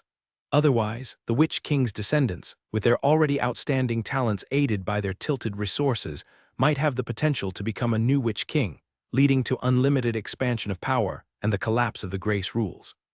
Cassandra smiled faintly, her smile full of self-mockery. So no matter how prosperous the Magi clan becomes, it can only exist as the shadow of the King of Absurdity. That one indeed manages the clan little. As do all Witch Kings, one might say, once the Witch King steps into their kingdom.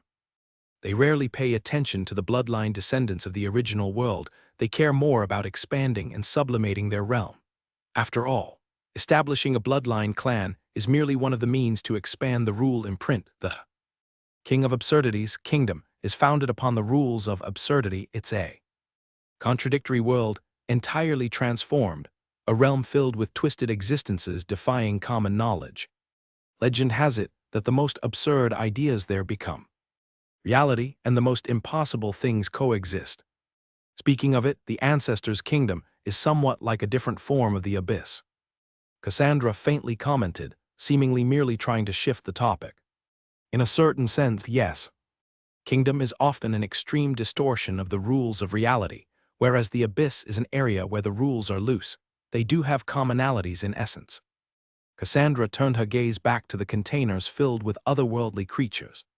So, do you believe my research direction is correct?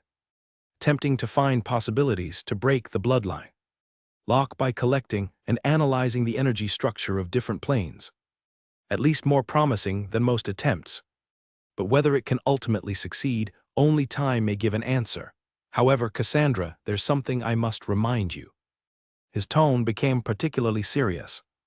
Regardless of whether Eve can ultimately break the rule confinement, she is foremost a vibrant life, your daughter, not just an experimental specimen. I've seen your emotions towards her. Although you keep trying to suppress it, it truly exists and is continuously growing. Cassandra's expression slightly stiffened. I understand what you mean. A brief silence fell over the communication channel. The conversation between two powerful beings seemed to reach an impasse when touching upon complex emotional domains. Other eventually broke the silence. Regarding Ron Ralph, I will continue to observe Any significant findings will be immediately reported to you. You concentrate on your research. All matters within the Crystal Tower are currently under control. Cassandra nodded in agreement. Thank you for your help, Master. I just hope that my aimless expedition can truly bring some change to Eve's situation. May fate favor you, Cassandra. Others' projection began to blur. If that young man is truly as extraordinary as I sense, perhaps his appearance itself is a sort of arrangement of fate. With these long meaning words, the glow of the communication crystal gradually dimmed, and the projection completely vanished. Cassandra stood quietly for a long time in the void, her amethyst-like eyes flashing with complex light. As a great wizard, she has almost surpassed the bonds of ordinary emotions. But when it comes to her daughter, that indescribable concern lingers persistently. Eve, she murmured softly, her voice mixed with subtle expectation and compassion. Later, she calmed her mind and refocused her attention on her findings before her. Reaching out, she took a crystal container. Within it, the fluid creature trembled slightly in her palm, as if sensing some pressure. I hope you can provide some useful information for my research. Cassandra assessed calmly, the tenderness in her purple eyes completely replaced by a researcher's cold light, regarding how to break that lock. With the container put away, Cassandra's figure gradually faded away in the interstellar void, leaving only a faint energy ripple, proving she once existed here. The enchantment element of the Crystal Tower is housed within an independent structure in West District Tower Group. Its exterior resembles the main teaching building, akin to an open ancient book, the pages on either side made of countless tiny runes, shimmering under the sunlight. The interior design is even more peculiar. Corridors and rooms are adorned with runes as a theme. Even the walls embedded some living runes. They change forms with the surrounding magic power fluctuations, creating a unique visual art. Ron walked along the corridor towards the elementary lecture hall, full of curiosity about the surroundings. As a teaching assistant at the Crystal Tower, he has the privilege to attend all open courses by masters below associate professors, a privilege considered insignificant by most. Most teaching assistants don't attend such low-tier courses, especially among peers. There's always some subtle face-saving issue. Ron thought to himself, but for me, this is simply the best learning route. He pushed open the door of the lecture hall, where nearly 50 apprentices were already seated. Most were young men and women at the elementary or middle stages, softly chatting with each other, evidently eager for the upcoming Enchanter introductory course. Ron walked towards an empty seat in the corner of the back row. Noticing the stranger dressed in a teaching assistant's robe, the apprentices lowered their chatter slightly, many curious eyes cast toward him. Isn't that the new primordial wizard? That's Ron, the teaching assistant. They say his courses are already fully booked. If so, why does he have time to attend such elementary courses? They say he might have a special relationship with the Crown clan. Whispering spread throughout the classroom, but Ron acted as if he hadn't heard a word, quietly waiting in his seat. He knew his identity was already attention-grabbing enough. Any unnecessary reaction would further intensify such focus. A few minutes later, the lecture hall door opened again, and a middle-aged man, dressed in a dark blue robe with shoulder-length silver hair, entered. His face was handsome, yet maintained an air of authority. A scholar's calm demeanor exuded between his brows. Most notable were his hands, his fingers long and full of power. Each finger etched with small, intricate runes, flickering faint silver light in the light, reportedly his unique technique. Welcome everyone to the first lecture of Enchanter. Introductory. The middle-aged man's voice wasn't loud, but transmitted exceptionally clearly to every corner of the classroom. I am Frederick Levin, the main lecturer of this course. Frederick is renowned at the Crystal Tower for his Thousand Talisman hand, one of the few masters in the enchantment element who truly understands the high-tier rune system. Having the opportunity to listen to his class in person is a rare chance, which is why Ron specifically waited until today to come. First, let's make one thing clear. Frederick's gaze swept across the room. Among all of you here, perhaps less than 1% can truly become enchanters. This isn't to discourage you, but a statement of objective fact. He raised his right hand, palm up, and a complex rune appeared in the air, emitting a gentle silver light. Enchantment is an art that demands an extremely high precision of spiritual control. Unlike most wizardry disciplines, it not only requires the accumulation of theoretical knowledge, but also an innate spiritual perception and coordination ability. Under the guidance of his fingertips, the rune constantly changed form, demonstrating the structures and energy flow methods of various basic runes. Rune magic is the foundation of enchantment technique, while enchantment technique is the soul of rune magic. The two complement each other and are indispensable. His explanation was deep yet straightforward, expressing complex theories in simple and clear language, accompanied by exquisite demonstrations. Even the most basic rune structures exhibited an astonishing elegance and power in his hands. Ron listened intently, occasionally comparing and integrating it with his own known knowledge system in his mind. He found that much of what Frederick was teaching differed from what he had learned through other means previously. Especially in terms of the energy flow paths of runes, the theoretical system of the Crystal Tower was evidently more precise and efficient. Common runes are divided into three major categories: control runes, energy runes, and effect runes. True enchantment must combine the three types of runes to form a complete rune array to achieve a stable and lasting effect. Frederick drew three different types of basic runes in the air, which gradually combined under his guidance into a simple glowing rune array.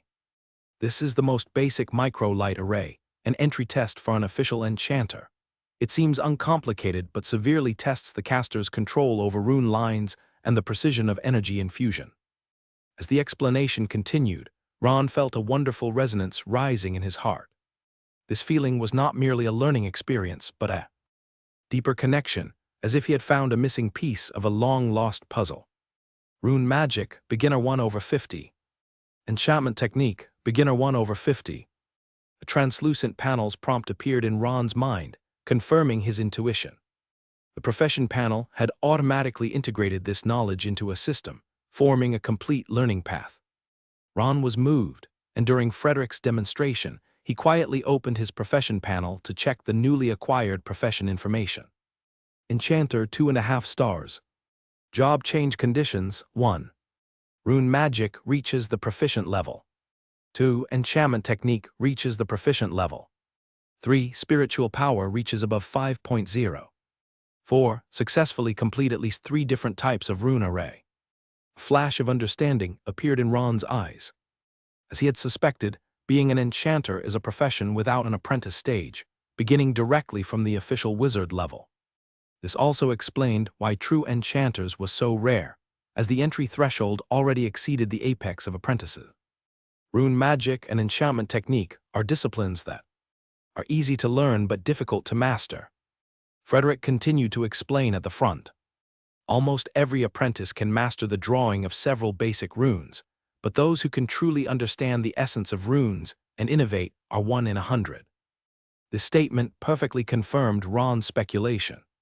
The rarity of enchanters is not just due to the high demand for technical difficulty and spiritual power, but more so because it requires a unique mindset and talent, capable of materializing abstract energy flow into precise rune lines. Now let's move on to today's practical session. Frederick signaled the apprentices to take out their practice tools. Most apprentices swiftly took out specially designed rune practice boards and silver pens, ready to follow the master's guidance in drawing basic runes.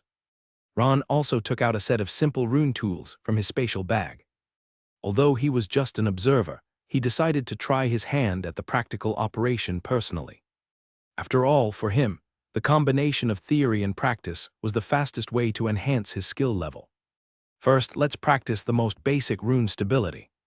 This is the core component of almost all rune arrays, responsible for balancing and stabilizing the energy flow of the entire system. Frederick demonstrated at the front of the podium. Every stroke of his was smooth and natural, with rune lines forming under the silver pen like flowing clouds and water. Even the simplest rune displayed a certain artistic beauty in his hands. Ron tried to mimic it, finding it much more challenging than he had imagined.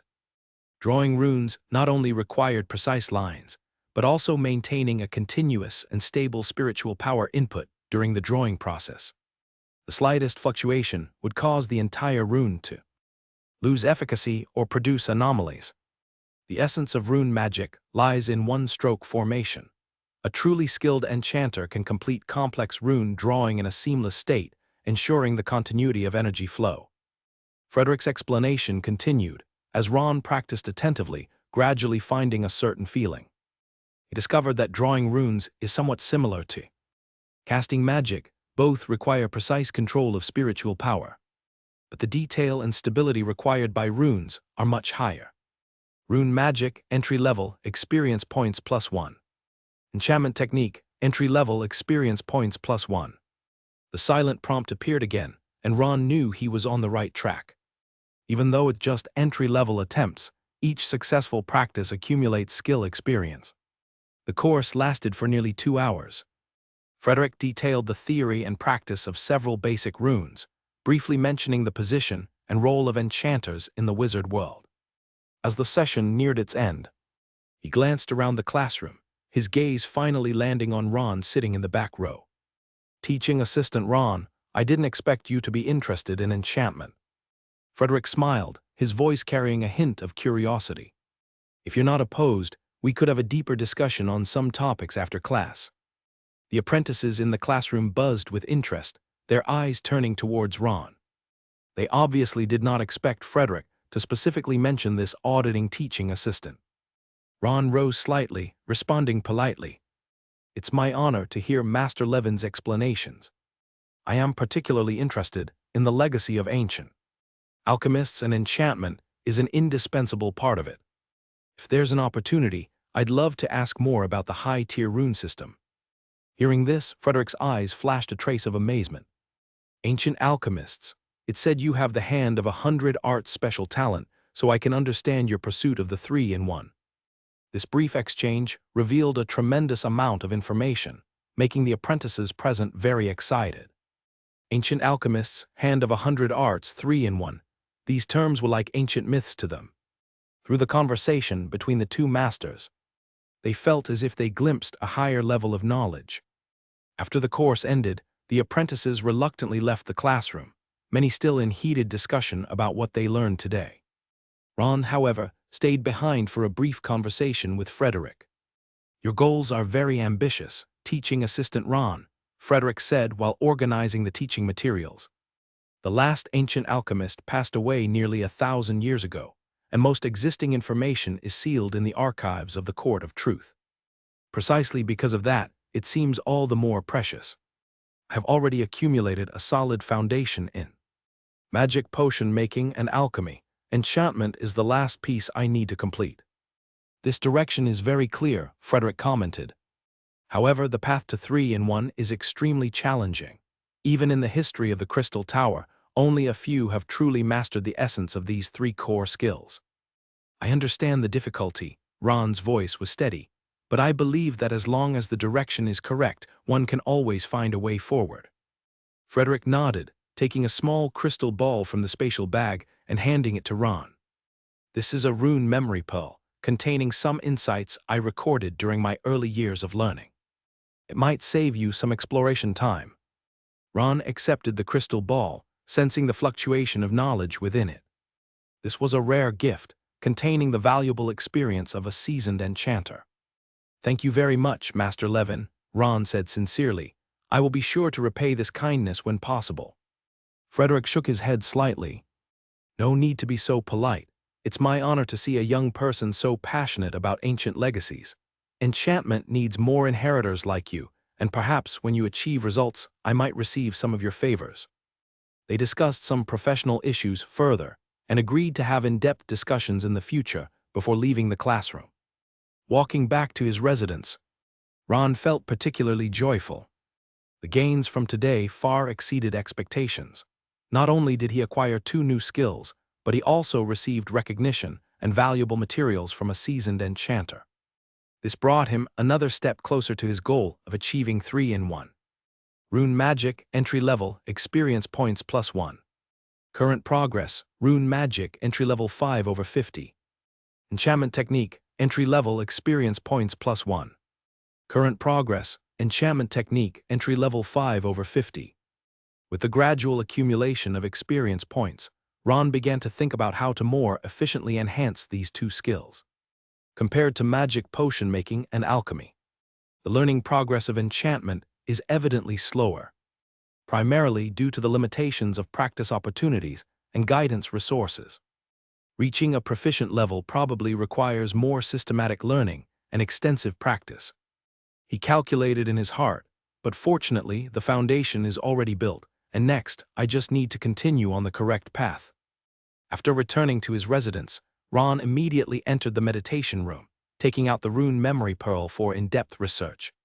The contents recorded in the pearl were far richer than he anticipated, not only covering detailed analyses of basic runes, but also including some rare rune variants and simplification techniques. This precious first-hand material would save him a great deal of exploration time. With the learning enhancement from his professional panel, he felt confident he could master these skills faster than the average person. Detected current professions: alchemist, rune magic experience acquisition speed slightly increased. Detected current professions: alchemist, enchantment technique experience acquisition speed slightly increased. The prompt from the profession panel further strengthened Ron's confidence. Although the path of the enchanter is long, as the direction is correct, he will eventually reach the destination.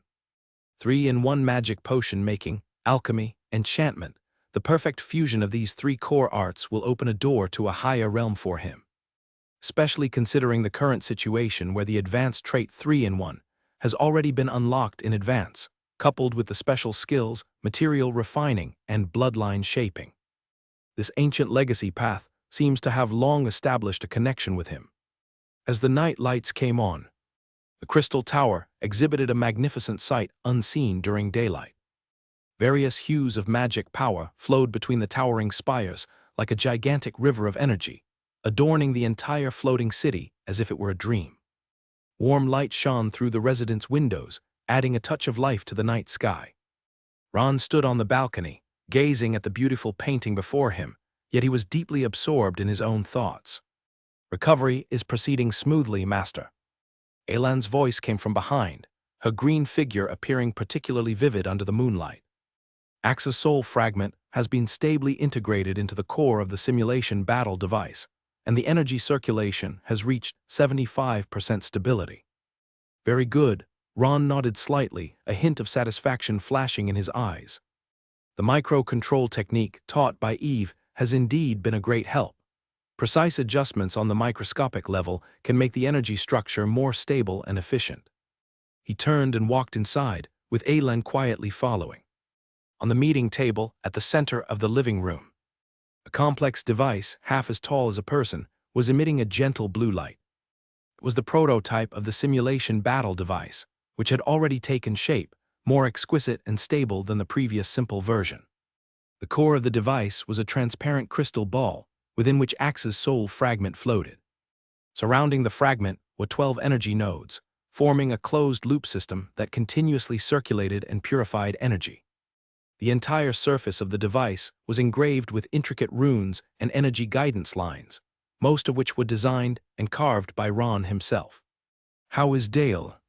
Ron asked, checking various parameters of the device. "She really likes the new crystal pool," Aylin replied softly. The nature of the sea siren has a greater affinity for flowing water, so she particularly enjoys the feature of simulating ocean currents. Recently, her water control ability has noticeably progressed, and she can already independently create small water sphere shields. She's growing fast. Once the device is fully stabilized, she can also participate in simulation training to enhance her combat experience. He sat down beside the device, his 10 fingers hovering gently above the energy nodes, starting the fine-tuning.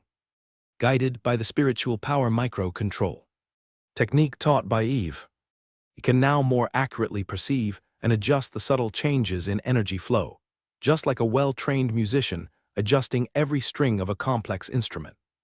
Simulation battle device stability, 78%. Estimated completion time, 14 days.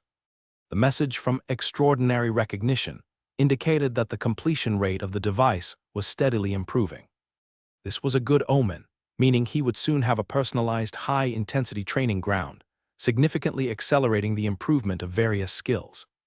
The tuning of the device went on until late into the night, and Ron finally completed today's work plan.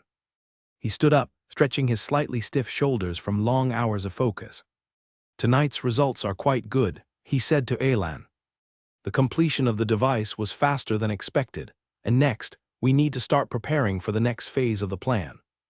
"What does the master mean?" Alan asked softly. Ron did not answer immediately, but turned his gaze to the dark alchemy furnace surrounded by multiple rune isolation barriers in the depths of the room. It was an artifact with an ancient appearance, its whole body exhibiting a bronze hue and its surface covered with dense rune arrays.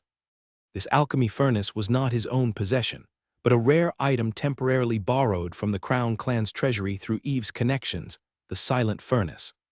This furnace had an almost perfect energy isolation effect. No matter how intense the energy conversion inside, it was hard for the outside world to detect any fluctuations.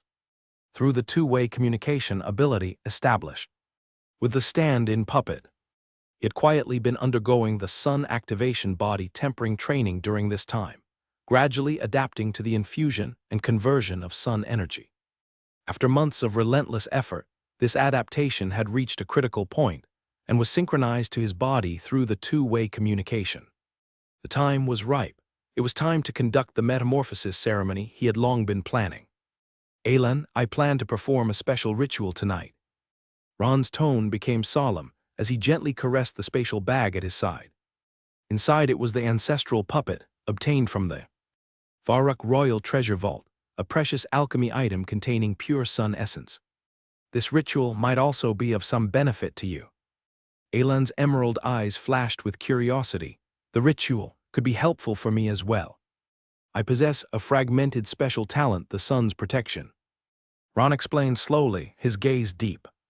"Tonight, I intend to attempt to complete it. As a being evolved to the level of an extraordinary plant-life ancient tree fairy, you have a natural affinity for light and heat. If you're willing, you might gain some extra benefits during the ritual." Alan gently swayed her vines, her emerald eyes shimmering with thought. "You mean exposing me to sun energy during the ritual as well?" "That's correct." Ron nodded, taking out a bottle of pale golden potion from the spatial bag. "Of course, this is not without risk. However, I have prepared a resistance potion, which should theoretically help you resist most of the discomfort reactions." He briefly informed Alan of the materials he had researched, and the consultation results with Elliot, Reynolds, and others, ensuring that she fully understood the potential risks and rewards. If coordinated well, you might be able to enhance your resistances to light and heat, or even develop some sort of photosynthetic transformation ability. Ron concluded, "Of course, the final decision rests with you." Alan did not hesitate long before making her decision. "I am willing to try, Master. Regardless of the outcome, being able to experience this ceremony with you is already an honor." This perfectly aligned with his style of maximizing benefits. Since the ritual was to be conducted, why not also allow his companions to benefit from it? "Very well, I will begin the preparation now." He took out the ancestral puppet from the spatial bag. It was a palm-sized humanoid figure with a warm golden yellow hue throughout. Ron carefully placed the puppet into the central groove of the alchemy furnace. After infusing magic power, the silent furnace slowly activated, emitting a low and rhythmic humming sound. Wisps of steam rose from the furnace mouth, twisting and dancing in the air as if it had life, attempting to create some indescribable shape. As he applied his material refining skills, the silent furnace began to glow, initially with a dim orange, gradually brightening from orange-yellow to golden yellow, and finally to an almost blinding platinum color. The ancestral puppet inside also began to tremble slightly, its surface covered with countless tiny cracks, continuously shivering like a boiling lake. First stage, awakening the dormant sun essence. His spiritual power was in full operation, guiding the energy within the alchemy furnace to flow along specific paths. Suddenly, a crisp shattering sound occurred. The ancestral puppet completely disintegrated in the intense energy, turning into countless tiny golden particles, floating and swirling within the furnace to form a miniature vortex. Those golden particles began to unleash suffocatingly pure energy, like a miniature sun burning inside the furnace. Ron could feel the ferocity and purity of that energy, as if directly facing the flames of the sun, an incredible heat and oppressive force confronting him. Second stage, extracting the sun essence. Beads of sweat formed on his forehead. Despite already advancing to an official wizard, the pure energy stream exerted a substantial pressure. The surrounding air warped due to the high temperature. He focused intently on guiding the energy along specific pathways. Golden liquid overflowed from the furnace, flowing along the patterns drawn, eventually gathering in front of Ron to form a spinning golden energy ball. This is the core of the sun essence. Ron gazed at the energy body condensed with the divine power of the sun, his eyes flickering with contemplation. The third stage is to complete the fragmented talent through the ritual. In the following time, he began busying himself with setting up various protective measures and ritual formations. Firstly, placing energy anchoring stones in the corners of the room to prevent sudden energy storms. Then drawing a triple concentric circle array on the floor. The outermost layer was an energy isolation layer composed of runes, effectively blocking any energy leakage. The middle layer was a complex balance array to harmonize any energy imbalances that might occur during the ritual. The inner layer is a guiding array optimized specifically for sun energy, capable of maximizing the absorption and purification of sun essence. If he hadn't started with rune magic, he might have just mechanically traced as usual. But having now gained some understanding of rune depiction, he believed these rune arrays could better assist him in guiding sun energy. I'll place the extracted essence in the center. As Ron adjusted, he explained to Alan, once the ritual begins, you need to stand on the second layer of the array, so you can receive some energy without being excessively exposed to the core area. The preparation continued into the deep night, and as the starry sky outside gradually turned into a deep navy blue, he finally completed the last check. Ron took a deep breath, turned to Alan, who had already taken the resistance potion. Are you ready? Alan's vine body glowed faintly due to the potion, as the green leaves seemed to be covered with a thin veil of dawn. She nodded slightly. Everything is ready, Master. Then the ritual begins. Ron stepped into the center of the array, formed seals with his hands, and began to chant ancient spells. Each syllable seemed to contain some transcendent power beyond time and space, vibrating in the air, causing a subtle resonance. After activating the ritual array, he took a deep breath and began to guide the golden energy ball. In an instant, it was as if the entire world had come to a standstill. Indescribable agony spread from his fingertips to his whole body in an instant. It was like countless white-hot blades simultaneously piercing into every cell, or being thrown into lava to burn, pain nerves nearly overloaded. Ron's muscles involuntarily tensed, his teeth clenched, and blood seeped from the corners of his mouth. However, the resilient will that had endured various mental torments since his apprentice days forced him to endure the pain. Persist, he repeatedly reminded himself, as this was inevitable pain during the talent completion process.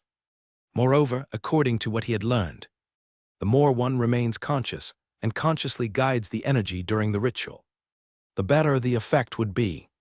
The golden energy began to spread along his arms, diffusing throughout his body along the blood vessels and meridians.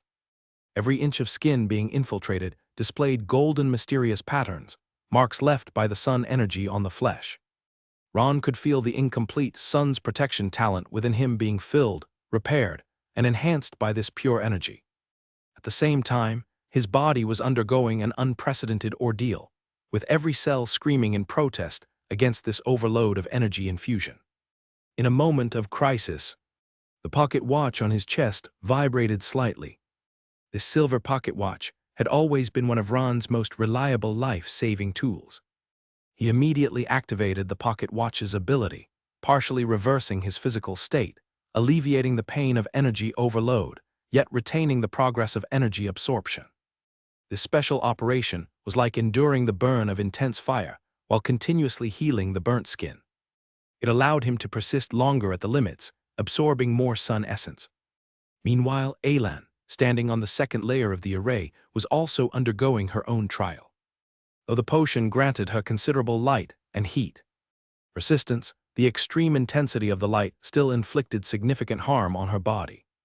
Elan's vine body trembled continuously under the intense light, with edges of the leaves turning a scorched yellow, appearing on the brink of withering. Yet she had already undergone bloodline modulation and had her own experience in dealing with energy invasion. The Dryad activated natural elements within her, actively integrating and harmonizing with the overflowing sun energy. This process was extremely painful, like trying to catch meteor fragments with bare hands. As time passed, she gradually found a balance, beginning to rhythmically absorb and assimilate the energy. Not knowing how long had passed, maybe minutes, maybe hours, Ron felt the energy flow within his body finally stabilize. The surface of his body had been burned to a bloodied mess, but thanks to the pocket watch's ability, the injuries were healing at a visible speed. He didn't care about these external injuries and focused on feeling the changes within him. His once incomplete sun's protection special talent had been completed and even enhanced to a certain extent. A trace of weak but pure solar power was infused into his body, causing his flesh to exude unbelievable vitality. This trace of power was so thin that Ron found it difficult to perceive at first. Special talent advancement, Sun's protection remnant right arrow sun incarnation. Sun incarnation, gain comprehensive light and heat resistance. The body naturally emits a faint solar divinity, improving healing ability and life vitality. Has a certain restraining effect on dark and twisted things, significantly enhancing the power of light and heat magic. Special tip, trace solar divinity detected.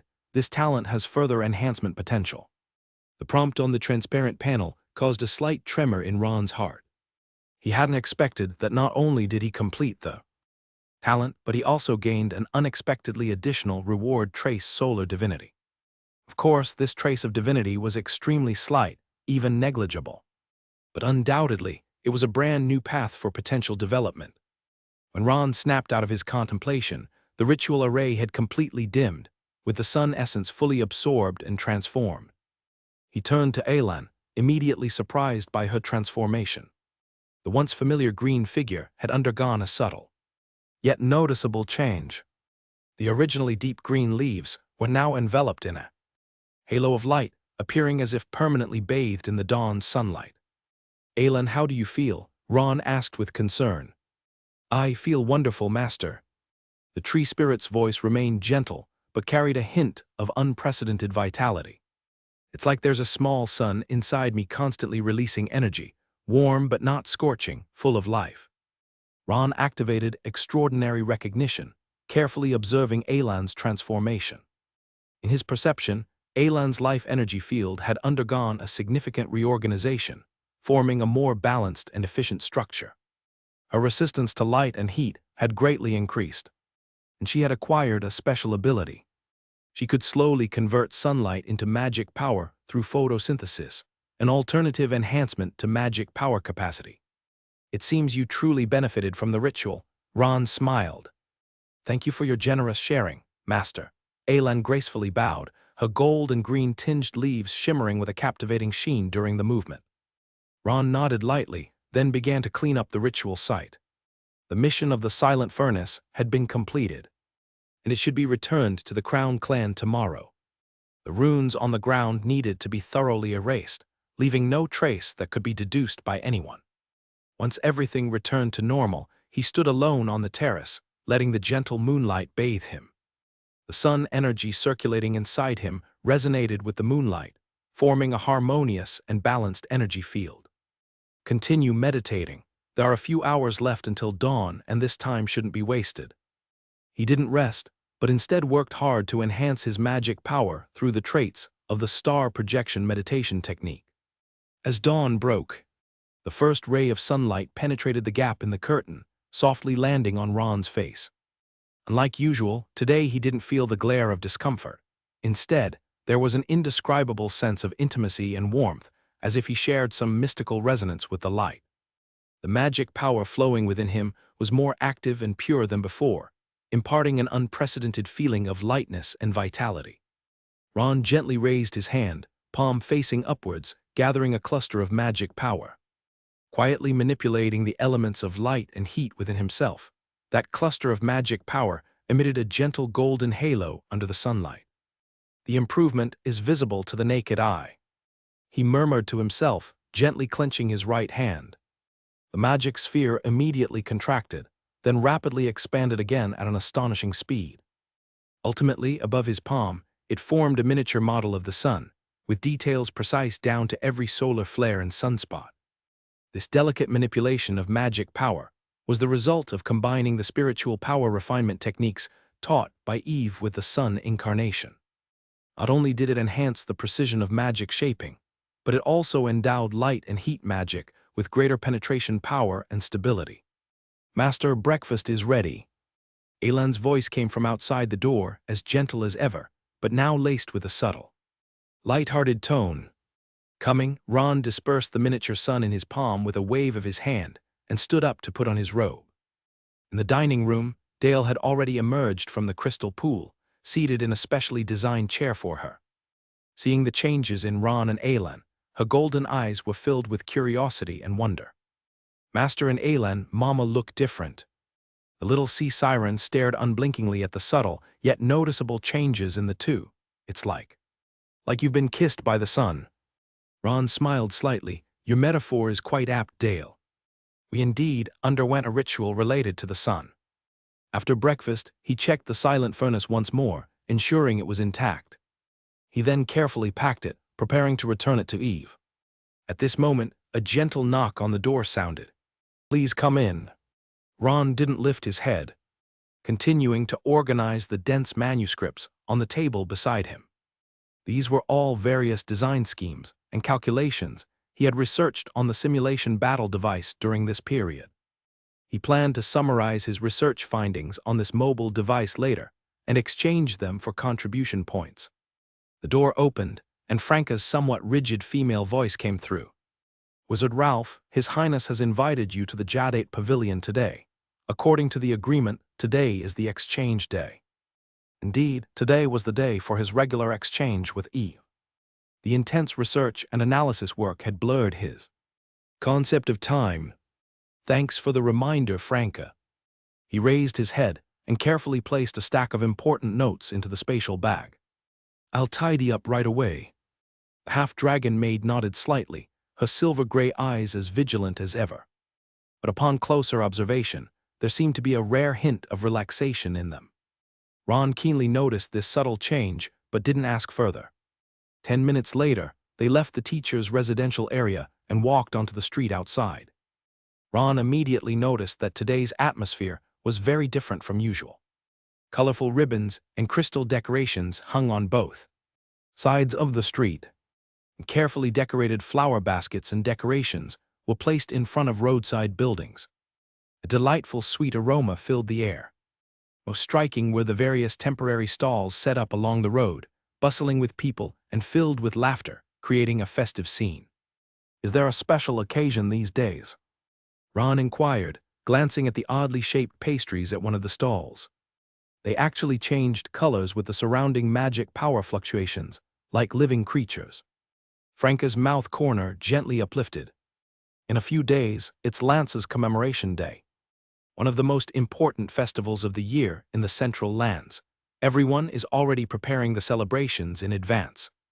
Seeing Ron's inquisitive look, she voluntarily explained. Lance was the most outstanding wizard among the ancient alchemists, listed in the 12 Sages record, a key figure in the creator season. Lance, the one who invented the autophagic slime monster bloodline modulation. Ron's eyebrows slightly raised, as he undoubtedly knew of this ancient existence from the Third Era. "As a professional modulator, you must often use the autophagic slime monster for experiments, so I don't need to elaborate." Franca nodded affirmatively.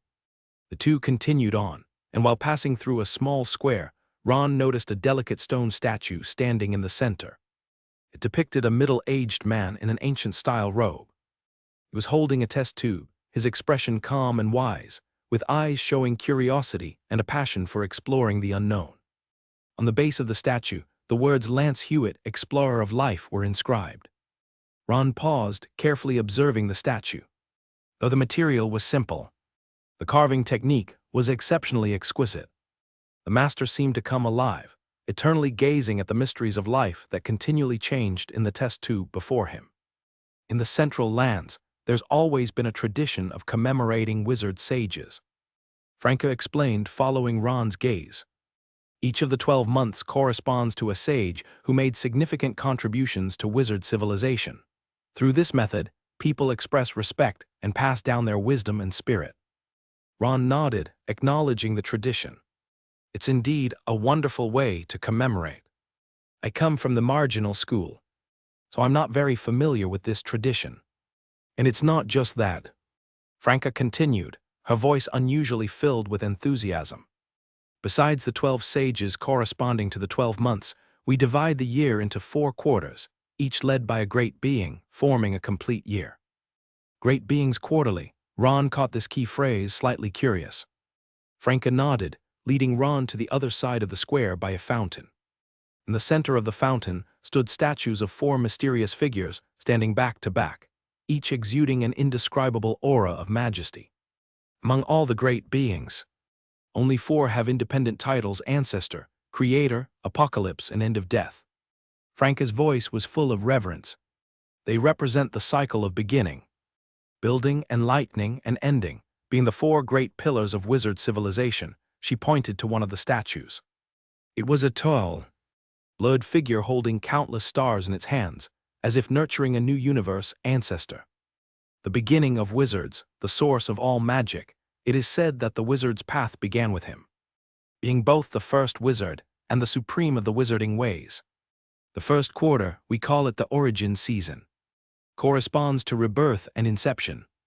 She then pointed to the second statue, a figure with both hands stretched out, with countless buildings and objects rising from its palms.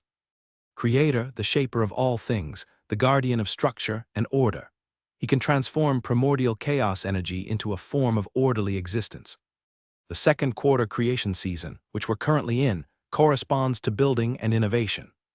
The third statue was of a mystical figure holding a scroll, surrounded by countless knowledge runes. Apocalypse, the bearer of the light of wisdom, the revealer of knowledge. He can see through the essence of all things, unveiling the deepest secrets. The third quarter season of enlightenment, corresponding to comprehension and heritage. The last statue is a blurred figure holding a scythe and dressed in a black robe, its face indistinct, yet it exudes an endless sense of solemnity.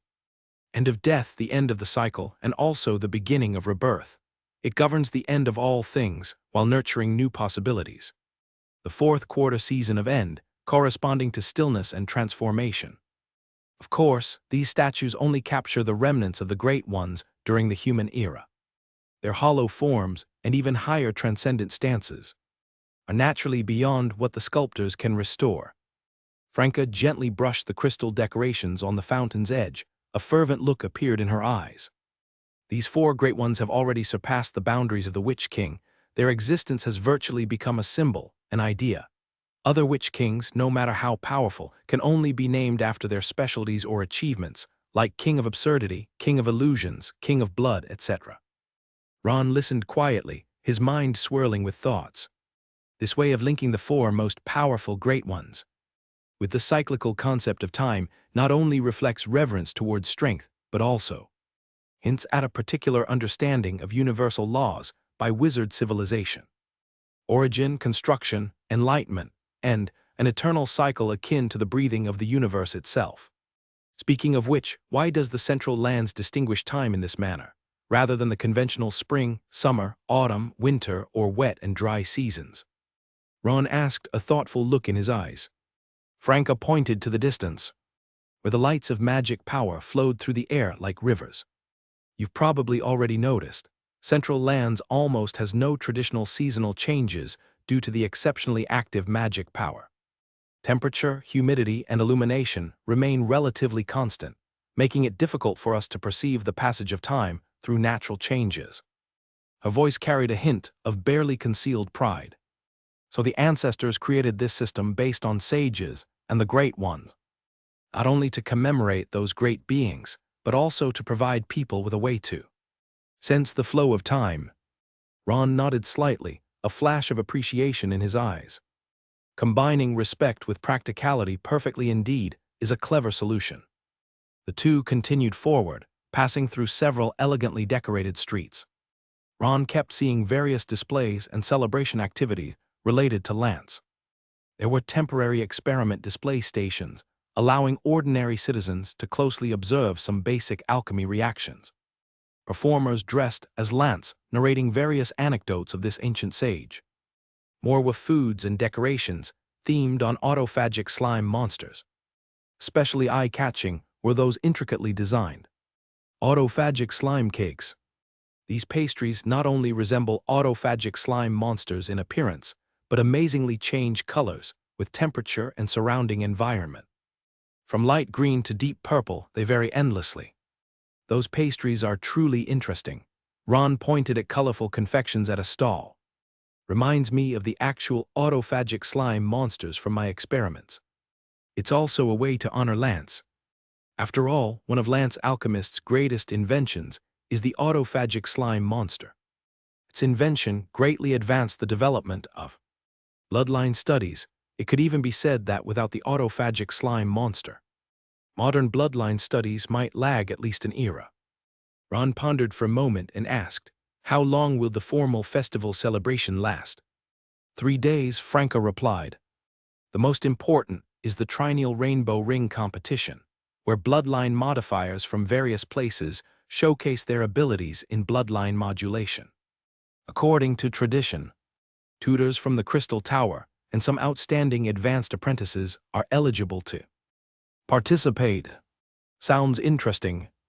Ron was quite intrigued. What's the format of the competition? Participants receive the same basic materials and a specific modulation goal, then complete bloodline modulation within a set time. The judgment criteria are based on the success extent determined by the color change of the autophagic slime monster. Franca explained, then added meaningfully, "Her Highness thinks you should participate. She says it's a great opportunity to showcase your talents." Ron smiled slightly, not responding immediately. As they spoke, the two had reached the Jadate Pavilion. Unlike usual, today the pavilion adorned some decorations for the festival. Delicate crystal wind chimes were hung at the entrance, ringing gently in the breeze. The courtyard planted a few rare alchemy flowers, currently blooming with various strange lights. Even the guard golems wore festive garlands, adding a bit of cheer to this usually solemn building. Eve was already waiting in the parlor. Today she wore a light blue long dress. Her black hair cascaded like a waterfall on her shoulders, and those amethyst-like eyes seemed brighter than usual. Upon seeing Ron enter, Eve immediately stood up, her face beaming with undisguisable joy. "You look quite spirited today." Ron nodded slightly, sensitively capturing Eve's state today. Indeed, she seemed much better than usual, with a rosy complexion, light movements, and even a slightly stronger voice. "Her Highness seems quite happy. Is it because of the festival?" Ron asked, his voice gentle. "Yes, but not only that. Please allow me to keep it a secret for now." Eve's gaze turned to the exquisite instrument the other person had taken out. It was exactly the silent furnace that Ron had borrowed from her earlier. The effect of the silent furnace is unexpectedly good. Ron said with a smile, "No wonder it's one of the Crown Clan's treasures, now returned to its rightful owner. I'm also glad it could be of help to you." Eve smiled and motioned for Ron to sit down, then turned to Franca. "Please prepare some refreshments for us, thank you." Franca bowed slightly and quietly exited the room. When the footsteps faded away, confirming no one else was present, Eve's expression became more serious. "Today, I wish to impart some more core knowledge to you." She spoke softly, a gleam of wisdom dancing in her amethyst eyes. "About the true mysteries of historians and astrologers." Ron straightened slightly, somewhat expectant. "I'm all ears." "Before we begin formally, I must remind you of one thing." Eve's voice dropped, carrying an unusual solemnity. "This knowledge has weight and will exert a certain pressure on the spirit, potentially even causing pollution. This is one of the reasons why history and astrology have not become mainstream wizardry." Ron recalled the discomforting spiritual oppression he felt while reading the Abyssal Creatures Atlas, along with the repeatedly emphasized warnings. "I understand." Stargazing and peering into history easily attract unwanted attention. In fact, such occurrences became frequent ever since he began cultivating the Star Eater's ravings, so he was naturally mentally prepared. Eve nodded appreciatively. The dissemination of these skills needs to be strictly controlled, otherwise it can easily lead to large-scale mutation and pollution events.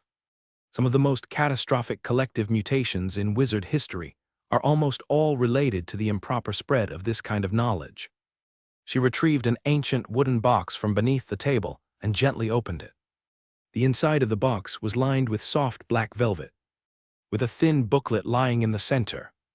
The cover was yellowed with no title, but there seemed to be some subtle patterns flowing on it. "I got this from my grandfather, Professor Other," Eve explained softly, carefully taking out the booklet. It records some of the most fundamental yet core stargazing techniques, especially how to protect oneself from being noticed by those ancient entities while exploring the mysteries of the starry sky. She opened the booklet, showing Ron the unusual symbols and diagrams on the inner pages. Stargazing is not just about observing the changes in stars, it's a way to communicate with higher dimensional consciousness. Behind each star, there may be some unnameable entity hidden. Most will ignore us, but there are some that may take an interest in those who gaze into the starry sky. Ron took the booklet, and as he read, he felt a subtle pressure beginning to gather in his mind. The text was not like ordinary ink marks, but seemed to be some kind of living creature crawling on the paper, each symbol seemingly carrying weight, leaving an imprint on the reader's consciousness. The booklet detailed various celestial observation techniques and how to interpret those mysterious celestial motion rules. Unlike usual astronomical research, the content here focused more on the gaps and interfaces that were difficult to discern with the naked eye. Between the stars, sometimes it was not truly void, but many ancient entities lay hidden. A passage caught Ron's attention. "When you gaze at the starry sky, always remember, never look directly at those black zones. Never respond to the strange fluctuations of starlight. Never attempt to understand the ravings that suddenly flood your mind. These are signs of high-dimensional beings attempting to establish contact with lower-dimensional consciousness. Once you respond, you will be forever lost in that endless sea of stars."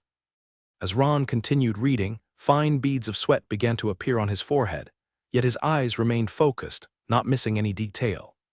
Although this knowledge is dangerous, it is filled with profound insight into the essence of the universe. Every page reveals a grander, more peculiar truth. "Can you feel it, that subtle pressure?" Eve asked softly, her amethyst eyes glinting with concern. This is the weight of knowledge. For many advanced mystical knowledge, this pressure is a constant companion. As one delves deeper into learning, the pressure grows until it becomes a constant background noise. Ron gently closed the booklet, taking a deep breath to calm his heartbeat. Indeed, this feeling, it's much like the experience of reading some abyss-related classics, but also different. Those abyssal texts bring an oppression from exotic realms, whereas this booklet seems like a whisper from the river of time itself. They are fundamentally similar, Eve explained. Abyssal research confronts spatial dimensional distortion, whereas astrology and history are explorations of the time dimension. Space and time are but two sides of the same coin. She retrieved a second booklet from the box. This one was heavier, and its cover was a peculiar leather that seemed to wriggle slightly under the light, like the skin of some living creature. This is the core introduction to historical studies. Eve placed the booklet carefully on the table, her voice becoming more cautious. History is not just a simple record of past events, but an active consciousness within the river of time. The significant events recorded, especially those key moments that change the course of history, leave ripples in the river of time, forming so-called historical nodes. She opened the booklet to show Ron the diagrams and texts within. Historians' true skill lies in directly contacting these nodes through special meditation to obtain pure and unfaltering historical information. However, this act itself is an interference with order, and if done improperly, it can easily attract the attention of the time hounds. Ron keenly caught the unfamiliar term. A difficult-to-describe expression appeared on Eve's face, between fear and vigilance. They are chaotic beings existing outside of time, responsible for maintaining the stable flow of the river of time. They belong neither to the past nor to the future, but are a certain personification of time itself. When someone attempts to excessively interfere with the river of time, especially trying to change those key nodes, the time hounds will appear to erase the source of disturbance. Sounds incredibly dangerous, Ron commented, yet his eyes sparkled with the light of knowledge-seeking. But it is this danger that makes history an extremely unique and powerful skill. True historians are not only studying the past, but conversing with time itself. Through this dialogue, they can acquire wisdom and foresight beyond the reach of ordinary people, and even summon certain historical projections. In the next few hours, Eve taught Ron the basic skills of historical sensing and astrological observation in detail. Although it was only entry-level knowledge, Ron could already feel the profundity and wonder of these two disciplines. With each new piece of knowledge mastered, his thinking seemed to expand, able to perceive subtle energy fluctuations previously undetectable. At the same time, he also felt an invisible weight, as if someone had placed a heavy stone in his thoughts, making his thinking deeper and more profound. Historical research, entry 1/50. Astrology, entry 1/50. Historian, 3 stars, transition conditions identified. 1. Skill historical research reaches the skilled level 2. Spiritual power reaches above 5.5. 3. Successfully probe a historical event without getting lost. 4. Possess sufficient historical knowledge. Astrologer, 3 stars, transition conditions identified. 1. Skill astrology reaches the skilled level. 2. Spiritual power reaches above 5.5. 3. Master basic stargazing array construction. 4. Complete a full stargazing ritual under specific astrological phenomena. These prompts appeared in Ron's mind, causing a slight stir in his heart. These 2 new wizardry skills are dangerous, but their potential is obviously considerable, especially since their professional ratings both reached 3 stars, equivalent to his current highest level profession. Thank you for your instruction. After hours of intensive learning, Ron expressed gratitude to Eve. This knowledge represents a whole new field for me. I'll study cautiously to ensure I don't draw the attention of those high-dimensional beings. A gratified smile appeared on Eve's face. Your ability to understand is truly remarkable. The first time I encountered this knowledge, it took me more than twice the time to master these basic techniques. She casually picked up a glass of water from the table, sipped it lightly, then continued. History and astrology are complementary disciplines. One explores the past, the other gazes at the starry sky. When combined, they often create even more astonishing sparks. Ron nodded, recalling the information he had looked up the previous day at the Crystal Tower Public Library. I saw some records in the library which mentioned that combining these 2 disciplines could advance to a higher-level extraordinary profession, mystic scholar. Eve's eyes immediately lit up. Your learning speed is truly astonishing. Yes, a mystic scholar is a high-tier profession akin to an ancient alchemist, focused on dual insight into time and space, exploring the deepest secrets of the universe. She lowered her voice, as the following content was not suitable for too many people to hear. From what I've come to know, there are only 2 mystic scholars existing in the world today. Professor Other is one of them, right? Ron asked tentatively. In fact, he had a hunch while glimpsing the other's phantom. Eve nodded. A look of admiration for her mentor appeared on her face. Grandfather is one of the few true masters who have grasped this dual insight. Then who's the other one? Ron asked with some curiosity. This was somewhat outside his knowledge domain. Although he had looked up some relevant knowledge, he surely didn't understand it as comprehensively as the other person did. The other one is Eye of Observation. Eve's voice was filled with awe. An ancient presence that has continued from the Second Era until now. It is said that as knowledge and lifetime accumulate, its magic power upper limit continually increases, theoretically infinitely growing. Eye of Observation embodies numerous star ring bloodlines, the core being the innate part of the Elder Eye Demon. Ron's heart trembled. The instance Eve mentioned matched some of the information he had previously obtained. He repeated softly, a look of contemplation flashing in his eyes. In wizard history, The top great wizard who rose through the path of truth, Elder Calyx, was probably nurtured by this ancient presence. Your knowledge in this area is quite extensive. Eve was slightly surprised. The breadth of knowledge the other displayed at this moment seemed uncharacteristic of a wizard from a marginal school. Indeed, Calyx was a student of the Eye of Observation. His Elder Eye demon bloodline was personally bestowed by it. Those abilities of causality severance and result preview made Calyx the most versatile great wizard in history. Ron pondered for a moment, combining this information with what he already knew to try to construct a more complete picture. Elder Eye Demon, Path of Truth, Mystic Scholar. There seemed to be some hidden connection among these concepts, like stars in the universe echoing each other, jointly pointing to higher realms. These ancient secrets. Truly fascinating. After a moment of silence, Ron said sincerely, I feel that linking these clues together is like playing an endless puzzle game. This is precisely the charm of the wizard's path, eternal exploration and discovery. Even though it's fraught with danger, we can't resist the desire to know the unknown. Her gaze fell on Ron again, a hard-to-contain joy emerging on her face. Speaking of which, my condition has indeed gotten a lot better recently. Although the demon-devouring symptoms still exist, it's not as painful as before. This change, I can't put into words the feeling. Eve's voice trembled slightly, emotions almost spilling over. You know, ever since I have memory, I've been tormented by this condition. Every time I try to mobilize magic power, I'd feel excruciating pain akin to 1,000 needles piercing the heart. I've seen numerous magic potion professors and masters of modulation and tried countless therapies, all to no avail. She took a deep breath, tears shimmering in her amethyst eyes. It's been 14 years, living in darkness, almost having given up hope. But now, because of your benevolence, for the first time, I felt a glimmer of light, that feeling. Like a blind person suddenly seeing colors, it's overwhelming. Ron could read from the slightest expressions of the black-haired girl, her heartfelt feelings of gratitude and hope. 14 years of hopeless searching, for her, the pain had almost seeped into every inch of her bones. Now, this long-standing darkness had finally been torn with a crack, allowing a ray of hope to seep through. Facing Eve's emotional expression, the warmth in his eyes also slightly rose. Our mutually beneficial cooperation is advantageous to both parties.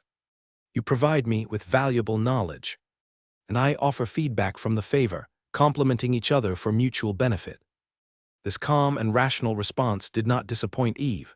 Instead, it made the girl appreciate him even more. In her upbringing, excessive emotional exposure was often considered a weakness that needed to be discarded. Ron's rational, prioritized attitude precisely aligned with her principles. In any case, I'm grateful you're willing to try this special form of cooperation. Eve nodded slightly, the tears on her face slowly fading away. That's why I want to attend the festival celebration with you in a few days. Her amethyst eyes sparkled with expectation. In the past, I never had the opportunity to participate in these activities, as the demon-devouring symptoms forced me to stay in a magic-resistant environment. But now, thanks to your benevolent supplement, I can participate in these events for a short time under the protection of the magic resistance bracelet. A celebration, it sounds quite intriguing. Ron nodded. Indeed, this was a special event he had never experienced before. Speaking of which, Franca also mentioned the Rainbow Ring competition to me on the way here. Yes, it's one of the most important events of the Lance Festival. Eve's eyes lit up, her voice revealing an uncontainable excitement. Participants need to complete a bloodline modulation using the provided standard materials within a set time frame. The final subject of the modulation is the crystal lizard, renowned for its strong danger warning abilities, making it a great help to wizards in exploration. Due to this trait, it is extremely sensitive during the modulation process, and the slightest mistake can lead to the disintegration of flesh. She continued to explain. The judgment criteria are decided by the reaction on the autophagic slime monster. These experimental creatures change color depending on the success of the bloodline modulation. From a failure representing gray to a perfectly successful pure gold, and even to a limit surpassing rainbow color, there are 5 levels. Of course, After the reaction on the autophagic slime monster is complete, the final modulation result will return to the crystal lizard itself. The young girl's voice carried a hint of anticipation. I hope you can participate. With your talent in bloodline modulation, you should be very competitive. Ron raised an eyebrow slightly. What is the prize? It changes every year, Eve explained, her voice filled with mystery. This year's prize list includes Lance's experiment notes, his complete research record on the autophagic slime monster, containing many never-before-disclosed secrets of bloodline studies. Of course, this is just a copy. The original is kept in the court of truth. But even as a replica, its knowledge value far exceeds ordinary texts. Ron's eyes showed clear interest. As one of the exemplary ancient alchemists, Lance has unique insights in the field of bloodline modulation, and his research notes must be filled with a wealth of precious knowledge. This knowledge could not only help him enhance his bloodline modulation skills, but might also provide new approaches for his ideas. I will participate, Ron decided, his tone calm. It allows me to test my abilities and acquire valuable knowledge. Why not? Eve's face blossomed with a bright smile, showing her liveliness that matched her age only at this moment. Great. I can't wait to see your performance. At this moment, Franca gently knocked on the door, carrying a plate of exquisite snacks and tea as she walked in. Sorry to interrupt you both, she said respectfully. It's already lunchtime. Your Highness needs to eat to maintain strength. Especially in this state, proper rest and nutrition are even more important. Eve nodded, then turned to Ron with eyes full of expectation. Would you like to stay for lunch? We can continue to discuss some questions about astrology and history studies. I noticed you're also quite interested in the eye of observation. I would be honored, Ron nodded slightly. After lunch, the two continued their conversation, discussing more details and application techniques about historical research and astrology. Eve even demonstrated some simple sensing methods, teaching Ron how to draw knowledge and inspiration from the stars without attracting the attention of higher dimensional beings. Until the sun set, and the golden red light of the twilight cast through the windows onto the floor of the meeting room, Ron took his leave. Returning to his residence, he immediately entered the meditation room to review the various points of knowledge and techniques he learned today. Even though it was only a preliminary contact, he could already feel the depth and charm of these two disciplines. At the same time, he did not forget to prepare for the Rainbow Ring competition. Although he was confident in his bloodline modulation skills, facing other masters in the Crystal Tower, he dared not be careless. Late at night, Ron stood on the balcony, looking up at the starry sky. The night was as dark as ink, and the stars were like diamonds. Ron stood on the balcony, gazing up at the heavens. Stars gently twinkled in the night sky, like countless cold eyes overlooking this insignificant world. He was currently attempting to combine the astrology taught by Eve with his own star projection traits. Ron took out a multi-faceted crystal and placed it gently in his palm. This crystal appeared ordinary on the outside, yet inside it harbored subtle energy fluctuations, as if imprisoning a miniature starry sky. This was a gifted auxiliary tool from the other party, able to help beginners establish a safer connection with the stars. Caution is best, just attempt a shallow connection first, he muttered to himself. He straightened his posture, took a deep breath, closed his eyes, and began to adjust his breathing rhythm. His body gradually relaxed, while his consciousness became clearer. Spiritual power flowed along a familiar path, quickly reaching a deep meditation state. But unlike before, this time he wasn't simply absorbing star energy. Instead, he was attempting to find a deeper connection, a bridge between reality and the void. The warning in Introduction to Astrology lingered in his ears. Never gaze into those dark areas. Never respond to the strange fluctuations in star light. Never attempt to understand the ravings that suddenly invade your mind. Ron adhered to these principles, cautiously extending his consciousness towards the starry sky, carefully avoiding the overly profound void. He allowed his perception to lightly touch each star, without lingering too long or excessively probing. After a cautious search, he finally focused his attention on the Hermit star. This solitary star occupies a special place in ancient star maps, said to have a mysterious connection with wisdom and hidden knowledge. The initial contact was like touching a light source through a heavy curtain, blurry and distant. Ron's spiritual power gently extended like dipping a finger into cold lake water, cautiously testing the temperature. As his spiritual power continued to invest, the layer of invisible curtain seemed to be gradually thinning. At a certain moment, an unprecedented connection suddenly established. It wasn't communication in the traditional sense, but rather a more primitive, fundamental sensing. Ron felt his spiritual world tremble violently, as if countless incomprehensible information surged into his mind simultaneously.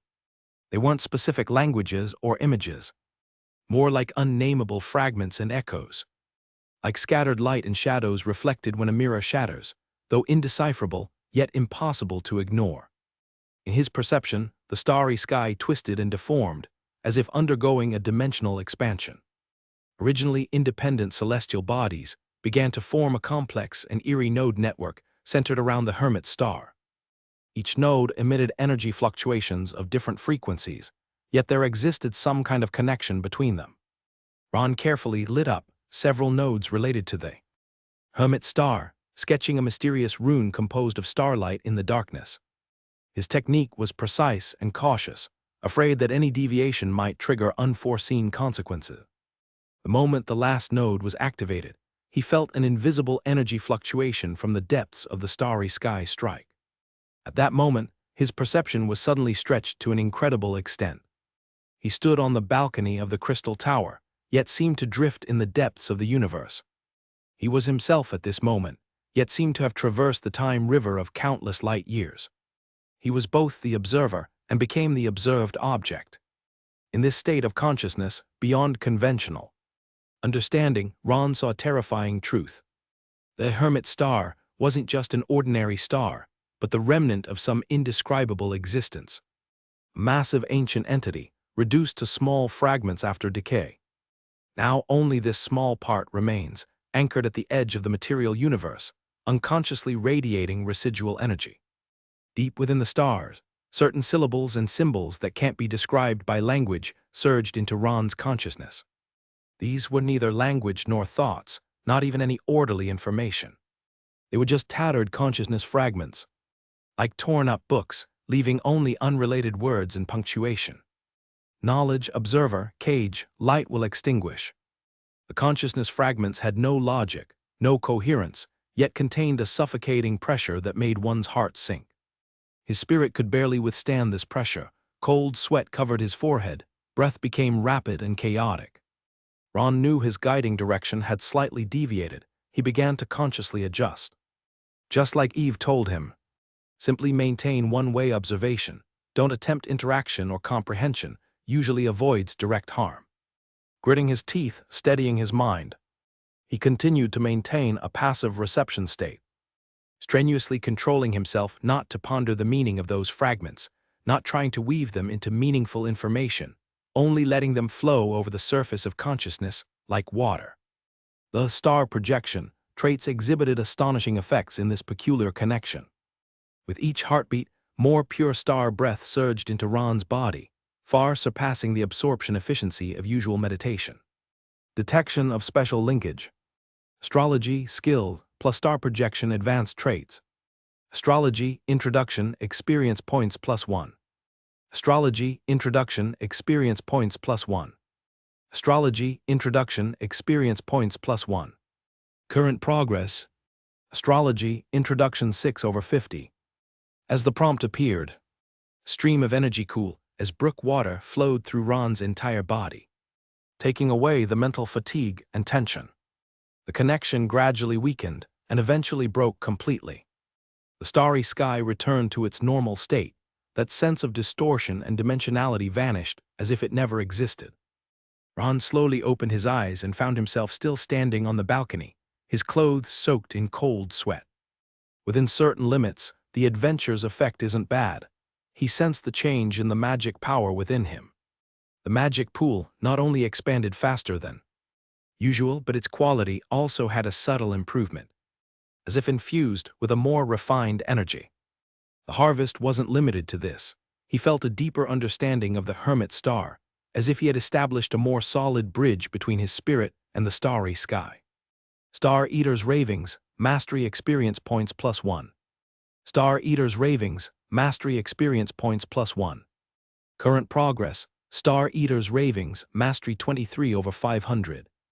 At the current rate, in a week or two, he could light up the first star node symbolizing the Hermit Star, achieving the first phase breakthrough of the Morning Star level and gaining the special astrological effect granted by the Hermit Star. Ron calmed his disordered breathing and began contemplating another question. Since the astrologer's astrology can establish a connection with the meditation technique's star projection trait, then can the historian's historical research skills produce a linkage effect with his current system? This thought, once born, spread like wildfire, unstoppable. The historian and astrologer are theoretically regarded as two ancient professions that complement each other. One peers into the past, the other gazes at the starry sky. And only their combination can reveal the full picture of the universe. Eve's words still echoed in his mind. History is not just a mere record of past events, but active nodes in the river of time. Ron walked to his desk and sat down, taking out the booklet Eve had given him from the shelf. He perused its contents once again and meticulously studied the foundational techniques about historical sensing. Different from traditional methods like archaeological excavations or literature verification, historians use a more mysterious sensing method, directly contacting historical nodes to acquire pure historical information. If improper methods are used, it can easily attract the attention of time hounds. He began to calculate carefully. The key is how to maximize benefits while keeping risks within acceptable limits. Ron's gaze swept across the various collections and research materials in the study, suddenly stopping at a small box in the corner. Inside it were a few rare artifacts he had collected. A bold hypothesis formed in his mind. Perhaps the skills of historical research could help him unearth deeper secrets within these artifacts. Rare artifacts and glory legacy, as their names suggest, carry the imprints of ancient civilizations. If through the techniques of historical research, he could directly read the historical information contained within these items, wouldn't he be able to glimpse their true origins and potential functions? Once the thought started, it was irrepressible. Ron swiftly took out a few rare artifacts he had collected from the box. The pocket watch of the Time Guardian, 1,000 transformations, and the stand-in puppet. After pondering for a moment, he decided to start with the stand-in puppet. Compared to the other two, this artifact was noticeably more young, and perhaps it would be easier to sense the historical information within it. Historical research requires an anchor point to connect the observer with specific historical fragments. Ron recalled the description in the booklet. And some antiques themselves are the most ideal anchor points. Having personally experienced those past events, they retain the most direct time imprints. He placed the stand-in puppet on the desk, gently placed his right hand on it, and began to adjust his breathing and spiritual waves, attempting to enter the special sensing state described in the booklet. This state was different from ordinary meditation and from the previous starry link. It was more like projecting consciousness into the river of time, becoming a pure observer. At first, there was only a chaotic darkness. It felt like standing in a starlit deep night, surrounded by an endless void. Ron maintained patience, continued to deepen his sensing, and slowly some nebulous images began to emerge in the darkness. Like bubbles rising slowly underwater, yet extremely unstable, prone to breaking and dissipating with the slightest mishap. Initially, there were just some scattered fragments. A dimly lit basement, the hoarse sound of spells, the process of a puppet being carved into shape bit by bit. Also, that mood filled with malice and greed, clinging to the surface of memories like viscous mud. As the sensing deepened, these fragments gradually connected, forming more complete scenes. Ron saw a gaunt old man meticulously carving the puppet under candlelight, chanting spells in a low voice while smearing some kind of black liquid on the joints of the puppet. His eyes were bloodshot, his body on the verge of collapse, clearly suffering from severe curse rebound. And this puppet was a tool he created to escape death. The scene continued to shift, the puppet being injected with a kind of black energy after completion, gaining preliminary vitality. The image became blurry, as if some force was interfering with the historical sensing. Ron tried to explore further, but felt his intuition beginning to issue a strong warning. Going deeper might attract the attention of those hounds. Seeing this, he could only decisively withdraw his consciousness, ending this historical sensing. Opening his eyes, the stand-in puppet lay quietly on the table in front of him, looking no different from before. Historical research, beginner, experience points +1. Historical research, beginner, experience points +1. Historical research, beginner, experience points +1. Current progress, historical research, beginner 8/50. Although the gains are limited, they are enough to verify the feasibility of this path. Ron began organizing the historical fragments he had just acquired, even though he couldn't fully uncover the true origins of the stand-in puppet. But this attempt has already proven that the historical research skill can indeed help him understand the essence of rare relics more deeply. The origin of the stand-in puppet may be darker than he imagined. Due to this successful experience, Ron decided to continue trying with the other two rare artifacts. He first picked up the 1,000 transformations, but when he attempted historical sensing, he was met with strong resistance. It wasn't the resistance from the river of time, but the rejection from the 1,000 transformations itself. It sensed Ron's probing and actively shielded its historical information. Truly self-aware relics are difficult to interpret. Ron wasn't surprised and turned to pick up the last artifact, the Time Guardian's pocket watch. This relic was extraordinarily mysterious, unique even among all his collections. Its structure was so exquisite that it seemed not to be human-made. Even with his extraordinary recognition skills having reached a master level, he found it difficult to analyze it effectively. Ron placed his hand over the pocket watch, re-entering the historical sensing state. However, when his spiritual power touched the pocket watch, it was like a stone sinking into the sea, without causing any ripples. There was no resistance, no shielding, just no response at all. It was as if his spiritual power passed through the pocket watch, falling into some infinitely deep void. He intensified his input of spiritual power, attempting to sense deeper, but the results remained the same. The pocket watch was like a bottomless well, devouring all investigation without giving any response. The gap in power levels, Ron quickly concluded. The Time Guardian's pocket watch clearly surpasses the levels I can comprehend. At my current level of historical research skills, I can't even create a splash. This attempt once again confirmed a fact. Even among relics of the same tier, there are still obvious level differences. The Time Guardian's pocket watch is undoubtedly the highest in status among the 3 relics he currently possesses. Skill link detected. Historical research plus extraordinary recognition. 1. Increased analysis efficiency of rare relics through historical research. 2. Enhanced precision of capturing historical information through extraordinary recognition. The panel's prompt greatly encouraged Ron, as this kind of skill synergy was exactly what he had been hoping for, proving that his exploration direction hadn't veered off course. The direction is right, but more patience is needed. He finally concluded. Historical research, like astrology, is a profound study requiring long-term accumulation. Haste would lead to failure. He continued to perform small doses of historical sensing on the stand-in puppet. Each time, he could gather fragments of new information, gradually piecing together a more complete history of this relic. He learned that the stand-in puppet has changed hands many times, with each owner leaving a bloody mark on it. After it drifted from the hands of its original creator, it had been picked up or plundered by several wizards or other abyssal explorers, one after another. Each change of ownership accompanied by violence and death, as if this relic itself carries some kind of curse. As the research deepened, he increasingly felt the weight of the knowledge and the spiritual contamination brought about by it.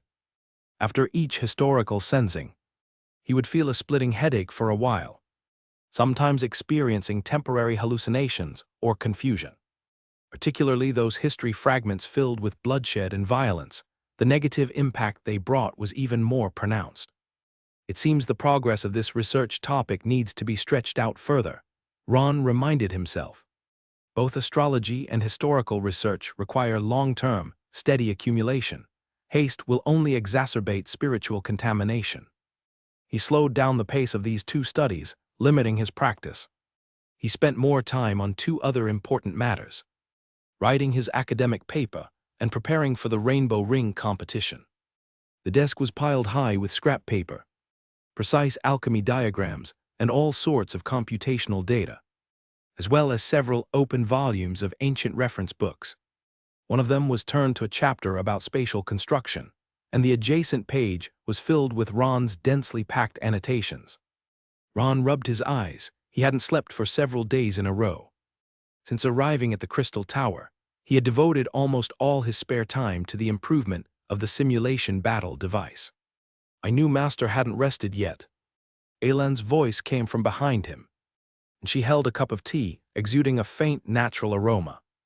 "Perhaps you could take a short rest." Ron took the teacup, sipped it, feeling the warmth coursing through his body, dissipating some of his fatigue. Time waits for no one, Aylan. Especially when one is just a step away from achieving results. His gaze fell on a gemstone on the table. It was the Void Gem, obtained from a stone gambling shop in Town 69. Its surface was presenting a profound indigo color, with starlight seemingly flowing within. Beside the Void Gem lay another equally precious, congealed object, the heart-devouring stone, which at this moment was showing an eerie dark green, pulsing faintly as if it were a living creature's heart. These two gems had already become key materials in the improvement process of the simulation battle device. Ron's thoughts drifted back to the scene several months ago when he obtained the blueprint of the simulation battle device from Sauron. At that time, his heart was filled with hope for improvement and innovation. It was far more difficult than I imagined. During more than a month on the airship, he tried countless possible improvement plans, only to hit wall after wall. The biggest problem was energy supply and spatial constraints. Traditional simulation battle devices required the space of an entire room and a complex energy network maintained by multiple alchemists. How to reduce it to pourable size while maintaining functionality was an unprecedented challenge. "Do you remember that time, Aylan?"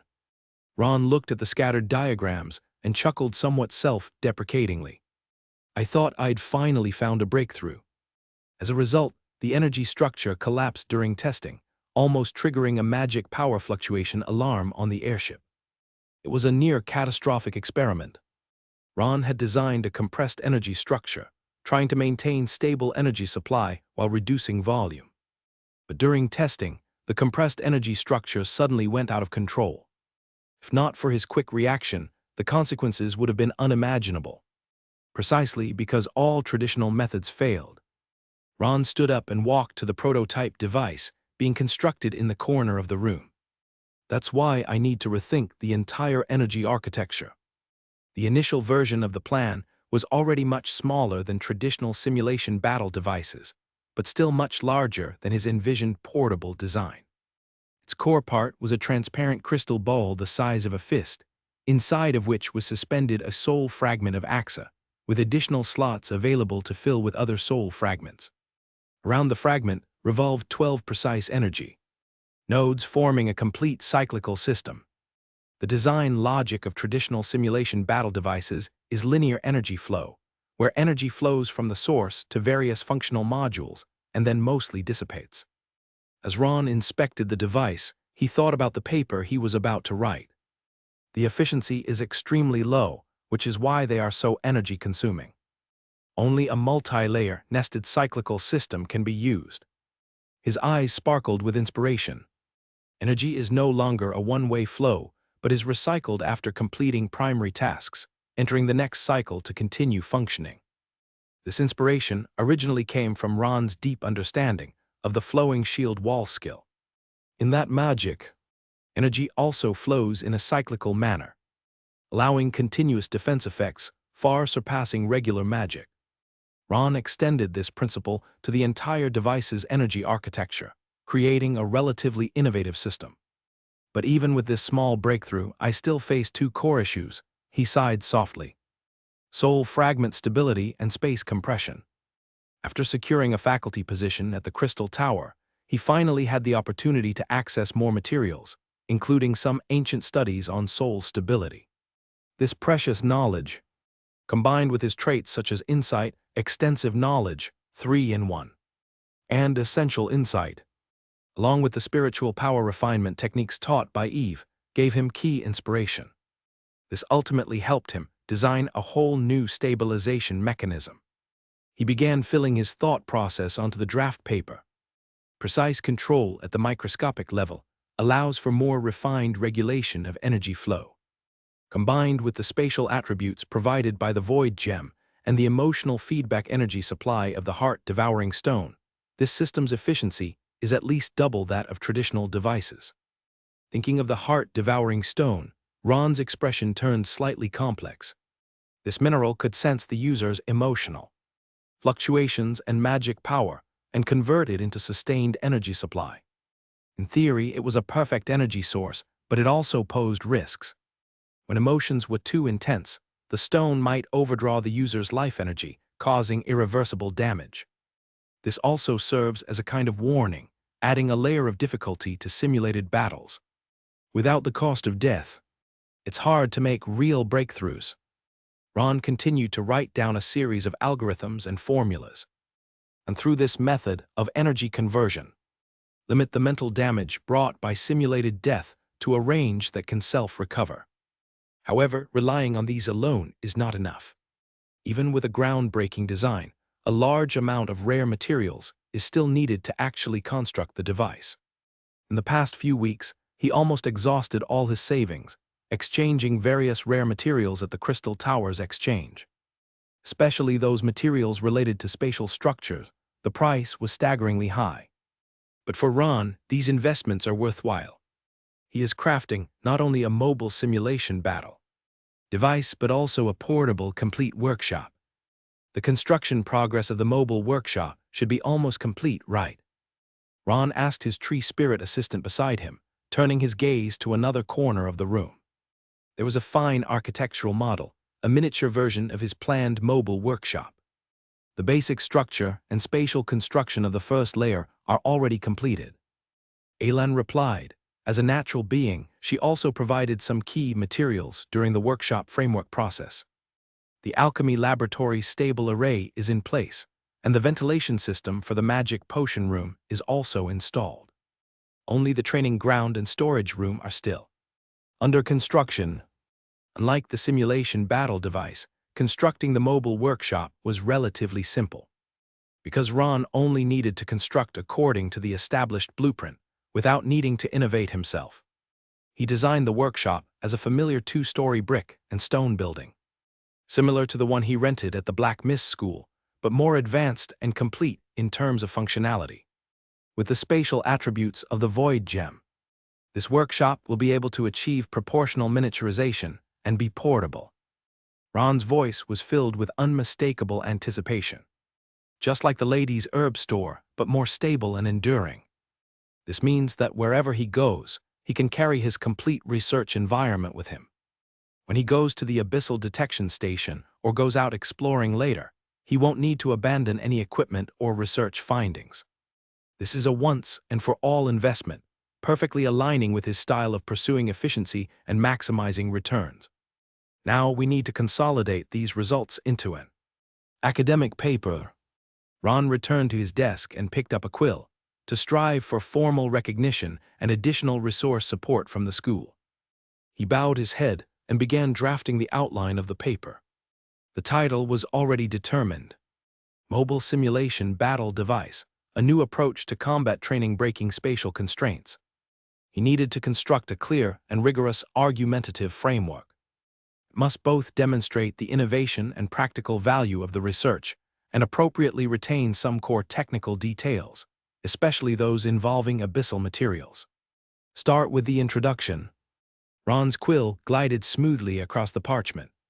Highlight the limitations of existing simulation battle devices, why miniaturization and mobility are needed, and what practical application scenarios this innovation might bring. His pen strokes were sharp and precise, without excessive embellishment or ornate language, going straight to the core issues. This was his consistent style: practical, direct, efficient. Since the mid-third era, simulation battle devices have always been an important tool in combat training systems. But their massive size, complex maintenance requirements, and astonishing energy consumption have always limited such training methods to major schools and wealthier wizard clans. However, it is those long-term explorers who most need this high-intensity training method and often cannot obtain it. This study aims to resolve this contradiction. Ron recalled his initial experimental attempts, the arduous process of redesigning and retesting after each failure. Each failure brought new insights, each mistake pointed to a better solution. It was this continuously iterative experimental spirit that ultimately led to the breakthrough discovery. The theoretical part requires a detailed explanation of the principles of the multi-layer, nested energy recycling system. It needs to reflect its innovativeness, yet cannot reveal too many implementation details, especially those involving the heart-devouring stone. Soul fragment stability technology also needs cautious handling. While contemplating various details, he continued writing. Only mentioned the improved rune sequence and crystal stone composite material, without involving specific abyssal elements applications. Using abyssal materials was the most sensitive part of the study. He paused again, contemplating how to adequately display the academic value and application prospects of the research without revealing too many secrets. This was a delicate balance, requiring careful consideration of every sentence and every concept's expression. The application scenario part needs to be highlighted. He was adept at these. This is the key to attracting the review committee's attention. When the last period was placed, Ron set down the quill and stretched his stiff shoulders. Outside the window, the night had already enveloped the crystal tower. The city's magic lamps lit one after another, like stars falling to earth, decorating the entire city to resemble a dream. Ron said softly, looking at the stack of parchment filled with writing in front of him. "Submit it to the review office first thing tomorrow morning." The tree spirit came over and softly asked, "Do you believe the review committee will accept this research?" Ron smiled slightly, a confident gleam in his eyes. This is not merely a theoretical study, but a result with actual application value. Even if they have reservations about certain technical details, they cannot deny its potential value. He walked to the window, gazing at the night view of the towers decorated with various magic crystal lamplights, contemplating his next plans. Once the thesis is recognized, it will not only build my academic reputation, but also gain more resource support. Ron pondered, this is crucial for the subsequent mobile workshop construction and deeper research. Then there's the Rainbow Ring competition. He continued to plan. That Precious Lance's experiment notes might bring new breakthrough. Uggs to my bloodline research. Knowledge, resources, strength. Ron recited the pursuit sequence he always adhered to. Every step must be steady. The next morning, Ron donned a simple and dignified dark robe. With the thesis and related materials neatly organized into the scroll box, he headed to the academic review office at the Crystal Tower. The review office is located in an independent building in the central area of the school. The exterior is modest yet solemn, constructed entirely from a rare white stone. The surface is engraved with ancient wisdom inscriptions, symbolizing the spirit of knowledge and reason. As he entered the hall, a solemn atmosphere immediately surrounded him. The air was filled with the unique scent of parchment, ink, and ancient books, mixed with faint fluctuations of magic power, forming a unique academic atmosphere. Inside the hall, dozens of wizards were either waiting or whispering softly, each with different expressions. Some appeared expectant, likely here to submit their theses. Others looked anxious, possibly awaiting review results. And others had gloomy faces, perhaps having just received unsatisfactory evaluations. Ron stood among the crowd, observing the surroundings and the people. "Wizard Ralph, what a surprise to see you here." A gentle voice came from behind. He turned around, seeing a middle-aged man in a deep blue robe approaching him with a kind smile. This was William West, associate professor and head of the alchemy element at the Crystal Tower, also one of the evaluation experts when Ron first arrived at the Central Lands. "Good morning, Director West." Ron nodded slightly, maintaining just the right polite distance. Busy with academic research since your arrival at the Crystal Tower, the committee's treasure-level evaluation was well-deserved. William's tone carried a hint of admiration. Are you here to submit a thesis? Which field is your research in? On the miniaturization and mobilization improvement of simulation battle devices. Ron answered succinctly, showing basic respect while maintaining some reservation. Simulation battle device. William's eyebrows slightly raised, initially showing obvious surprise, then turning into deep interest. That's a highly challenging topic. The energy demands and spatial limitations of traditional devices have always been bottlenecks for many researchers, if substantial breakthroughs can be made. He did not finish, but the light in his eyes revealed profound understanding and curiosity in the field.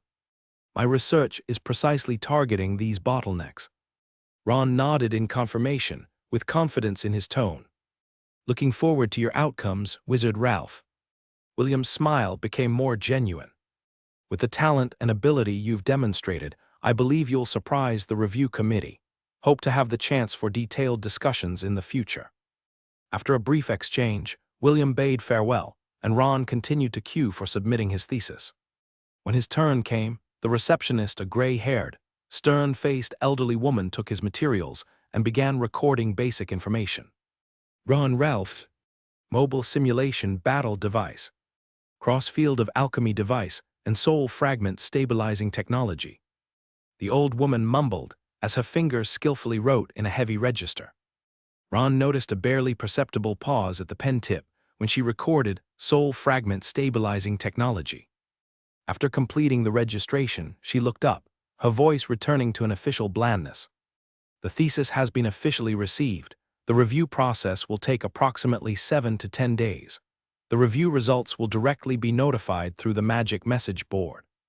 In case of special circumstances, we will contact you separately.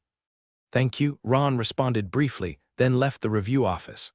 Nights in the Central Lands are always extraordinarily brilliant, with countless magical lights flowing between the towering spires. Like flowing rivers. Even higher above, the starlight is unusually clear, seemingly within reach. With the automatic operation of the star projection trait, Ron can feel the energy from billions of light years away slowly seeping into his body, nourishing his soul and magic pool. Every strand of starlight injects a faint yet constant strength into his flesh, bones, and even spirit, accumulating over time. After meditating, Ron turned and walked back indoors, taking a faintly glowing tri-element communication crystal from his desk drawer. He gently infused a trace of magic power, and the crystal immediately lit up, projecting a hexagonal energy screen. A moment later, Lady Allen's familiar face appeared on the screen. Kid, still not asleep this late? Lady Allen, as usual, spoke directly, though there was a faint trace of concern in her tone. Ron smiled slightly. You look well, lady. It seems the journey went smoothly. Much smoother than expected. Lady Allen nodded, adjusting the camera. The faint green shadows of trees could be seen outside the herb store window. We have arrived at the Jade Forest. Thanks to your previous arrangements, especially the mixed blood earth dragon beast, it helped a lot. What about Lilia? Ron couldn't help but ask, his voice subconsciously softening. Lady Allen rotated the crystal, the image blurred slightly before refocusing. Under the magic crystal lamp's light, a girl leaned on the desk, intently reading an ancient book with several colorful potions beside her. The old woman paused briefly. To be honest, her learning speed even surprised me. In just a few months, she has been able to complete advanced potion refining under my assistance. Although the success rate isn't high, it's quite remarkable for an apprentice. Warmth rose in Ron's heart, and he nodded slightly. She's always been smart, just lacked proper guidance. Lady Allen suddenly changed the topic, her sharp gaze piercing Ron through the crystal. You look very tired. Life in the Central Lands isn't easy, is it? Ron was slightly taken aback, and then shook his head with a smile. I can't hide anything from you, lady. Indeed. The pace here is much faster than in the Black Mist jungle. And after becoming an official wizard, there's even more to keep me busy than during my apprenticeship. Don't push yourself too hard. Lady Allen blinked, offering advice. Strong power requires a healthy body and a clear mind to wield. Overexertion will only yield half the result with twice the effort. The two chatted for a while longer, exchanging some insights on magic potion-making research. Before ending the call, Lady Allen suddenly said, "Oh, by the way, Hayek contacted me a few days ago, saying that the situation at Black Mist School is better than expected. Those masters, the gift you left them seems to be working well." Ron nodded slightly. This was within his expectations. The purity of the gift he generated had been proven by countless instances. But Trish and Corina, I tried to contact them, but there's been no response. Lady Allen's tone was puzzled. Logically, with Corina's strength, she should have a place in the Crystal Tower. Have you met them over there? Ron shook his head, a complex emotion in his eyes.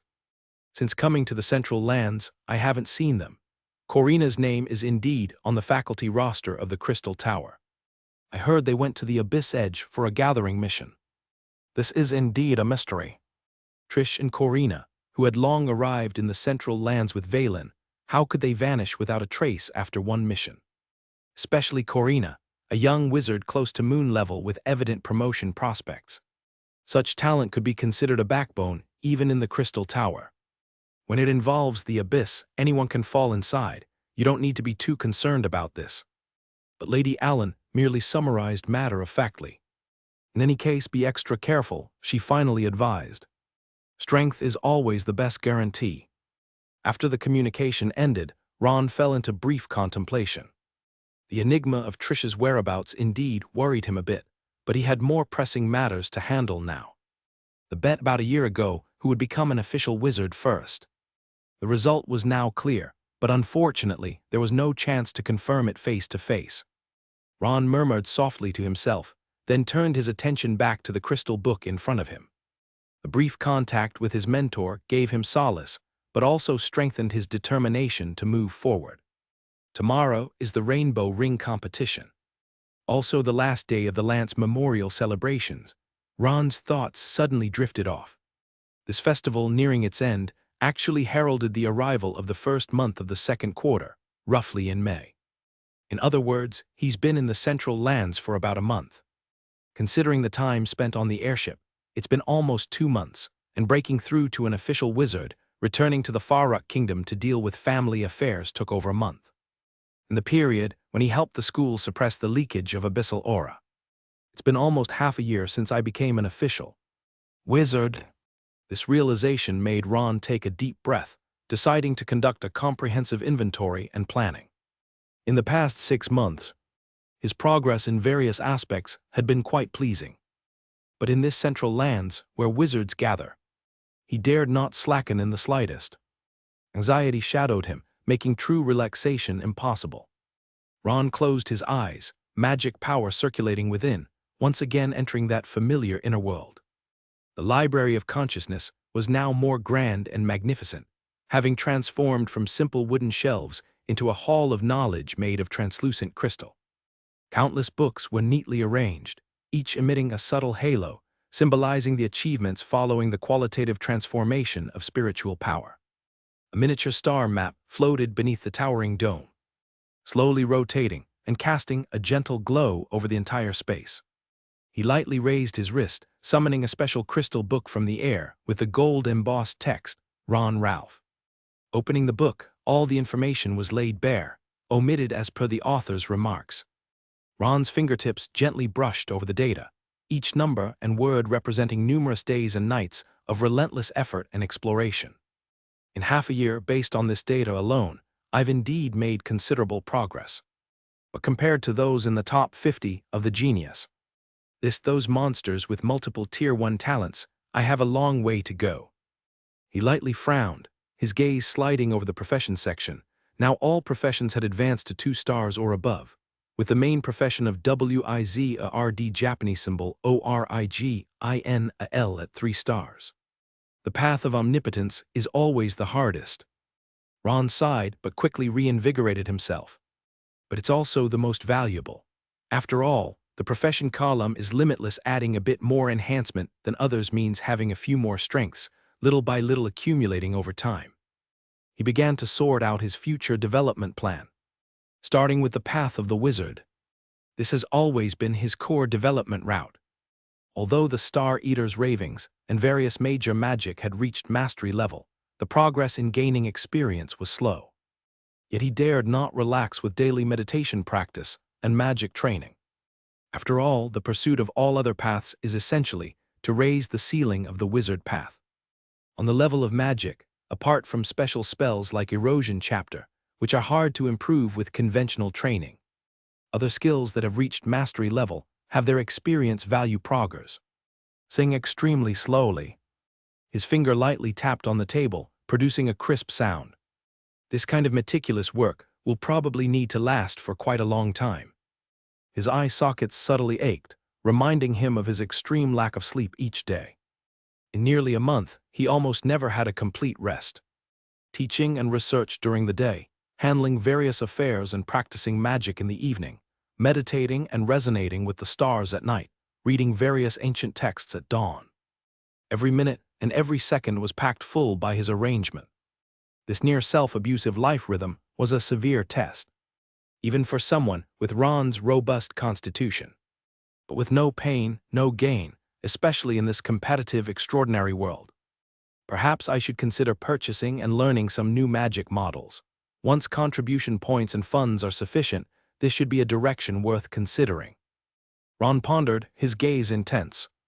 It's worth noting that the two core skills acquired after becoming an official wizard, super magic techniques and radiation field, still remained at the entry level. These two skills are extremely difficult. Lacking systematic guidance, progress is naturally slow. The almost stagnant progress bar was undoubtedly a ruthless mockery of his every effort. And to obtain personalized guidance on the level of an official wizard from the Crystal Tower, he needed to possess enough contribution points. This was also why he labored over writing papers before. However, the skills of spiritual shock and elemental perception, due to the solid foundation accumulated during the apprentice period, are not far from breaking through to mastery level. Recently, I can intensify practice in these areas and strive for a quick breakthrough. Ron lightly raised his left hand, a faint energy fluctuation flickering at his fingertips.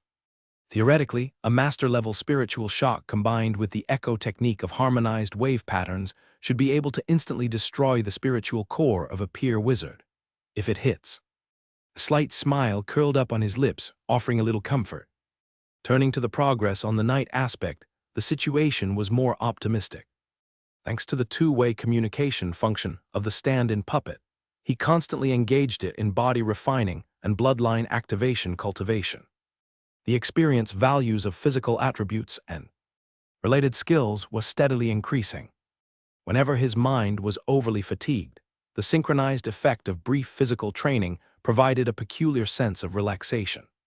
It's about time, Ron decided on the next plan. The Sun Protection Remnant has been successfully completed into Sun Incarnation, and the final stage of crown breathing technique practice can also be attempted. However, what troubled him the most at the moment was the wizardry aspect. Magic potion making, bloodline modulation, alchemy, enchantment, historical research, astrology. Nearly 10 specialized skills laid before him, each requiring a tremendous amount of time and energy to delve into. A strong sense of powerlessness surged within Ron. Even if he slept only 2 or 3 hours a day, devoting all his time to cultivation and research, he could not pay sufficient attention to so many fields at once. Moreover, the deeper he explored, the difficulty of each field grew exponentially. Is the path of omnipotence really feasible? He rarely wavered for a moment, his eyes showing deep exhaustion. "Master, please take a rest." Alan's voice suddenly came from outside the door, interrupting Ron's thoughts. The tree spirit pushed open the door and entered, her green eyes full of concern. Her branches gently swayed, holding a cup with a faintly fragrant warm liquid. Elm bark extract, it can relieve mental fatigue. Alan handed the cup to Ron, her voice gentle. Ron took the cup and sipped a little, the warm liquid slipping down his throat, bringing a gradually rising warmth in his abdomen. "Thank you, Alan." He nodded slightly. "I was just pondering some issues." Alan stood quietly to the side, her branches gently swaying as if hesitating about something. Eventually, she spoke. "Master, since arriving in the Central Lands, You've been overexerting yourself almost every day. Also, I've noticed your list of goals is getting longer and longer. Ron looked at Aelin with slight surprise. He had always thought he concealed it well, not expecting even Aelin to notice his excessive fatigue. The tree spirit's perception is much more acute than you imagine. Aelin smiled slightly, especially towards those with whom they have a life connection. Ron put down the cup, exhaling deeply. You're right. Perhaps I really do need to manage my time more. Reasonably. A true strong individual not only knows how to strive, but also understands how to use time efficiently. Blind diligence only leads to wasted effort, whereas reasonable planning is true wisdom. After pondering for a moment, Ron decided to focus on his newly acquired skills of enchantment technique and rune magic in the near future. Though these two skills are still at the entry level, thanks to Lecture 11's recording Crystal Ball, the progress has been smooth. If I can elevate them to a skilled level, obtain the corresponding skill additional traits, and successfully transition to an enchanter, and stack various synergy effects, perhaps another major breakthrough will come. Thinking of this, Ron's eyes were full of anticipation. 3-in-1 magic potion making, alchemy, enchantment is the missing puzzle piece for him right now. As for the practice in magic potion and bloodline modulation, I've indeed been neglecting lately. He felt slightly apologetic. After all, these two skills were the ones that first helped him build his reputation back in the Black Mist School. Fortunately, the profession panel can solidify existing achievements. Even if temporarily shelved, the skills won't become rusty or regress, which is an unparalleled advantage. He could only comfort himself in his heart. As for those more long-term plans, further development and fusion of the Chimera bloodline, and the continuous advancement of the melting furnace concept. Each one buzzes in his mind like a ticking time bomb, urging him to seize every moment. Master, Dale has recently made a breakthrough in water control. Aelin saw his brows knitting tightly once again and timely changed the topic. She's already able to create a water flow penetration barrier with enough attack power. Ron nodded slightly, feeling somewhat gratified. In this busy state, even without his constant supervision, both of his companions are growing and progressing in their own ways. Once the simulation battle device is completed, she can also participate in the training. He nodded in response. Speaking of the simulation battle device, Ron recalled his embarrassing lack of funds. He checked his remaining funds and found he had less than 10 complete magic stones left. Almost all the money had been spent on purchasing various auxiliary spatial materials needed for the mobile workshop. As for earning money by accepting magic potion orders like he did back in the Black Mist jungle. In the Central Lands, a place full of masters, to stand out among numerous senior alchemists and magic potion professors, one must have their unique strengths. The top 3 in the Rainbow Ring is a must-have, Ron said to himself, his eyes becoming exceptionally determined. Tomorrow's Rainbow Ring competition is an excellent opportunity to showcase his strength.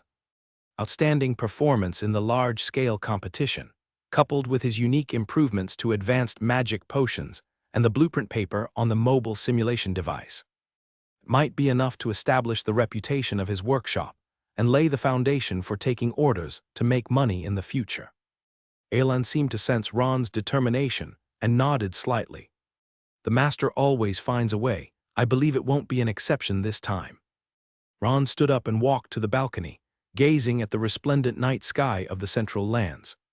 Someday, when he stands at the pinnacle as a wizard, overlooking all beings, he may smile knowingly at today's hardships. By then, he will no longer be constrained by time and resources, able to explore the mysteries of the universe at will, and wield the power over life and death. But now he must be down to earth, climbing upward one step at a time. The last class before the festival celebration carried a special atmosphere in the classroom. Though the students remained attentive, there was a faint sense of anticipation and excitement in their eyes. The arrival of Lance Memorial Day infused the normally rigorous academic atmosphere of the Crystal Tower with a lively spirit. Of course, everyone here was at a top academic level, so even with the festival approaching, there wouldn't be anyone unable to sit still like in ordinary schools. Ron stood on the podium, lightly tapping the crystal ball floating in front of him, projecting a series of complex magic potion formulas into the air. Today we will discuss the multi-phase potion system. Type of compound potion capable of displaying different traits in various environments. His voice was calm and powerful, clearly reaching every corner of the classroom. Unlike ordinary potions, multi-phase potions require pre-implementation of environmental trigger mechanisms during the preparation process, allowing them to automatically switch states based on external conditions. This technology is widely used in abyss exploration, plane traversal, and extreme environment research. He picked up a delicate crystal bottle from the workstation. The liquid inside initially appeared as a clear blue, but with a gentle shake of the bottle, it gradually turned into a thick purple, then returned to its original state after a moment of stillness. This is a simplified demonstration model. A real multi-phase potion can have more than 5 different states, each exhibiting completely different properties. Ron placed the crystal bottle on a specially made magic sensing disc. Today, we will focus on the principles of configuring multi-phase potions, techniques for stable control, and practical application cases. Of course, we're only demonstrating. Specific configuration requires at least the level. Professional alchemist. Over the next 2 hours, Ron explained the core concepts and construction methods of multi-phase potions in a way that was easy to understand. He didn't simply list formulas and steps, but emphasized the underlying principles and thought processes. This teaching style had long become his trademark. Not teaching students what to do, but why do it and how to think. The key to the multi-phase conversion mechanism lies in the preset folding paths of the microstructure. While explaining, Ron drew a complex energy model in the air. It's like pre-weaving multiple possible molecular arrangements for the liquid, then designing specific switches to trigger the transformation. This idea applies not only in magic potion making, but also in bloodline modulation and high-tier alchemy. The students below were completely focused, their pen tips swiftly moving over parchment, recording these precious points of knowledge and perspectives. Understanding the principles is more important than memorizing the steps. Ron's voice echoed in the classroom. When you grasp the energy relationships between materials, you can infer by analogy and even find suitable substitutes when certain materials are lacking. That is the true art of magic potion making. She sat in the front row, her brown curls shimmering slightly in the sunlight. Her pen tip moving swiftly over the parchment, capturing every detail. As Ron's assistant, she could have directly obtained the lecture materials, but insisted on personally recording each knowledge point. Remember, the greatest challenge of multi-phase potions is not creating multiple states, but ensuring that each transformation is flawless. Ron's voice carried the calm of experience. In actual preparation, even the slightest error could lead to the collapse of the entire system, or worse, entering an unpredictable chaotic state. With a gentle fluctuation of spiritual power, the projection in the air transformed into a series of illustrations of failure cases. These demonstrated various possible erroneous results, and their cause analyzes. Today's assignment is to analyze this collection of multi-phase transformation failure cases, identify at least 3 critical error points, and propose what you consider viable improvement solutions. As the time approached the end, Ron packed up his demonstration tools and assigned the post-class task. Additionally, I hope everyone uses the holiday to review the energy conversion theories covered previously, to prepare for the relevant courses after the holiday. As the magic power cursor pointed to the end time, the students began to orderly pack up their study tools. Some students gathered around the podium, hoping to get extra tips or advice on the assignments. Ron patiently answered each question, conveying both rigor and encouragement in his words. A voice came from the crowd, belonging to a tall male apprentice. "We heard you're participating in the Rainbow Ring competition tomorrow, and we'll all be there to cheer you on." "Yes, master, we bet you'll surely get a perfect golden rating." Another female apprentice added enthusiastically, her tone full of admiration. Ron slightly raised his hand, signaling everyone to be quiet. "Thank you all for your enthusiasm, but the holiday has started, so go home and rest well. Don't forget the holiday assignments, I'm looking forward to seeing your innovative ideas. Only after that did the students reluctantly leave the classroom, almost every one of them expressing their blessings and support to Ron before leaving. Only the members of Ron's elite team stayed behind. "Master, all 6 of us will be there to cheer for you," a slender boy with short silver hair said. "We've already agreed on the best viewing spot." "Yes, Master," another fair-faced female apprentice chimed in. "We've also prepared some special gifts, hoping to bring you good luck." Ron looked at the 6 students in front of him and nodded with satisfaction. The elite team, composed of these 6 people, was one of the greatest achievements of his teaching this month.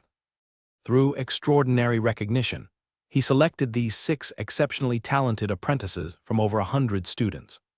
Although their starting points were different, they all showed potential beyond their peers and a thirst for knowledge. "Thanks for everyone's support." Ron nodded slightly, his gaze sweeping over each young face. "However, more important than me is your progress. Each of you is working hard to learn, and that is more precious to me than any gift." The silver-haired youth Herman possessed the rare second-tier multi-dimensional resonance talent. He was the strongest in the group and also had the highest level of potion-making skills. "Master, following your suggestions last week, I have successfully achieved the energy secondary cycle you taught, improving efficiency by nearly half." "Well done, Herman," Ron affirmed. "Next week, I will teach you more complex cycle models. If mastered properly, the efficiency can be improved further." Another member of the elite team, the red-haired girl Lucia, was an apprentice with a strong bloodline sensing talent. "Master, as per your suggestion, I studied the adaptation mechanisms of abyssal mutants and found some interesting patterns. I organized my observations into a report. Leave it on my desk. I will read and review it later and give you individual guidance after the next class." Ron nodded and encouragedly nodded to the red-haired girl.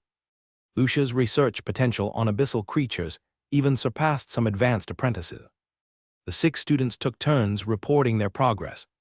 Ron patiently provided feedback and new guidance. These extraordinary young people all showed astonishing potential in their respective fields of expertise.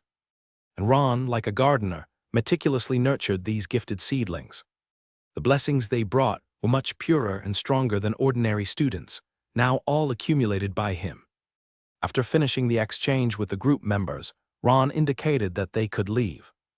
"All right, the holiday has begun. Go and take a good rest, but don't forget the personal research tasks I assigned. I look forward to seeing your results."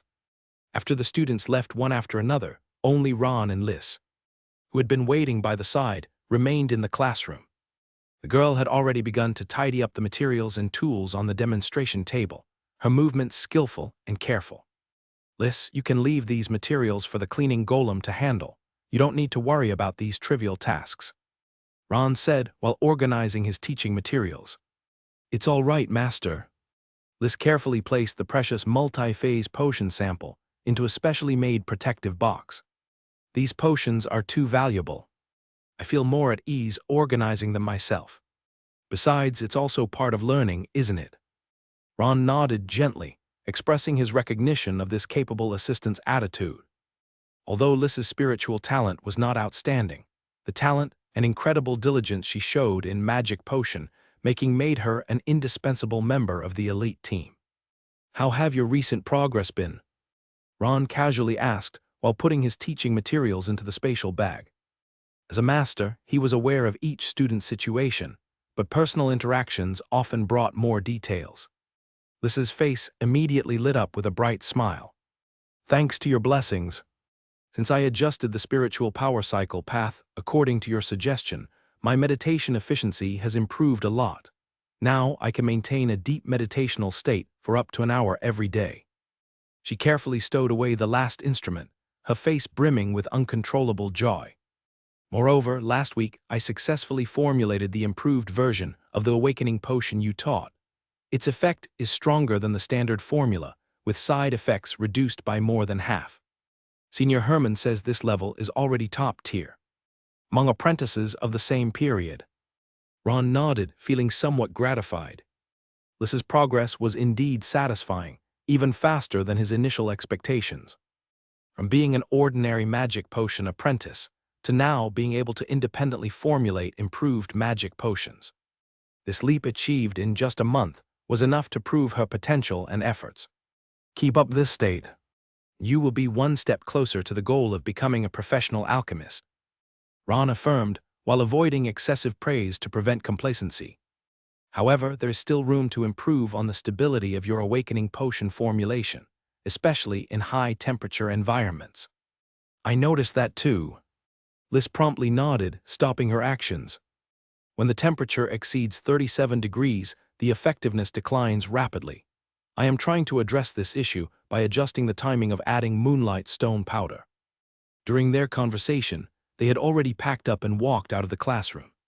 In the hallway, a few students who had not yet left stepped aside upon seeing Ron, with some even saluting respectfully.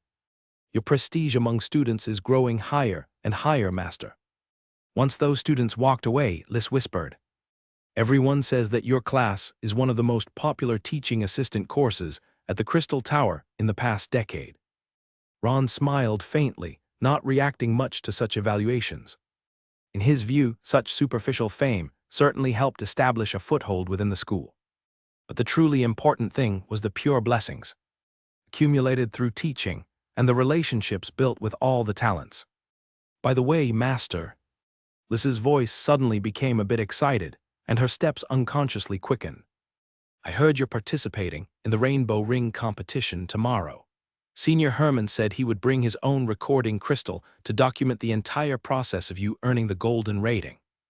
Mentioning this, the girl's cheeks flushed slightly, the tiny freckles appearing particularly cute under the sunlight.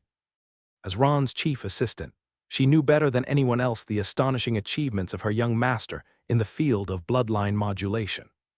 Every time she saw those deep eyes and that calm demeanor, she couldn't help but admire him, even experiencing some more complex emotions. Herman is always this exaggerated. Ron chuckled softly, interrupting Liz's daydreaming. A golden rating is extremely rare, and there have been very few contestants in history who could reach this level. But if anyone can do it, it's definitely you. Liz's eyes sparkled, her tone filled with undeniable trust. The dual bloodline fusion technique you demonstrated in class last time, even the director couldn't stop praising it, saying it was the most exquisite micro-control he had ever seen. Her voice gradually grew quieter with a hint of shyness. We all believe you can create miracles. Ron glanced at her, reading pure trust in those eyes. This was a sentiment he was all too familiar with, having once sensed such emotional waves from another student. It is precisely this admiration and trust that constitutes the purest source of blessing. I will do my best, he simply replied. They reached the fork in the teaching area, where Liz needed to head towards the apprentice dormitory while Ron returned to his residence. See you tomorrow, Master. Everyone in the team will be cheering for you, Liz said finally, her eyes shimmering with anticipation. Ron nodded, watching this diligent apprentice leave before turning to head home. Developing students through the elite team method was indeed a win-win choice. The students received better guidance and resources, while he gained a purer and more stable flow of blessings. It all felt similar to the special attention that Sauron and Uni had given him back at the Black Mist School. Perhaps he should consider further expanding this approach, establishing small one-on-one training programs. With these thoughts, Ron stepped into his abode. The sunset's afterglow streamed through the crystal window, casting a patch of golden-red light on the living room floor. He had just intended to take a short nap before dinner when the doorbell rang suddenly. It wasn't the sound of an ordinary visitor, but a special magic power fluctuation, only triggered when there's important notification. He waved his hand gently, and the door automatically opened, revealing a crystal puppet about 2 feet high hovering outside. The puppet appeared semi-transparent, with intricate energy circuits glowing faintly inside, holding a letter sealed with a silver thread in its hands. Esteemed Wizard Ron Ralph. The puppet's voice was crisp and mechanical, yet perfectly pronounced. The Academic Evaluation Office has entrusted me to deliver the evaluation notice to you. It extended the letter, and upon Ron taking it, respectfully bowed, then dissolved into a cluster of light points and vanished into the air. This was one of the unique communication methods of the Crystal Tower, more formal than ordinary magic power communications and more ceremonial. Ron opened the envelope and took out the parchment. Inside, on the surface of the paper, elegant silver writing flowed and changed in the dim light. Dear Wizard Ron Ralph, this is to inform you that your submitted academic paper, Mobile Simulation Battle Device, a new approach to combat training breaking space limitations, has passed the preliminary assessment by the review committee and been recognized as an outstanding research achievement with significant academic value and practical prospects. According to the assessment results, the paper has automatically entered the second stage review. It will be thoroughly examined by 3 review committee members, at least at the associate professor level. The first stage review gave the following evaluation of your research. The innovative design of the energy recycling system demonstrates a high level of original thinking and cross-disciplinary integration capability. Academic rigor, 7.7 over 10. Experimental data is sufficient, argument logic is clear, and the theoretical foundation is solid. Practical value, 8.2 over 10. It addresses the real needs, solving the long-standing problem of training space limitations in the wizard world, with broad application prospects. Technical feasibility, 7.5 over 10.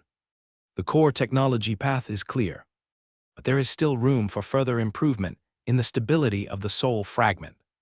Based on the scores, your paper has preliminarily obtained 1,260 contribution points.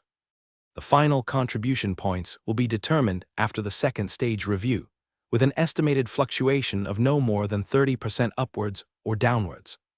The School Alliance will reserve high-priority funding support for you.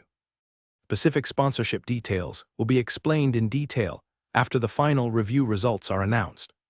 We look forward to your research bringing more breakthroughs to the School Alliance and the entire wizard world. Sincerely, from the Academic Review Office. After reading the notice, a slight smile appeared on Ron's lips. Contribution points, even at the most conservative estimate, will not be less than 900 points in the end, which has exceeded his target goal.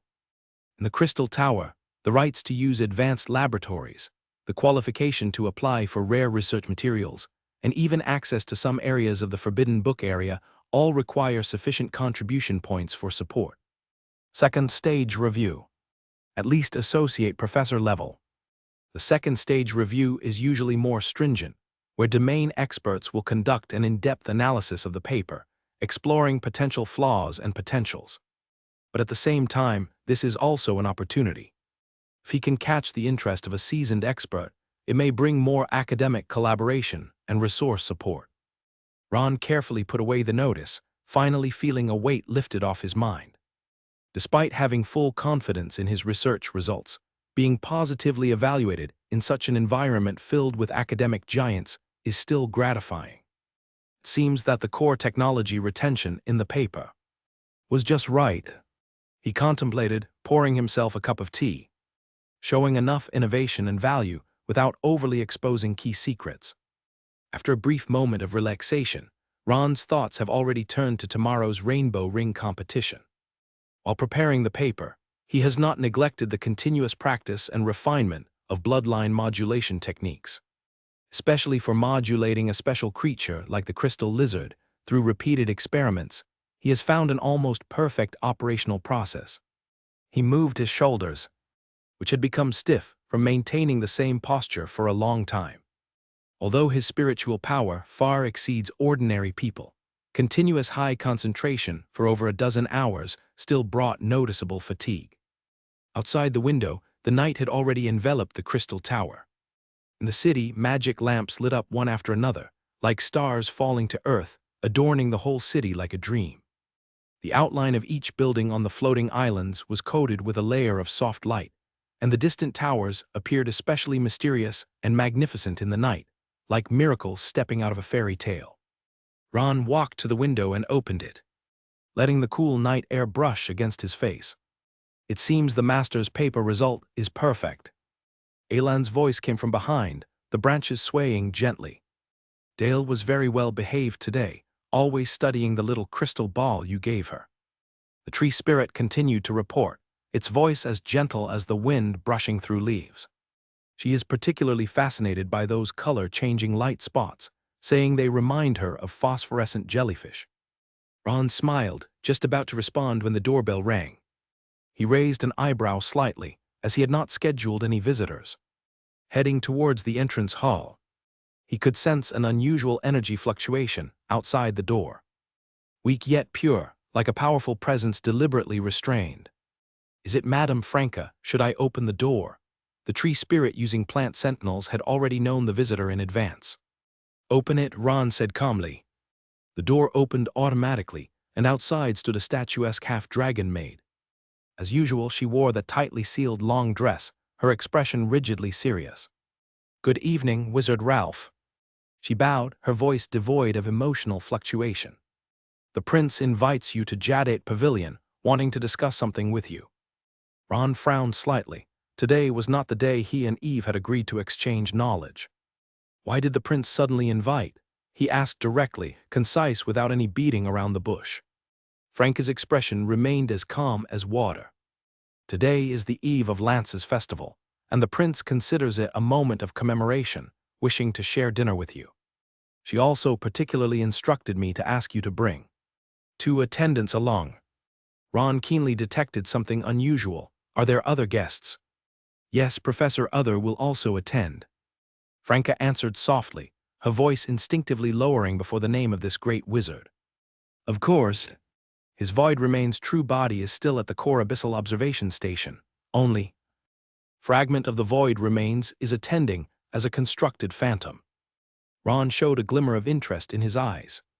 Being able to see others' void phantom is a rare learning opportunity in itself.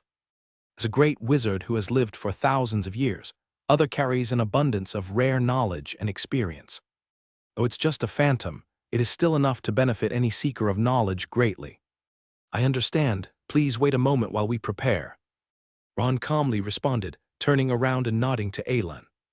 Moments later, he led Alan and Dale to follow Franca to the Jadate Pavilion.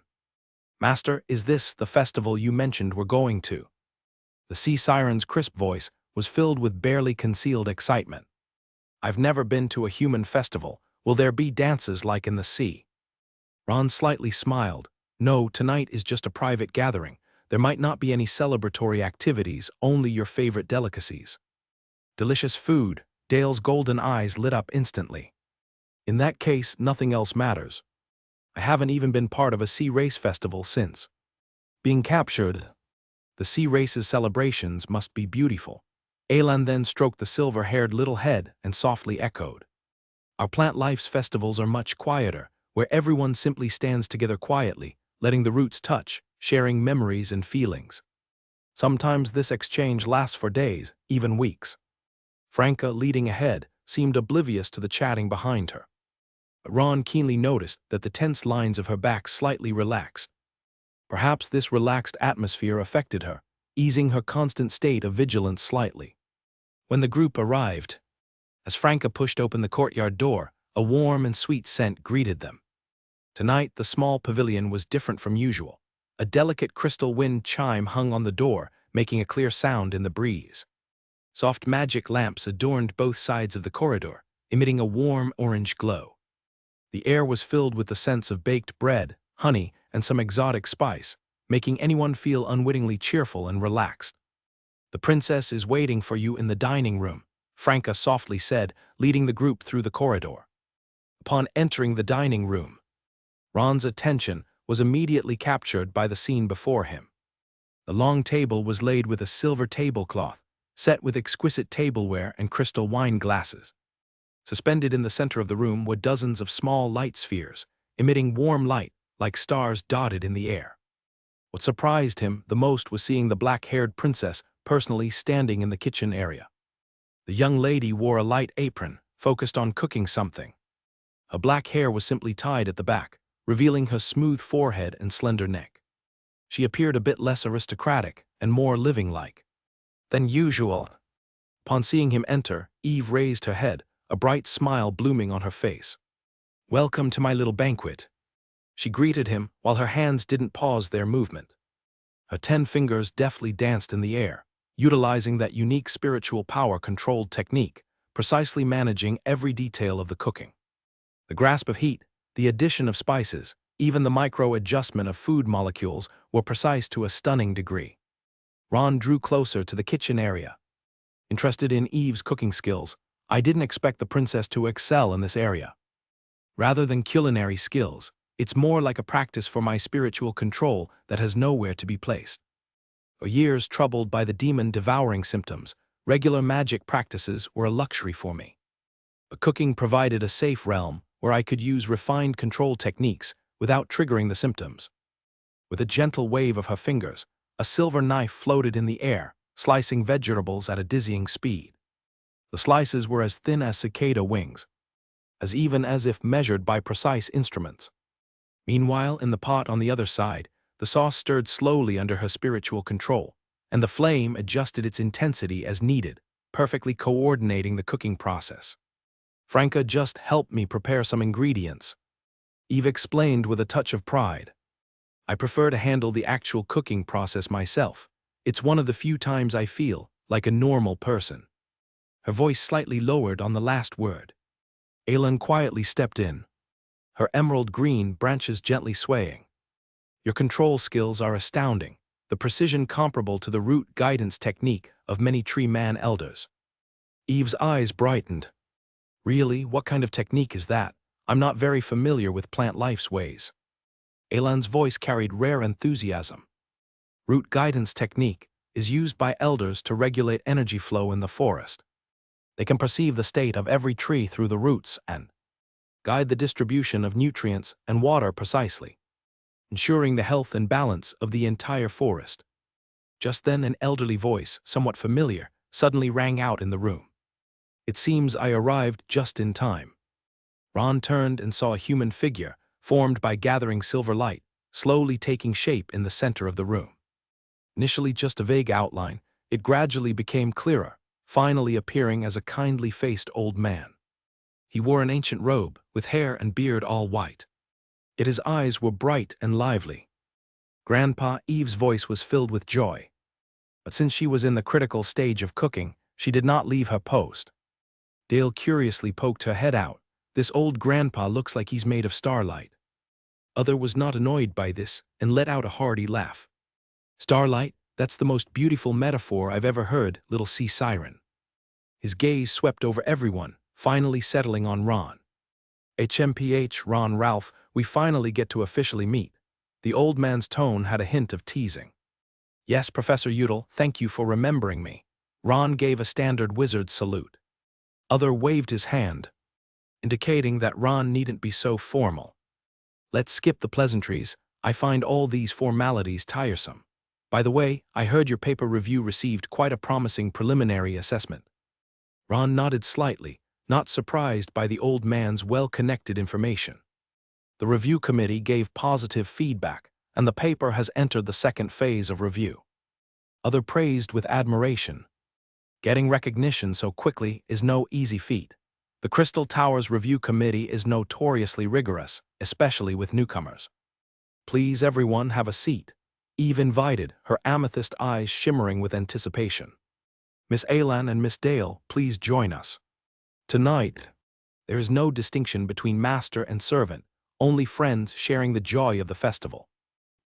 As her words fell, exquisite dishes began to float towards the dining table, moving elegantly and effortlessly.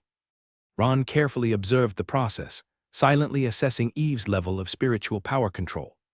Such precision of control is rare even among official wizards, let alone someone not yet officially advanced. If she could break through and advance, her future achievements might be unpredictable. He nodded to his two attendants and then took his seat. This dinner was exquisitely perfect. From the starfall soup, a clear broth made with deep-sea fish and special herbs, with shimmering energy crystals floating on the surface like stars. The trio meat roll, with 3 different types of meat wrapped together in a complex way, offering a different texture with every bite. And finally to the airy dessert, a floating icy treat that melts in the mouth but leaves a lingering aftertaste. Dale tasted the starfall soup, her golden eyes widening immediately. Delicious. You can taste the distinct flavor of each spice, yet they blend perfectly together. Eve feeling a bit embarrassed from the praise. This soup needs to be simmered at a precise temperature for 7 hours and 43 minutes, with different spices added at specific times, each with its own way of addition. Indeed, it's delicious. Alan elegantly commented. The handling of the ingredients reminds me of the ritual cooking of ancient tree spirits in the green forest. Ron maintained an appropriate level of praise. Such control over details, understanding of balance, is indeed impressive. Eve, overwhelmed by the compliments, lowered her head, seemingly a bit shy. Thank you, this is the first time I prepared a formal dinner for guests. Usually, only Grandpa and Franca get to taste my cooking. I must admit, Other chuckled softly, warmth in his eyes. Scenes like a few people gathering to share dinner remind me of times many years ago. His gaze became distant, as if traversing the river of time, seeing sights only he could see. Back then, Alan, Valen, Cassandra, and Hayek and Caddy Simon, those close students we often gathered on such festivals. Others' voice became unusually gentle, almost a murmur. I still remember how young Alan was then, her pink-purple long hair always tied in a ponytail. At that time, she loved researching magic potion making and mutagens, always saying she wanted to find a cure for distortions. Now she too is an old lady. The old man gently shook his head, a nostalgic smile on his face. Valen was always the most steady one, seemingly born with the demeanor of an old-school scholar. But at those gatherings, after a few glasses of magic wine, he'd become humorous, telling old stories. Now look at him, a centuries-old guy standing at the pinnacle of power at the Crystal Tower, busy every day with various political and school negotiations. Where's the carefree spirit of that time? Others' gaze softened even further. And little Cassandra, she was just a 12-year-old girl back then, even younger than Eve now. Brilliantly smart to the point of being alarming, but also stubborn to the point of being headache-inducing. She could grasp the most complex magic in the shortest time, then impatiently show it off to everyone, like a child eager for recognition. Who would have thought she'd become one of the most powerful beings in the Central Lands now? Others' voice carried a barely detectable trace of sorrow. And then Caddy, Simon, those lovely students who once laughed with me, now all rest under the earth. Fate was not kind to them. Perhaps it's also a form of release. The room fell silent for a moment. The young Dale and Eve weren't too affected, but Alan and Franca both furrowed their brows simultaneously. Ron's heart was inevitably touched as well. He thought of his family, classmates, friends from his previous life, their faces and voices now mere dust in another world. And after coming to this world, the Ralph clan and Andre, those friends and relatives, it seems they are also difficult to meet again. But that's the beauty of life, isn't it? Other suddenly lifted his head, his eyes shifting from sadness to a serene joy. It's this flow and inheritance that gives meaning to my existence. Seeing the younger generation pick up the torch, continue forward, and explore the untouched fields. It's an incomparable satisfaction. His gaze swept over everyone present, finally resting on Eve. Just like today, seeing you young people gather together, communicate, learn, and grow is the greatest comfort to an old guy like me. Eve gently held Other's hand. Grandfather, you are forever a lighthouse. Ron watched this warm scene, silently evaluating everything he saw in his heart. The genuine emotions Other showed towards his students were a rare sight in the Black Mist School. There, the student-teacher relationship was more of a transaction rather than a genuine heritage and concern. Perhaps a more realistic reason is, the ordinary apprentices of the Black Mist School are not qualified to be considered as heirs by those lofty official wizards. Beside them, Dale curiously asked, Grandfather Other, have you really lived for a very, very long time? Older than the sea siren's elder. Other heard this innocent inquiry and shook his head with a laugh. The sea siren's elder is probably at the morning star level, and even with racial advantages can only live for 700 or 800 years. I can no longer remember my exact age, only know that I have witnessed 3 major reforms of the Crystal Tower and bid farewell to far too many friends and students. Ron could sense the profound loneliness behind Other's words. For someone like him, who has lived for at least thousands of years, The passage of time brings not only the accumulation of knowledge, but also endless farewells. Becoming a long-lived being might be a coveted blessing. For mortals, but for those who have truly experienced it, it might be an unspeakable curse. Dinner continued in a joyful atmosphere, and Eve's cooking was truly astounding. Every dish was full of color, aroma, and flavor, with shapes and presentations that were like artworks. Ron tasted a few more bites, having to admit these dishes were not only beautiful, but also quite delicious. Speaking of which, since coming to the Crystal Tower, your performance really lived up to the treasure-level evaluation. Other turned the topic to Ron.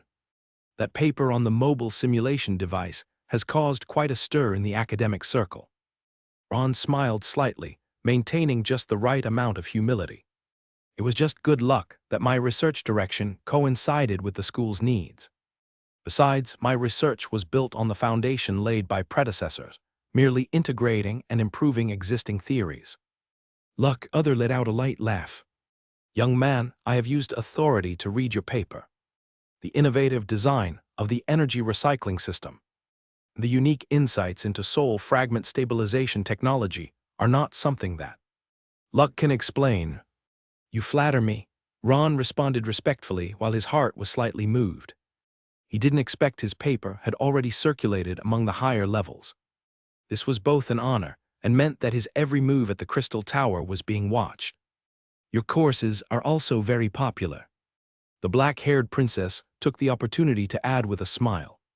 Every time I attend class, it's a full house, and even some teaching assistants and lecturers come to listen. This is mainly because of having a genius student like Her Highness Eve. Ron skillfully diverted the praise. Combined with some innovative teaching methods, it naturally attracts some curious eyes. I believe what truly draws them is wanting to see why the Princess of the Crown clan would choose an apprentice from a marginal school as a master. Others' eyes showed an intriguing look. No need for undue modesty, Ron. In a place like the Crystal Tower, being able to receive so much attention and praise is itself a testament to your strength. You can simplify complex theories to a surprisingly profound and precise degree. This is indeed a rare teaching talent. The elder's gaze turned to Eve. But what gratifies me most is that little Eve seems much better. The demon-devouring symptoms have indeed been relieved, haven't they? Eve nodded happily, her genuine joy undisguised. Yes, grandfather. Master Ron's grace helped me control the worsening of the symptoms, allowing me to even briefly leave the magic isolation environment. Something I haven't felt in 14 years. Others' expression softened. For an old man, nothing is more comforting than seeing the younger generation heal. Little Eve's demon-devouring symptoms have troubled us for years, and despite countless experts' treatments to no avail, we were nearly in despair. But now, we must thank you for being willing to participate in this attempt. It's a mutually beneficial collaboration between us. Her Highness Eve's knowledge imparted to me is equally precious, especially the techniques on refining spiritual power control, as well as astrology and history knowledge, have been very helpful to me. Others' gaze carried some profound meaning. Since the topic has come to this, how is your recent progress on historical research and astrology? Ron could only answer honestly. The progress is relatively slow, even with Her Highness's guidance. To truly grasp the core of these fields likely requires a long time. Other gently advised. These subjects inherently contain deep dangers, requiring gradual progression. Just like observing the abyss, staring too long. And the abyss will gaze back at you. Anxiety only brings disaster, not breakthroughs. At this moment, the dessert time after the banquet had just ended. The half-dragon maid wisely stood up and exchanged a glance with the tree spirit beside her. If you three need to discuss some academic matters, we can go to the backyard to enjoy the garden scenery on the eve of the festival. The spirit light flowers there have already started to bloom, quite spectacular. Eve smiled and nodded. Thank you, Franca. We do have some topics we want to discuss. There are specially made magic beverages on the balcony in the backyard. Please help yourselves. Franca gave a slight bow and left the parlor with Alan and Dale, leaving only Ron, Eve, and Other. The atmosphere in the air subtly changed, and Other's phantom became more solid. The surrounding silver light began to flow in a complex pattern, forming an invisible veil that blocked any possible spying and interference. Since we've mentioned taboos and secrets, others' eyes flashed with mystery. Tonight, I want to share a story with you. A story of ambition, betrayal, and the truth about the one known as the King of Blood. These secrets are hard to find even in the hidden archives of the Crystal Tower. Yet they have profoundly influenced the current world structure. Eve's eyes lit up like a child's waiting for a story. Even though her knowledge far surpassed her peers, is it about the legends of the Third Era? Grandpa Other smiled faintly, smart child. Yes, it is about the truth of the King of Blood, who once shook the entire wizard world. Ron's body involuntarily leaned forward slightly, his eyes glinting with a thirst for knowledge.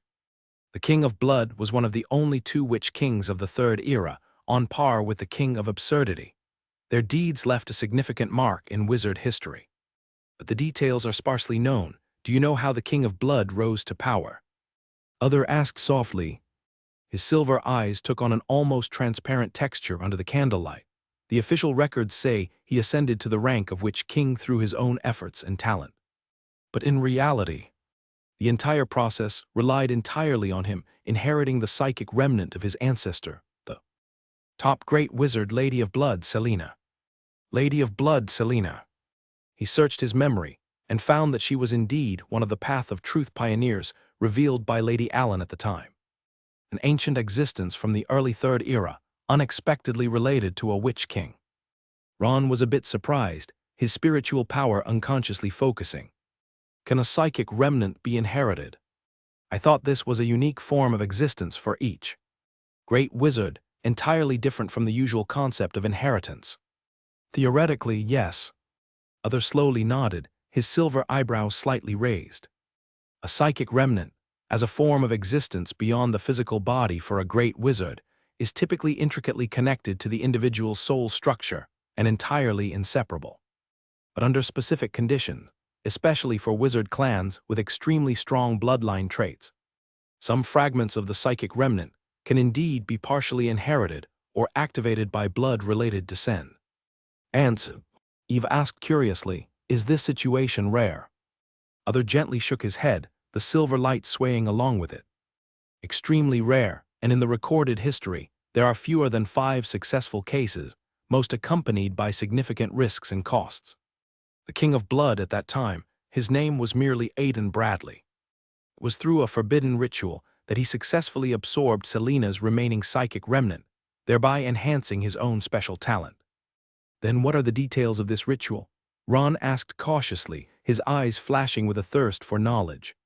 Other's expression turned serious. That is not the focus I wish to share tonight, Ron. This ritual has been expressly forbidden by all major wizard organizations of the Ring Abyss Continent Group. Not only because of its danger, but also because it involves the desecration of ancestral psychic remnants. As far as I know, Aidan paid a huge price for this, with part of his soul permanently fractured, leaving irreparable cracks. Ron nodded to show understanding. Although his heart was still full of curiosity, he knew when to stop. Eve nodded thoughtfully. This sounds like the mechanism of a bloodline lock, a concept my mother once mentioned briefly but did not elaborate on. That's right, little Eve. Other looked at her approvingly. A bloodline lock is an extremely ancient phenomenon in the wizard world, especially common in families with powerful bloodline inheritance. Simply put, when a family produces an extremely powerful wizard, especially one at the level of a great wizard or even a witch king, the descendants often face an invisible limitation, finding it hard to surpass the achievements of their ancestors. His gaze fixed on the young girl, seemingly observing her reaction with intent. This limitation is not deliberate, but rather a manifestation of rules. Just like a river can't rise above its source, bloodline inheritance seems to have a certain upper limit. This limit is often set by the strongest individual in the family, even though this process is unconscious on their part. Beside him, Ron's mind was churning rapidly. These insights were extremely valuable to him.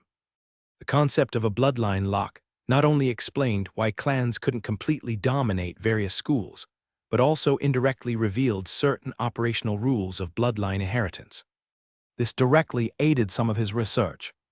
Currently, there is only one known way to unlock a bloodline lock. Other continued to explain. That is the moment when one must wait for their most powerful ancestor to pass away, allowing the descendants to break through this invisible shackle. This is also why in some ancient wizard clans, the phenomenon of intergenerational leap occurs, with the new generation of geniuses truly rising after the older generation passes away. The two listeners simultaneously fell into deep thought, with others' words provoking reflections of their own. Ron connected it to Cassandra, Eve, and the King of Absurdity, while Eve contemplated her own situation. Let's get back on track, we're drifting from tonight's topic. Other gently shook his head, steering the conversation back on course. The King of Blood was renowned alongside the King of Absurdity in the Third Era, yet a profound antagonism always existed between them. This stemmed from their diametrically different paths of ascension and sources of power. Eve gently bit her lower lip, the amethyst-like eyes glimmering with a thirst for knowledge. Did they ever engage in direct confrontation? Other shook his head. There was hardly any direct conflict after becoming Witch King. The confrontations between the great figures rarely manifested in direct conflict. They preferred to compete through indirect influence and the contest for achievements between civilizations. But before becoming Witch King, Aiden always feared his mortal enemy, who was adept at curses and ascended to Great Wizard before him, would target his bloodline descendants to weaken or even destroy him. Other's voice sank, his eyes filled with unconcealed disgust. So he made a heinous decision to massacre all members of his clan, no matter the distance in relation. As long as they shared the same blood, he sought them out and slaughtered them mercilessly. Eve involuntarily took a deep breath, her slender fingers gripping the edge of the table tightly. He murdered his own kin, including children and the elderly. All of them, Other nodded heavily. From newborn infants to the elderly, from close siblings to distant relatives he had never met. He sent countless hunting teams, launching a decade-long bloody pursuit across the entire Ring Abyss continent group. The rationale was, without bloodline continuation, the bloodline curse would lose its target. Ron's expression remained calm, yet he was internally shocked by such extreme behavior. Even in pursuit of power, this complete disregard for limits revealed the twisted psyche of the King of Blood. Not only that. Other shook his head, his white eyebrows knitting tightly after becoming Witch King. He even attempted to erase all historical records about Selena, fabricating his rise entirely on his own effort. He sent people to infiltrate archives of various schools, steal or alter relevant documents, bribed or threatened those in the know to force their silence, even attempted to interfere with the records of the Court of Truth to completely conceal his dependency on ancestral power, creating an immaculate image. But this ultimately failed. Ron sharply grasped the key point. Of course, Other's voice carried a twinge of irony. As one of the top great wizards documented by the Court of Truth, and a primordial wizard who successfully practiced the path of truth, Selena's deeds were too significant and indelibly imprinted in the collective memory of the wizard world. The Court of Truth safeguards history with a determination and strength far beyond what Aiden imagined. The plan ultimately failed completely, not only failing to erase the truth, but also catastrophically ruining the reputation of the King of Blood, making it notorious. Ron noticed that as Other recounted this history, the progress bar of his historical research skills quietly grew. This forbidden knowledge far exceeded the value of ordinary tomes, directly touching the profound truths of history. Even so, the King of Blood ultimately became a Witch King and conquered the land of chaotic blood. Other's voice turned somber. But the irony is, that world was also built upon the achievements of great witch Selena years ago. It was Selena who first discovered and explored this blood-soaked and chaotic exotic plane, leaving comprehensive research data. Aiden merely stood on the shoulders of predecessors to complete the final conquest. This made him appear even more ridiculous in the eyes of other witch kings. Other sighed softly, thus. He also became the most despised and isolated presence among the witch kings. Wherever he went, those deep-rooted doubts and mockeries followed him like shadows. Eve asked curiously, so do the other witch kings dismiss him altogether? Other gave a faint smile, a sly glimmer in his eyes. In fact, he is the weakest among all the witch kings. This is not just because his rise was full of various shortcuts, and inheriting a hollow body made his soul unstable. But also, after becoming a witch king, he spent a great deal of effort in eliminating potential threats instead of continuing to deepen his understanding and mastery of the essence of power. Speaking of great witch Selena, Ron replied thoughtfully, I have come across this name in some ancient texts. It said that she was a powerful entity who ascended in the early Third Era through the path of truth, a pioneer in the study of bloodline mutations and organ transplants. Correct, other nodded approvingly. Selena was Aiden's 9th ancestor. No, it should be the 10th ancestor. In any case, it's quite a distant blood relation. At her death, according to the traditions of that era, she chose to leave her spiritual and physical remnants within the family. The intention was to protect descendants and perhaps offer guidance at crucial moments, but it ended up bringing great disaster to her kin. Ron's expression became more focused, realizing the importance of this information in understanding the essence of the remnants. So the King of Blood isn't really a witch king in the true sense, but rather a malformed and incomplete existence. A very accurate judgment, other nodded in appreciation. In a way, Aiden is more like an extension of Selena rather than a true successor. This is also why other witch kings disdain him greatly, never seeing him as an equal presence. Ron showed a thoughtful look. Is this also the reason you're brave enough to share these secrets with us? Because he can no longer interfere with the affairs of the main world. Smart, other's white eyebrows slightly raised. The opportunistic method of ascension keeps the King of Blood from ever reaching the true heights of a witch king. Now he is trapped within his own realm, extremely limited in his means to influence the main world. Moreover, the chaotic blood world itself is a rare Roman IV-type plane. Even after the efforts of both Selena and the King of Blood, it has yet to be fully conquered.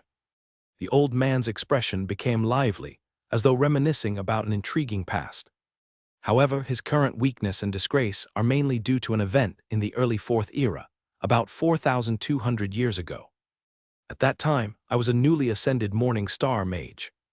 An elder Calyx had already reached the level of Great Wizard, and he challenged that King of Blood and won handsomely.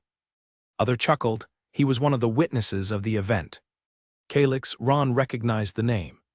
The legendary figure who mastered causality severance and result preview. Legendary, other laughed heartily. Dead people are always readily beautified. If that old coot knew he would be recorded as a legend, who knows how thrilled he would be. He stroked his white beard and continued reminiscing. Calyx's hatred towards the King of Blood had deep reasons. Great Witch Selena once patronized many young gifted wizards, and Calyx was one of them.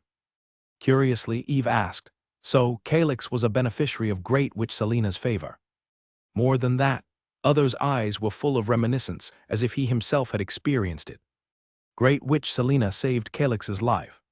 At that time, during an abyss exploration, Calyx encountered an accident, was severely injured, with multiple organs failing.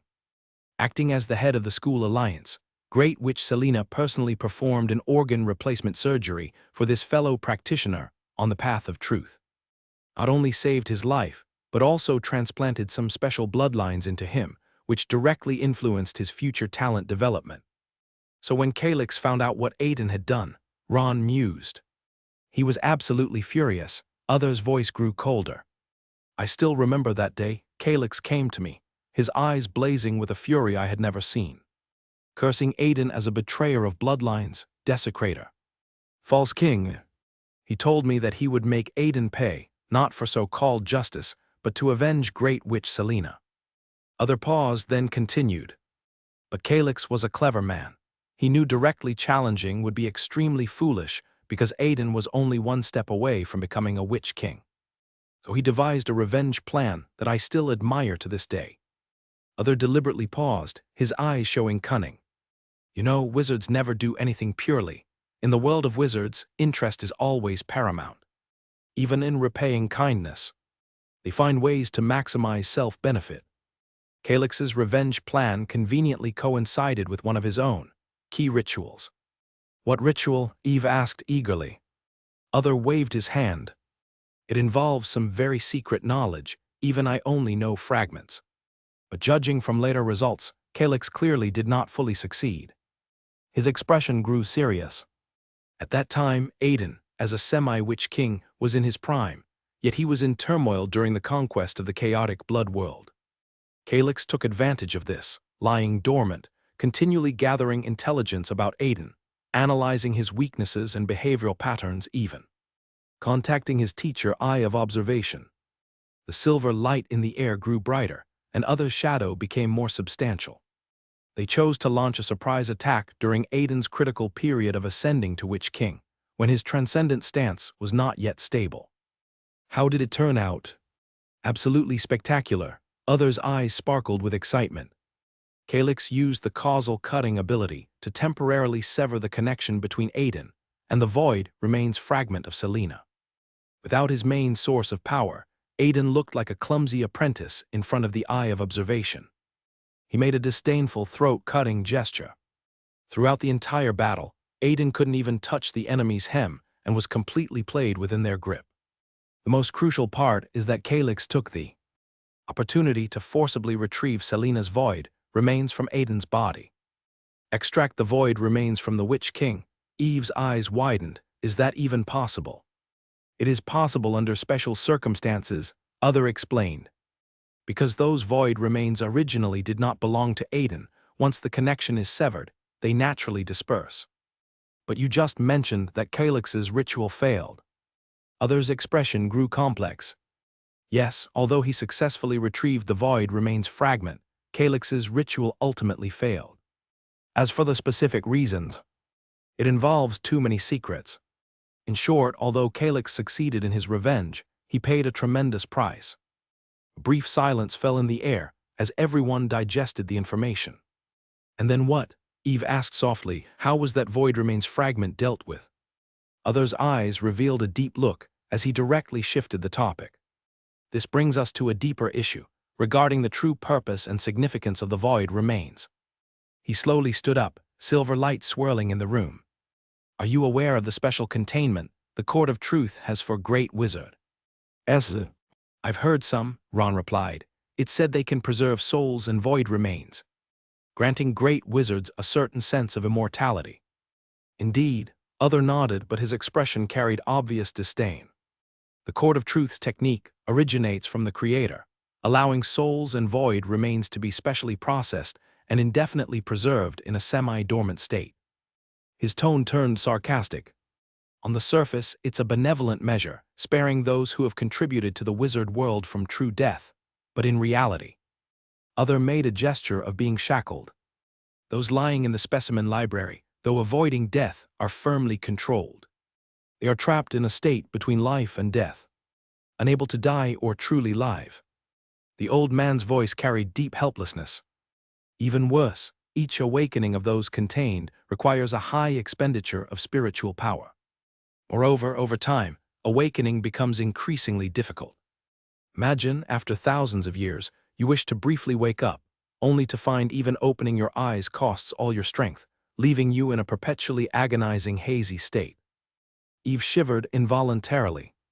It sounds terrifying. Not a blessing at all, but eternal torment. Precisely, Other nodded. And those contained can no longer continue refining their academic achievements, unable to communicate with the outside world, forced to watch, as their theories are misunderstood or altered by future generations. For truth-seeking scholars, this is a punishment more cruel than death. This is why many great wizards choose another path, leaving their void remains to descendants or students. Ron seemed deep in thought. You mean this form of inheritance has its unique significance? Of course. Other's eyes showed a nostalgic look. When a great wizard voluntarily leaves their void, remains to an inheritor. If the inheritor becomes a great wizard themselves, they can use their void remains to nurture and protect those fragments. To some extent, it can even revive a portion of the predecessor's true spiritual consciousness. His voice became gentle. Great Witch Selena once held such hope, expecting a capable inheritor of her legacy to emerge among her descendants. Unfortunately, She did not foresee the presence of a psychologically twisted individual like Aiden. So great witch Selina's goodwill ultimately became the source of disaster. There are many examples in wizard history where good intentions led to disastrous outcomes. His voice turned somber. Speaking of which, I too can feel that my remaining time is running short. The withering of the soul is a gradual process, and perhaps in 100 or 200 years, I'll follow in the footsteps of those old friends. Tears welled up in Eve's eyes. Grandfather. Other gently stroked her hair. Do not be sad, little Eve. I've lived long enough and witnessed too many rises and falls. To me, death is merely another form of liberation. I've already discussed with Cassandra regarding the placement of my void remains. Part of it will be left to her, to help her advance further in the path of mysticism. The other part will be left to you. Perhaps it will aid in alleviating the symptoms of demon devouring. His eyes showed a look of affection. Such an arrangement not only allows the knowledge to be passed on, but also provides some support for your future. Much better than being sealed within the specimen library of the Cord of Truth. At that moment, the bells of Lance Festival rang in the distance. Clear notes echoed in the night sky, reminding everyone that a new quarter has arrived. Others' spectral form began to grow faint. It seems we've talked for too long. Tomorrow. No, today during the daytime is the Rainbow Ring competition, and you all need a good rest. Eve stood up, approaching Ron, her amethyst-like eyes gleaming with anticipation. You needn't worry about transportation in the morning. I'll send a personal flying device to fetch you, so you won't have to queue in the public descending passage. Today is a holiday, and even with teaching assistant priority, it will be quite crowded. Ron nodded slightly to express thanks. Then, thank you in advance, Your Highness. Other spectral form began to grow faint. I must return to the abyssal observation station as well. The old bones have limited energy, and this avatar cannot stray too far or too long from the main body. Ron, I'm looking forward to seeing your performance in the competition tomorrow. With your bloodline modulation skills, you should be able to surprise everyone. Eve, remember to take the potion left by your mother on time. Don't let the excitement of the festival affect your recovery. Eve nodded obediently. I will remember, Grandfather. I've been feeling much better lately, and those nightmares have lessened. Other was somewhat gratified. Then his silver figure began to gradually dissipate. Finally, it completely merged into the air, leaving behind a light-hearted reminder. Take care of yourself, little Eve. And you, Ron. Do not let your thirst for knowledge cloud your judgment. With others' departure, Franca also returned from the back courtyard with Alan and Dale. The little sea siren excitedly described the various peculiar plants she saw, especially those luminescent aquatic plants that reminded her of her distant oceanic homeland. Ron thanked Eve and then bid farewell with Alan and Dale. Back at his residence, he immediately began organizing the various knowledge and information acquired tonight, while making final adjustments and preparations for the competition. His spirit gradually calmed in the state of meditation.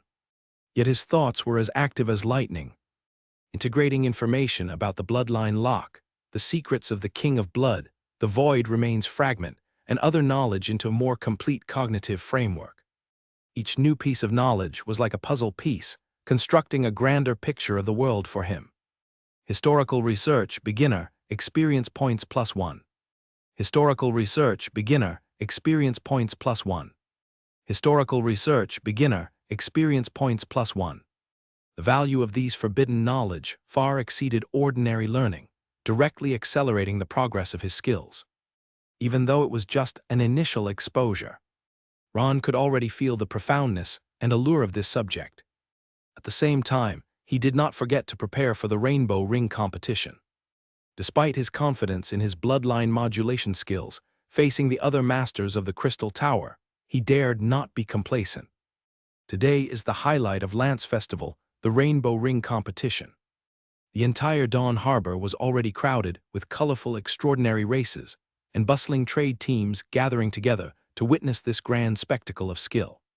In the sky, rainbow-colored light bands symbolizing Lance's achievements fluttered in the breeze, like dragons coiling above the square, enveloping the entire area in a dreamy halo. The seven-colored magic power continuously cascaded from the top of the central tower, turning into countless tiny light spots, scattering across the field like stars. Large aircraft resembled a giant silver bird, with its streamlined design and wingtips shimmering with magical light, all highlighting its extraordinary quality. Every detail reflected the Crown Clan's luxury and grandeur, from the comfortable seats to the efficient energy engine, each a pinnacle of craftsmanship. This silver feather aircraft is one of His Highness's exclusive vehicles.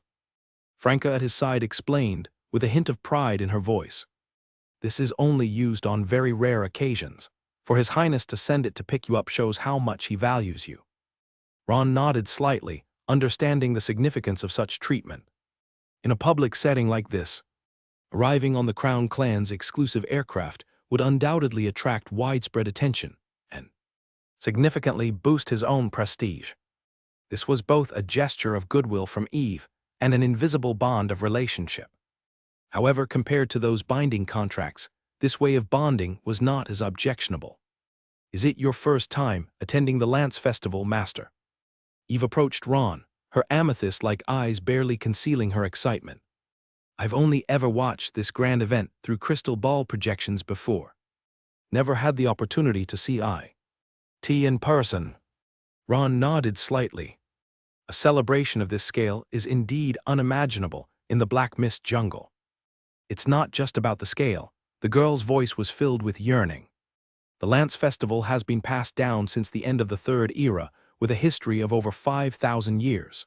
It's not just a celebration, it's a tribute to knowledge and heritage by wizard civilization. Ron gazed at the ribbon of rainbow light, symbolizing the achievements of Lance. The seven-colored lights intertwined and swirled above the plaza, dancing like living creatures and enveloping the entire area in a dreamy glow. It was indeed a sight to behold, even for someone as experienced as him, causing him to pause momentarily and take a few extra glances. Dale lay by the aircraft's crystal window, eagerly watching the myriad of brilliant scenes below, her silver hair shimmering in the sunlight. Master, look over there. The little sea siren pointed to the edge of a floating island in the distance. There, a grove of trees made from crystals of varying sizes displayed rainbow spectrums under the sunlight. How beautiful! What is that? Elan gracefully moved next to Dale, her green tendrils gently brushing against the little sea siren's shoulder. That is the seven-colored crystal forest, a special area that only fully opens during the Lance Festival. It is said that those crystal trees were personally planted by Lance, with each one containing a unique energy resonance. The crystal forest itself is a large magical power filtration system. Eve, standing nearby, added, it purifies the impure energy in the surrounding environment, providing the purest magic field for the entire Dawn Harbor. During the Lance Festival, all masters and apprentices in the city can benefit from the pure energy it brings. Ron withdrew his gaze from the magic-dense rainbow forest, his mind delving into contemplation. Although the Rainbow Ring was merely a regular event held every 3 years, far from the large-scale competitions between wizard schools. For bloodline modifiers, it was an invaluable opportunity to showcase themselves. True masters of modulation would not personally participate in such lower-level contests, but many now renowned masters of modulation started their journey on this very stage. Moreover, the competition rules was straightforward. With no complex systems, a single round to determine the rankings. Ron replayed the information he had reviewed in his mind. All participants with the qualification of a professional modulator must conduct bloodline modulation on a designated target, this year, a crystal lizard, within the same time frame. The judging criteria are divided into 2 parts. First, the state and performance of the target individual after modulation.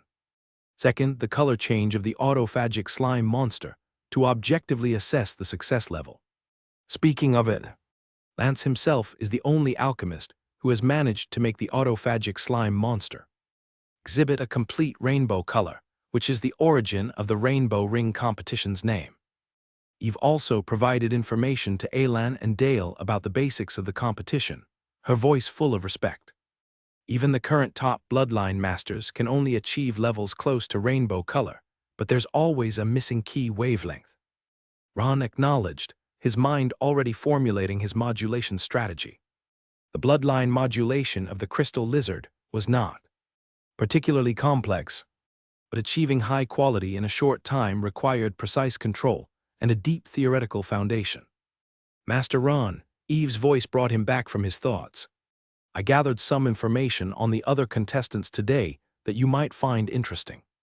She handed over a delicate card, inscribed with magically encrypted text that could only be read by the holder. Ron accepted the card and nodded gratefully towards the young woman. Eve's approach was indeed meticulous and thoughtful, with such discreet information delivery done perfectly. This year's main participants, number 17. The young woman explained in a low voice while he examined the card. Among them are 3 senior lecturers from the Central Lands, 2 bloodline modification experts from other regions, while the rest are emerging modulator talents of recent years. First is Lecturer Mueller from the Tower of Vibrations, who has unique research on vibration-type bloodline modulation. It is said that the crystal lizards he has modulated can sense magical fluctuations from hundreds of miles away through skin vibrations. And there is Lecturer Sophia from the Elemental Garden. Eve continued, lightly tapping her knee with delicate fingers, as if recalling some materials. She excels at enhancing the regeneration ability of organisms, once successfully regenerating all limbs of a crystal lizard, with their functions fully intact. Finally, there is the rather unexpected contestant scholar Ahmed from the Quicksand School. Although he majors in earth element transformation, he has recently delved into biological elementalization. There are rumors that he is researching how to create a micro-element cycle inside organisms, allowing a crystal lizard to sustain itself in extreme environments. Ron listened, a slight smile playing at his lips. Elliot already sent me this intelligence and more details yesterday. However, I must thank Her Highness for using your privilege to collect this information for me. Eve seemed somewhat surprised. Wizard Elliot, are you acquainted with him? I met him during a trial when I was with the Black Mist School, Ron explained blandly. After coming to the Central Lands, we maintained contact. His wind of listening talent is indeed advantageous in intelligence gathering. I see, Eve nodded slightly, a look of understanding on her face. Wizard Elliot is, technically speaking, my distant cousin. His Gale clan has some familial ties with the Crown clan which have lasted several generations. There was a touch of envy in her voice. The top-tier talent wind of listening indeed makes him quite renowned among the small circles of our wizard clans, considered one of the most outstanding young people of his generation. It's great that you can be friends with Wizard Elliot. Eve sincerely said, in the Central Lands, sometimes personal connections can have unexpected effects. Ron smiled slightly, understanding in his heart. In any relatively peaceful organization, the importance of allies is self-evident. The flying apparatus began to descend slowly. Tens of thousands of spectators were already gathered in a theater like open-air grandstand, forming a colorful sea of people. Various extraordinary races displayed their unique physical traits under the sunlight. There were families of lizardmen covered in gleaming scales, translucent elemental elves drifting in specially made crystal containers. There was even a rare dragon descendant, his vertical pupils flashing golden in the sunlight like 2 miniature suns. Truly spectacular. Dale marveled quietly, her golden eyes wide open. I've never seen so many different races gathered together. After all, the Lance Festival is the most important traditional festival in the Central Lands. Franca explained, her tone carrying an unusual gentleness. It is also an important platform for interracial exchanges among the Ring Abyss Continent group. Many trade contracts and marriage agreements between races are reached during the festival. As the flying apparatus gradually descended, the crowd in the square began to notice the special conveyance. At first, there were only sparse glances. Then more and more people looked up, and discussions gradually spread among the crowd. That's the silver feather of the Crown clan. Look at the emblem on it. It's the mark of Cassandra, Tower Master. Is Her Highness Eve here to watch the competition? It can't be. She rarely appears in public due to the demon-devouring symptoms. The discussions were mixed with surprise and curiosity, and as the flying apparatus finally stopped in the contestants' exclusive area, almost all eyes were focused in that direction. "Good luck, Master." Eve smiled slightly, sending her master to the cabin door. "I'll be in the VIP area, awaiting your excellent performance." Ron nodded slightly, a note of confidence in his words. "Thank you, I shouldn't let Her Highness down with my performance." Then he walked straight off the flying apparatus, ignoring the gazes from the crowd. Someone in the crowd recognized him, their voice full of surprise. That newly arrived treasure-level genius. Why is he riding the Crown Clan's flying apparatus? Could he have some special connection with Her Highness Eve? I heard he's Her Highness Eve's master, teaching magic potion making and bloodline modulation. Ron paid no attention to these discussions and walked straight to the contestants' assembly area. There, dozens of contestants had already gathered, most of them being masters or researchers from various schools. The expression on everyone's face carried confidence and anticipation, but upon seeing Ron's special entrance, there was inevitably a trace of envy in their eyes. It seems our newly promoted treasure-level genius is quite favored by the Crown Clan. Middle-aged man in a robe muttered to his companion, somewhat displeased. Such a high-profile entrance, it's very much in line with someone from the marginal school's fascination with the powerful. "Don't say that, Mueller." His companion, a petite witch, advised him. Being able to rise from an apprentice of the marginal school to an official wizard in just 3 years, and also receiving a treasure-level evaluation, that itself already proves his distinction. Moreover, the Crown Clan has always looked down their noses. They wouldn't favor an ordinary person without reason. Mueller let out a slight hum, saying no more. But the look in his eyes clearly wasn't one of disdain. "Welcome, Assistant Ralph." A middle-aged man in a formal robe came to greet him. "I am the coordinator for this competition, Arnold Wes. Your competition equipment is ready, just at workstation number 7. Ron thanked him politely and then moved toward his workstation. On the way, he noticed numerous glances from competitors, carrying curiosity, caution, and even a bit of hostility. But all these were expected, after all. As a newcomer who made a high-profile appearance on the Crown Clan's flying apparatus, it was bound to arouse some displeasure. At the side of the workstation, Ron began checking the prepared materials and tools, ensuring everything met the standards and requirements. This is a basic habit of a modulator. No matter what the circumstances, one must have a thorough understanding of every tool and every material they use.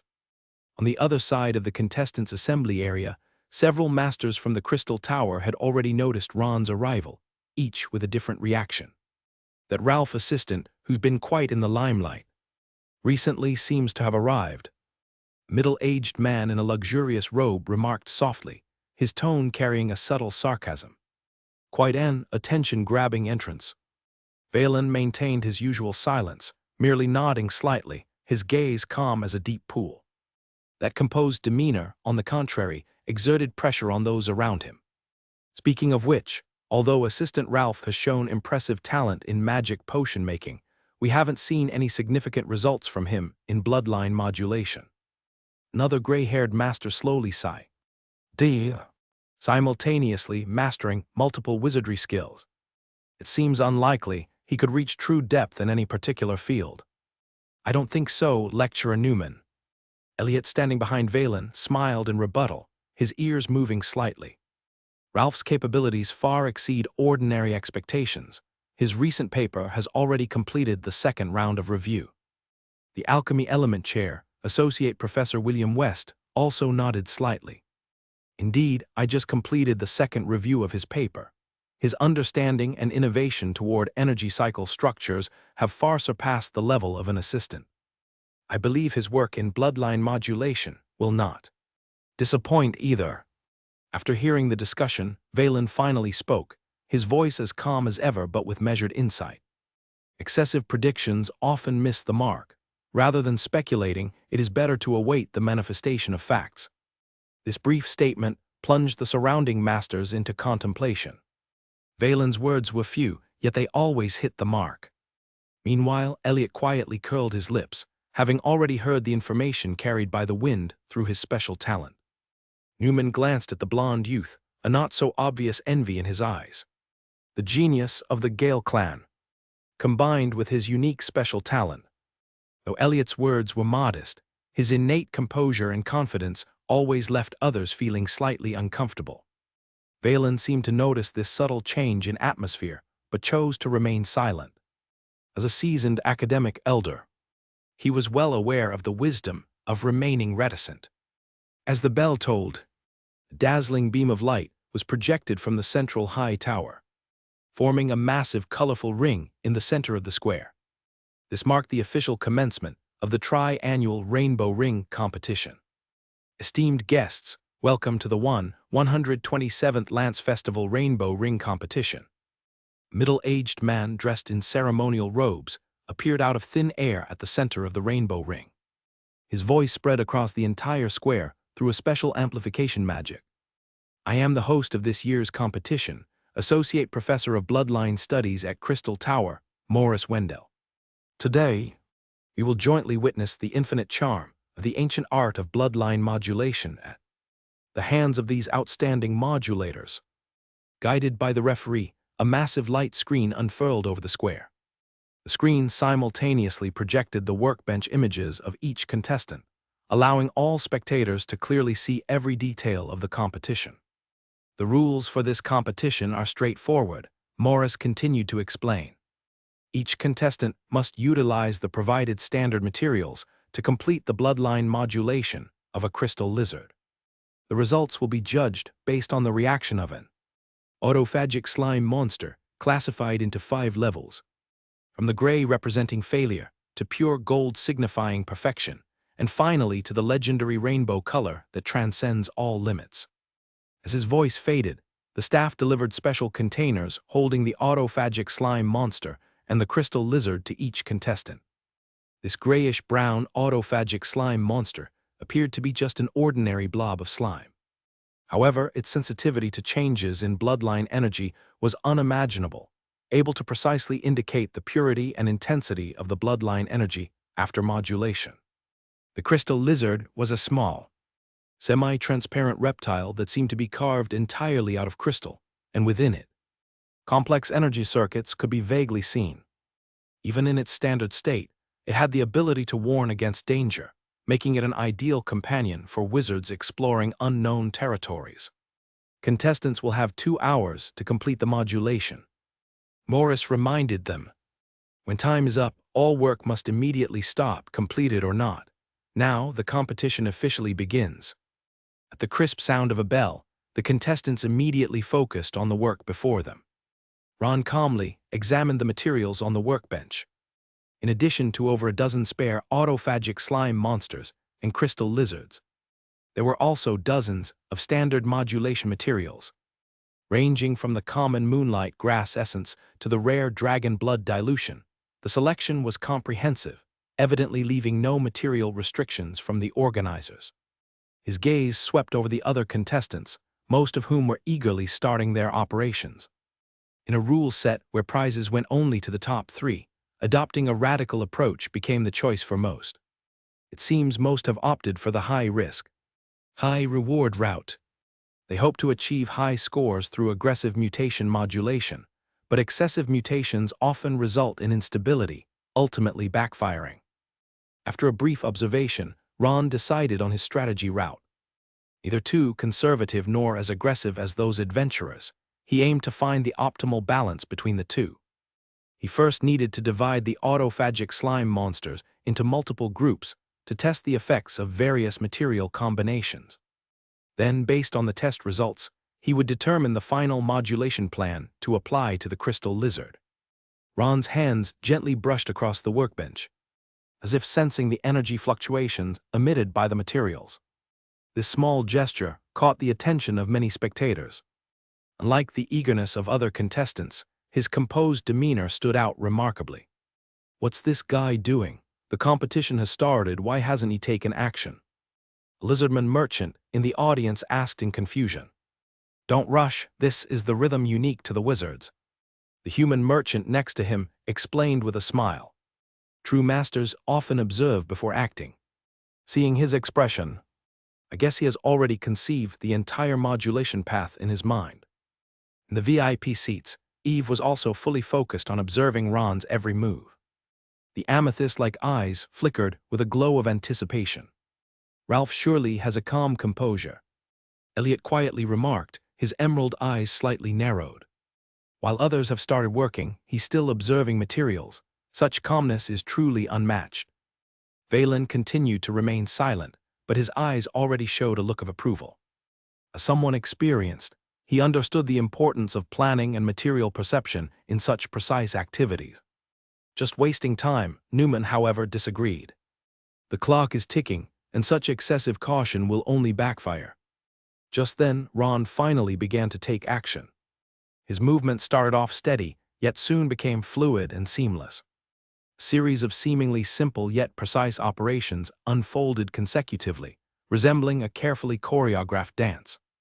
First, he divided the autophagic slime monsters into 9 groups and began preparing different experimental combinations. The first group consisted of a basic combination of moonlight grass essence and diluted dragon blood, serving as the control group. The second group included star dust powder to enhance perception ability. The third group integrated a drop of thunder essence, aiming to activate the potential alert instinct of the crystal lizard. Every formula was precisely calculated, ensuring that the quantity of each material was appropriately controlled, neither overly activating nor failing to meet the expected effect. This meticulous operation method, even to an outsider, reveals something extraordinary. Look, he's divided the slime monster into so many groups for comparison, instead of just experimenting directly like others. A somewhat knowledgeable spectator pointed at the light screen and explained. This allows testing multiple formulas simultaneously, saving time and obtaining more comprehensive data, a very smart approach. Meanwhile, the methods of other contestants varied widely. Mueller adopted a more aggressive strategy. He boldly mixed materials with conflicting energy attributes, attempting to produce a unique resonance effect through high-energy collisions. Although the risk was high if successful, the effect would be extremely significant. Ahmed pushed aggression to the extreme. He incorporated almost all materials into the experiment, trying to create a complete elemental cycle system. This approach might theoretically achieve breakthrough results, but it is also most prone to losing control. Jenny, also from the Tower of Vibrations, chose the most conservative route. She carefully handled every step, constantly using stabilizers to ensure the stability of the bloodline energy. This method, though safe and reliable, also limited the potential height achievable. 1 hour into the competition, the first accident occurred. A contestant from the Tower of Jade roughly attempted on the slime monster and then injected enhanced bloodline energy into a crystal lizard, causing a violent reaction. The lizard's body rapidly swelled, then burst into a dazzling green light, finally disintegrating with a slight pop into dust. Oh, it seems Mr. Leslie's modulation has failed. Judge Morris's voice carried just the right touch of humor. This is the charm of bloodline modulation. A slight misstep can make a world of difference. The audience let out a good-natured laugh. Such accidents are one of the things they look forward to seeing each year. Watching those usually high and mighty wizards flustered is a small pleasure for ordinary people. Failure cases began to occur one after another. Some crystal lizards became unusually frenzied, madly ramming within their containers. Some suddenly turned liquid, unable to revert to their original form. One even grew 6 extra tails, coiling together to form a strange structure. Each failure was accompanied by the audience's gasps or laughter, making the competition atmosphere increasingly lively. Amid this chaos, Ron remained remarkably calm and focused. His 7th experiment showed exceptionally ideal results. When the mixture as specific ratio contacted the autophagic slime monster, it immediately manifested a rare pure silver color with a faint golden glow flowing on its surface. Got it, Ron murmured, feeling satisfied with his achievement. He then began preparing the final modulation plan. This plan integrated the essence of previous experiments. It preserved the crystal lizard's original traits while cleverly enhancing its perception ability and stress response. Meanwhile, The masters in the VIP seating were also closely observing every detail. "Did you see that?" William pointed at Ron's operation.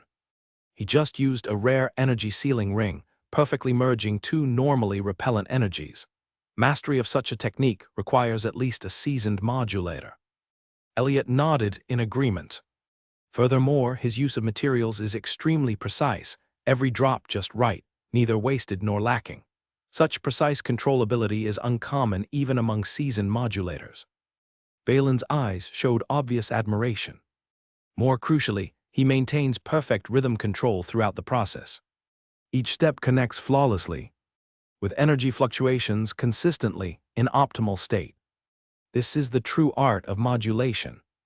Even Newman could only furrow his brows and stay silent. At this moment, he had to admit, this kid seems to have the entire process under his control. On the plaza, the conditions of other contestants also varied. Mueller's attempt had reached a critical stage, his autophagic slime monster exhibiting a rare pure silver color. Though not fully attaining gold, it was already very close. Jenny's approach, while conservative, was executed almost perfectly. Her slime monster displayed a stable light silver color, lacking higher-level changes but ensuring a solid result. Ahmed, on the other hand, appeared to run into trouble. His slime monster's color kept changing, from blue to purple to red, indicating the energy system was extremely unstable. His expression grew increasingly tense, and his hand movements became more hurried. It seems Mr. Ahmed's elemental cycle concept is too complex. Judge Morris commented, "In bloodline modulation, simplicity is often more effective than complexity. Excessive ambition may lead to disastrous consequences." Indeed, less than 10 minutes later, Ahmed's experiment faced serious issues. As he desperately tried to inject the modulation liquid into the crystal lizard, the lizard's body suddenly trembled violently, with glaring red lines surfacing on its skin. "No, no, no," Ahmed shouted in panic, trying to save the situation with a stabilizer. The crystal lizard's body began to twist and deform, then exploded with a loud bang. The powerful energy fluctuation overturned the entire workbench. Ahmed himself was thrown by the shockwave, landing awkwardly on the ground, covered in multicolored slime.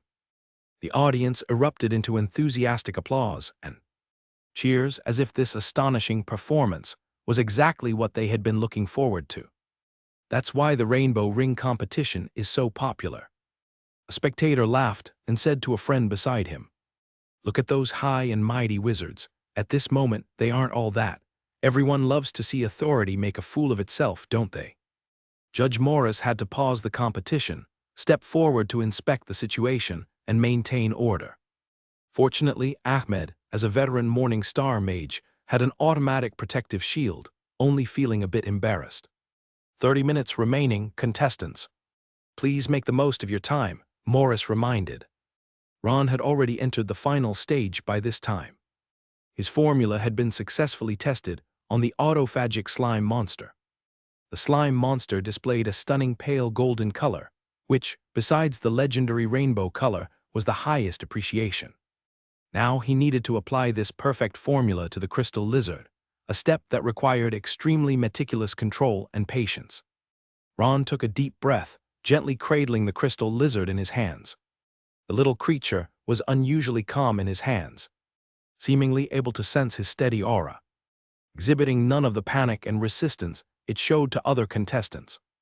"Look at that lizard, it completely trusts him." Someone in the audience found it strange. Typically, these creatures are extremely wary of strangers, letting it relax like this wizard. Ron slowly channeled the prepared bloodline energy into the lizard's body. This process was exceptionally slow and precise. Every stream of energy needed to be accurately guided to the correct locations in the lizard's body to form a complete bloodline circuit. The body of the crystal lizard began to undergo subtle changes. Its skin became even more translucent, with its internal energy circuits becoming more distinctly visible. Most astonishingly, its eyes changed from the original light blue to a profound purple-golden color, radiating a light of wisdom. These changes were so harmonious and natural, entirely devoid of the stiff enhancements displayed by other contestants.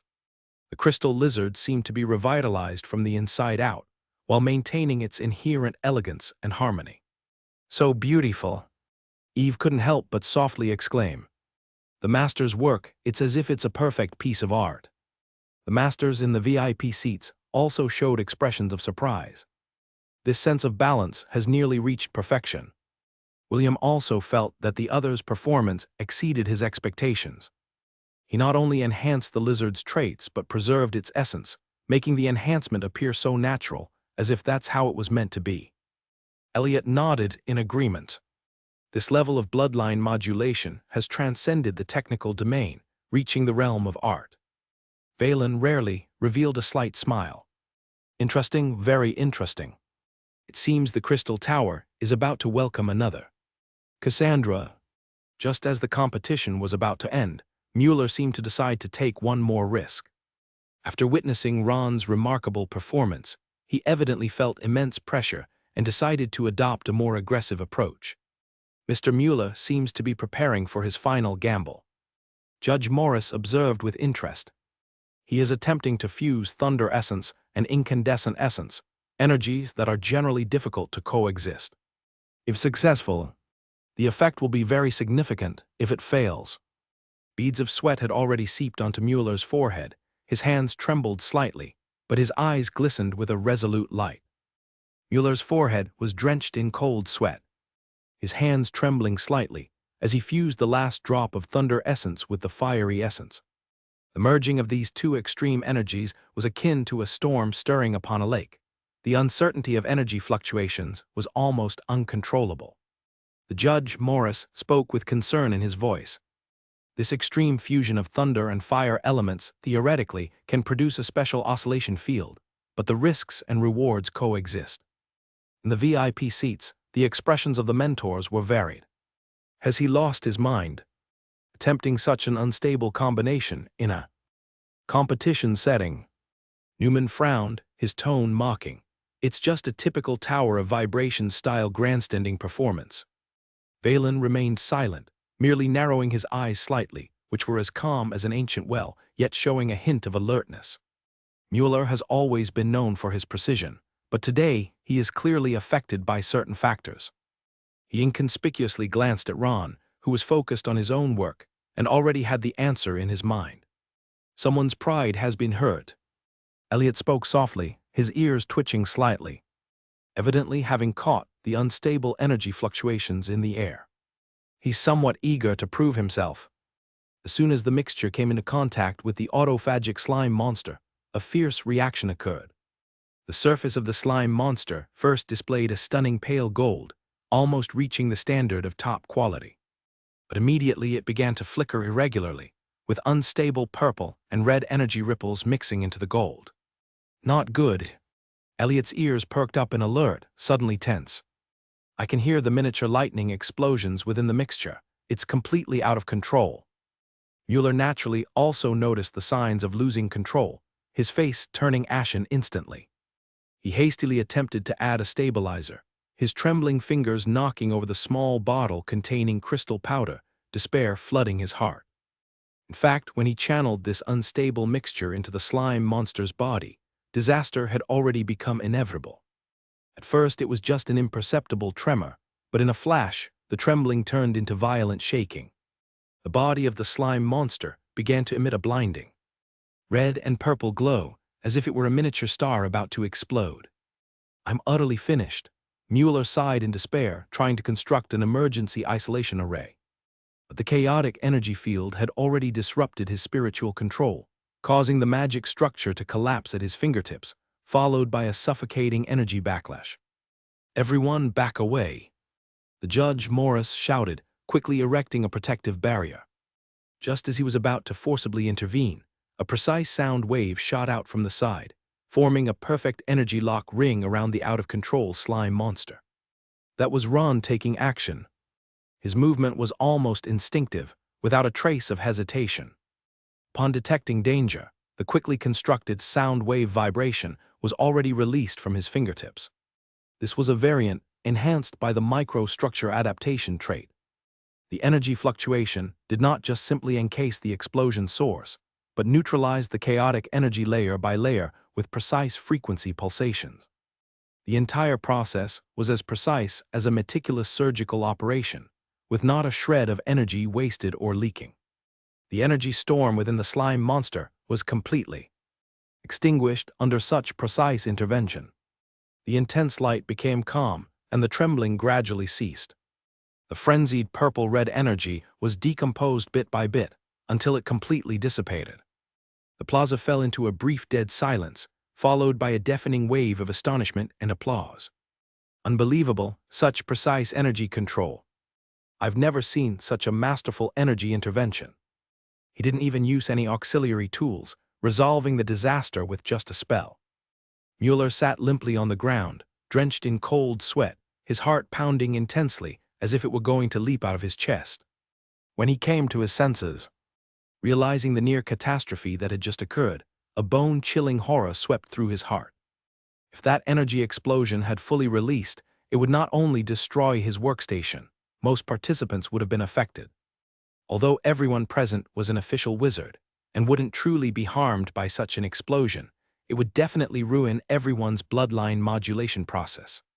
And causing such a severe accident in a public setting had unimaginable consequences.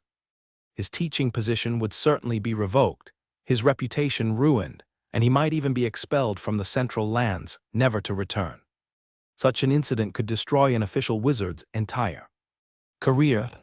The lecturer position at the Tower of Vibrations was a precious teaching post that he had worked half his life to attain. If it were destroyed due to momentary ignorant anger and jealousy, what a tragedy that would be. Damn pride, Mueller reflected painfully in his heart. To be driven to irrationality by the performance of a young person was sheer foolishness. What made him feel even more complicated was that the one who saved him from disaster was precisely the object of his earlier jealousy. The marginal school newcomer he had once mocked. Not only did he demonstrate unimaginable bloodline modulation skills, but he also extended a helping hand in a crisis, saving his career. The judge, Morris, quickly arrived at the explosion site, his expression unprecedentedly serious. Lecturer Mueller, given that your dangerous attempt posed a serious threat to the competition's safety, I must disqualify you from the competition. According to the rules, the committee will discuss further penalties, including but not limited to a lifetime ban from competing. Mueller did not argue, only hung his head and accepted the judgment. Compared to the more severe consequences that could have happened, this punishment is already very lenient. Before being led away by the staff, he glanced back at Ron, who had regained his focus. His eyes revealed indescribable complex emotions, respect, gratitude, and deep shame. He truly deserves the treasure-level rating, Mueller silently admitted in his heart. And I almost caused a disaster out of jealousy, utterly foolish. With Mueller's departure, the competition continued. The previous interference was just a trivial distraction. Ron immediately resumed his full concentration on his creation. His crystal lizard had now completed bloodline modulation and was quietly resting in a specially designed crystal container. Its scales shimmered with a glossy luster under the sunlight, and its purple-golden eyes emitted a rare gleam of wisdom. Other contestants were more or less affected by the Mueller incident.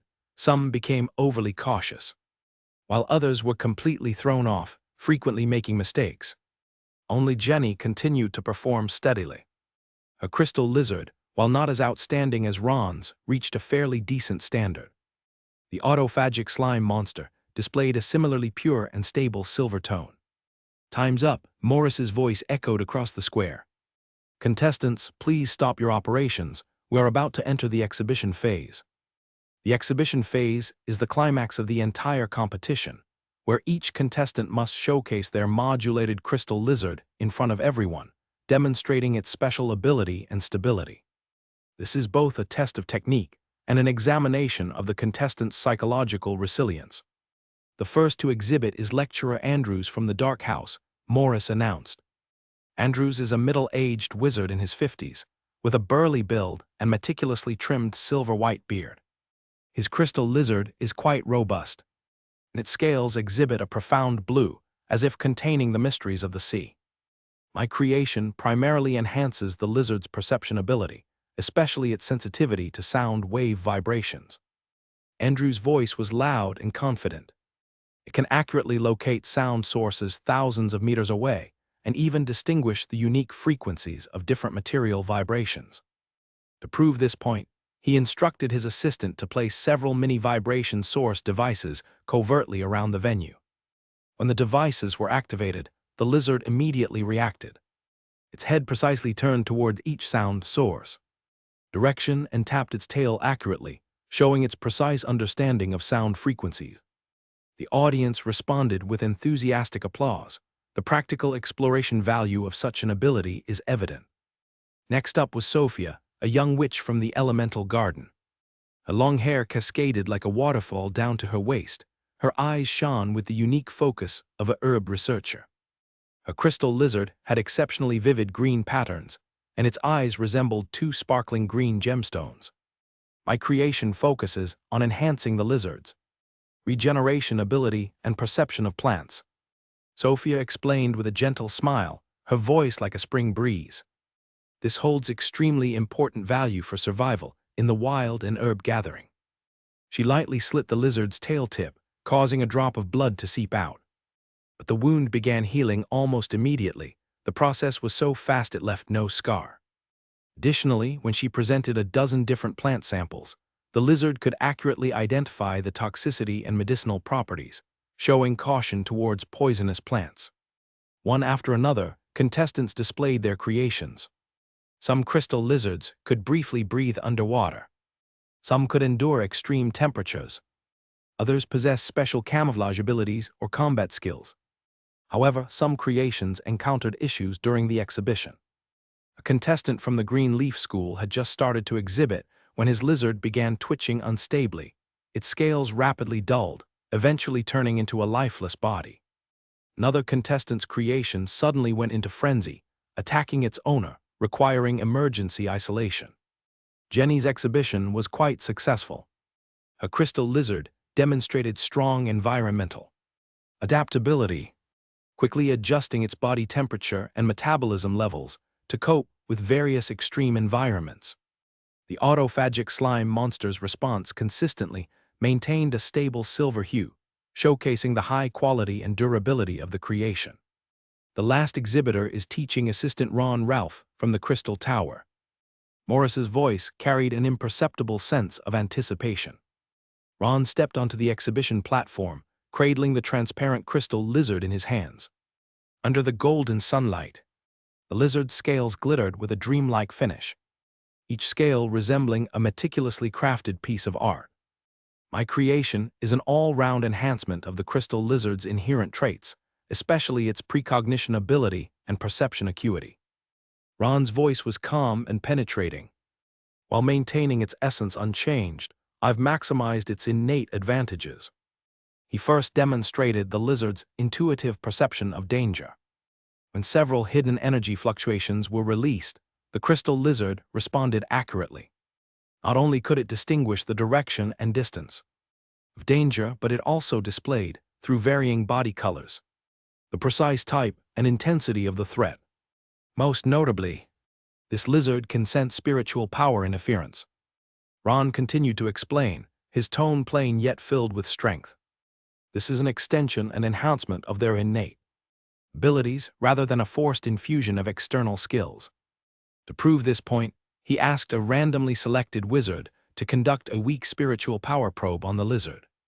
To everyone's surprise, the lizard not only noticed immediately, but also precisely pinpointed the source of the probe. At the same time, the scales on its back instantly turned a special purple, representing a spiritual power invasion.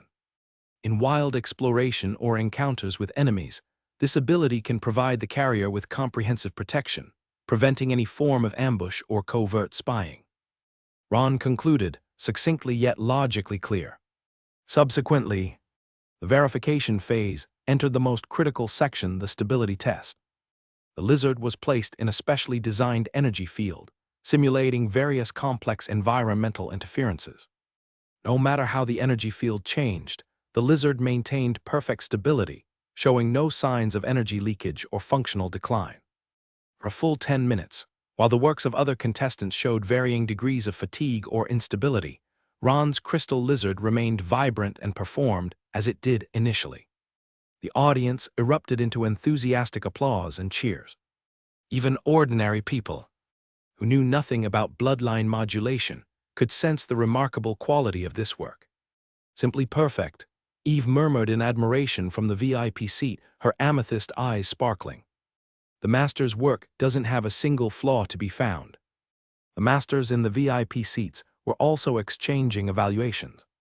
The control over details is impressive, William commented, his eyes reflecting professional appreciation. Every energy node is arranged just right, without any redundancy or shortage. Such precise control power is rare even among veteran modulators. Elliot nodded in agreement. The technical mastery goes without saying, but what's even more commendable is his respect for and understanding of biological instincts. His enhancements are based on the lizard's existing traits, representing a natural extension rather than the forceful infusion often seen in traditional modulation. This is truly the art of bloodline modulation. Valen showed a look of understanding in his eyes. It's not just a simple accumulation of energy, but insight and reshaping of the essence of life. His philosophy is very close to the core idea of ancient alchemy conforming to nature rather than distorting it. Even Newman, who had maintained a reserved attitude, had to admit internally. To achieve such accomplishments at such a young age, it seems the treasure-level evaluation is not just an empty title. After rigorously inspecting all the works, the jury of 3 senior modulators began the final scoring. They not only observed the performance and stability of the works, but also conducted microscopic analysis of every energy node and bloodline path using specialized alchemy equipment.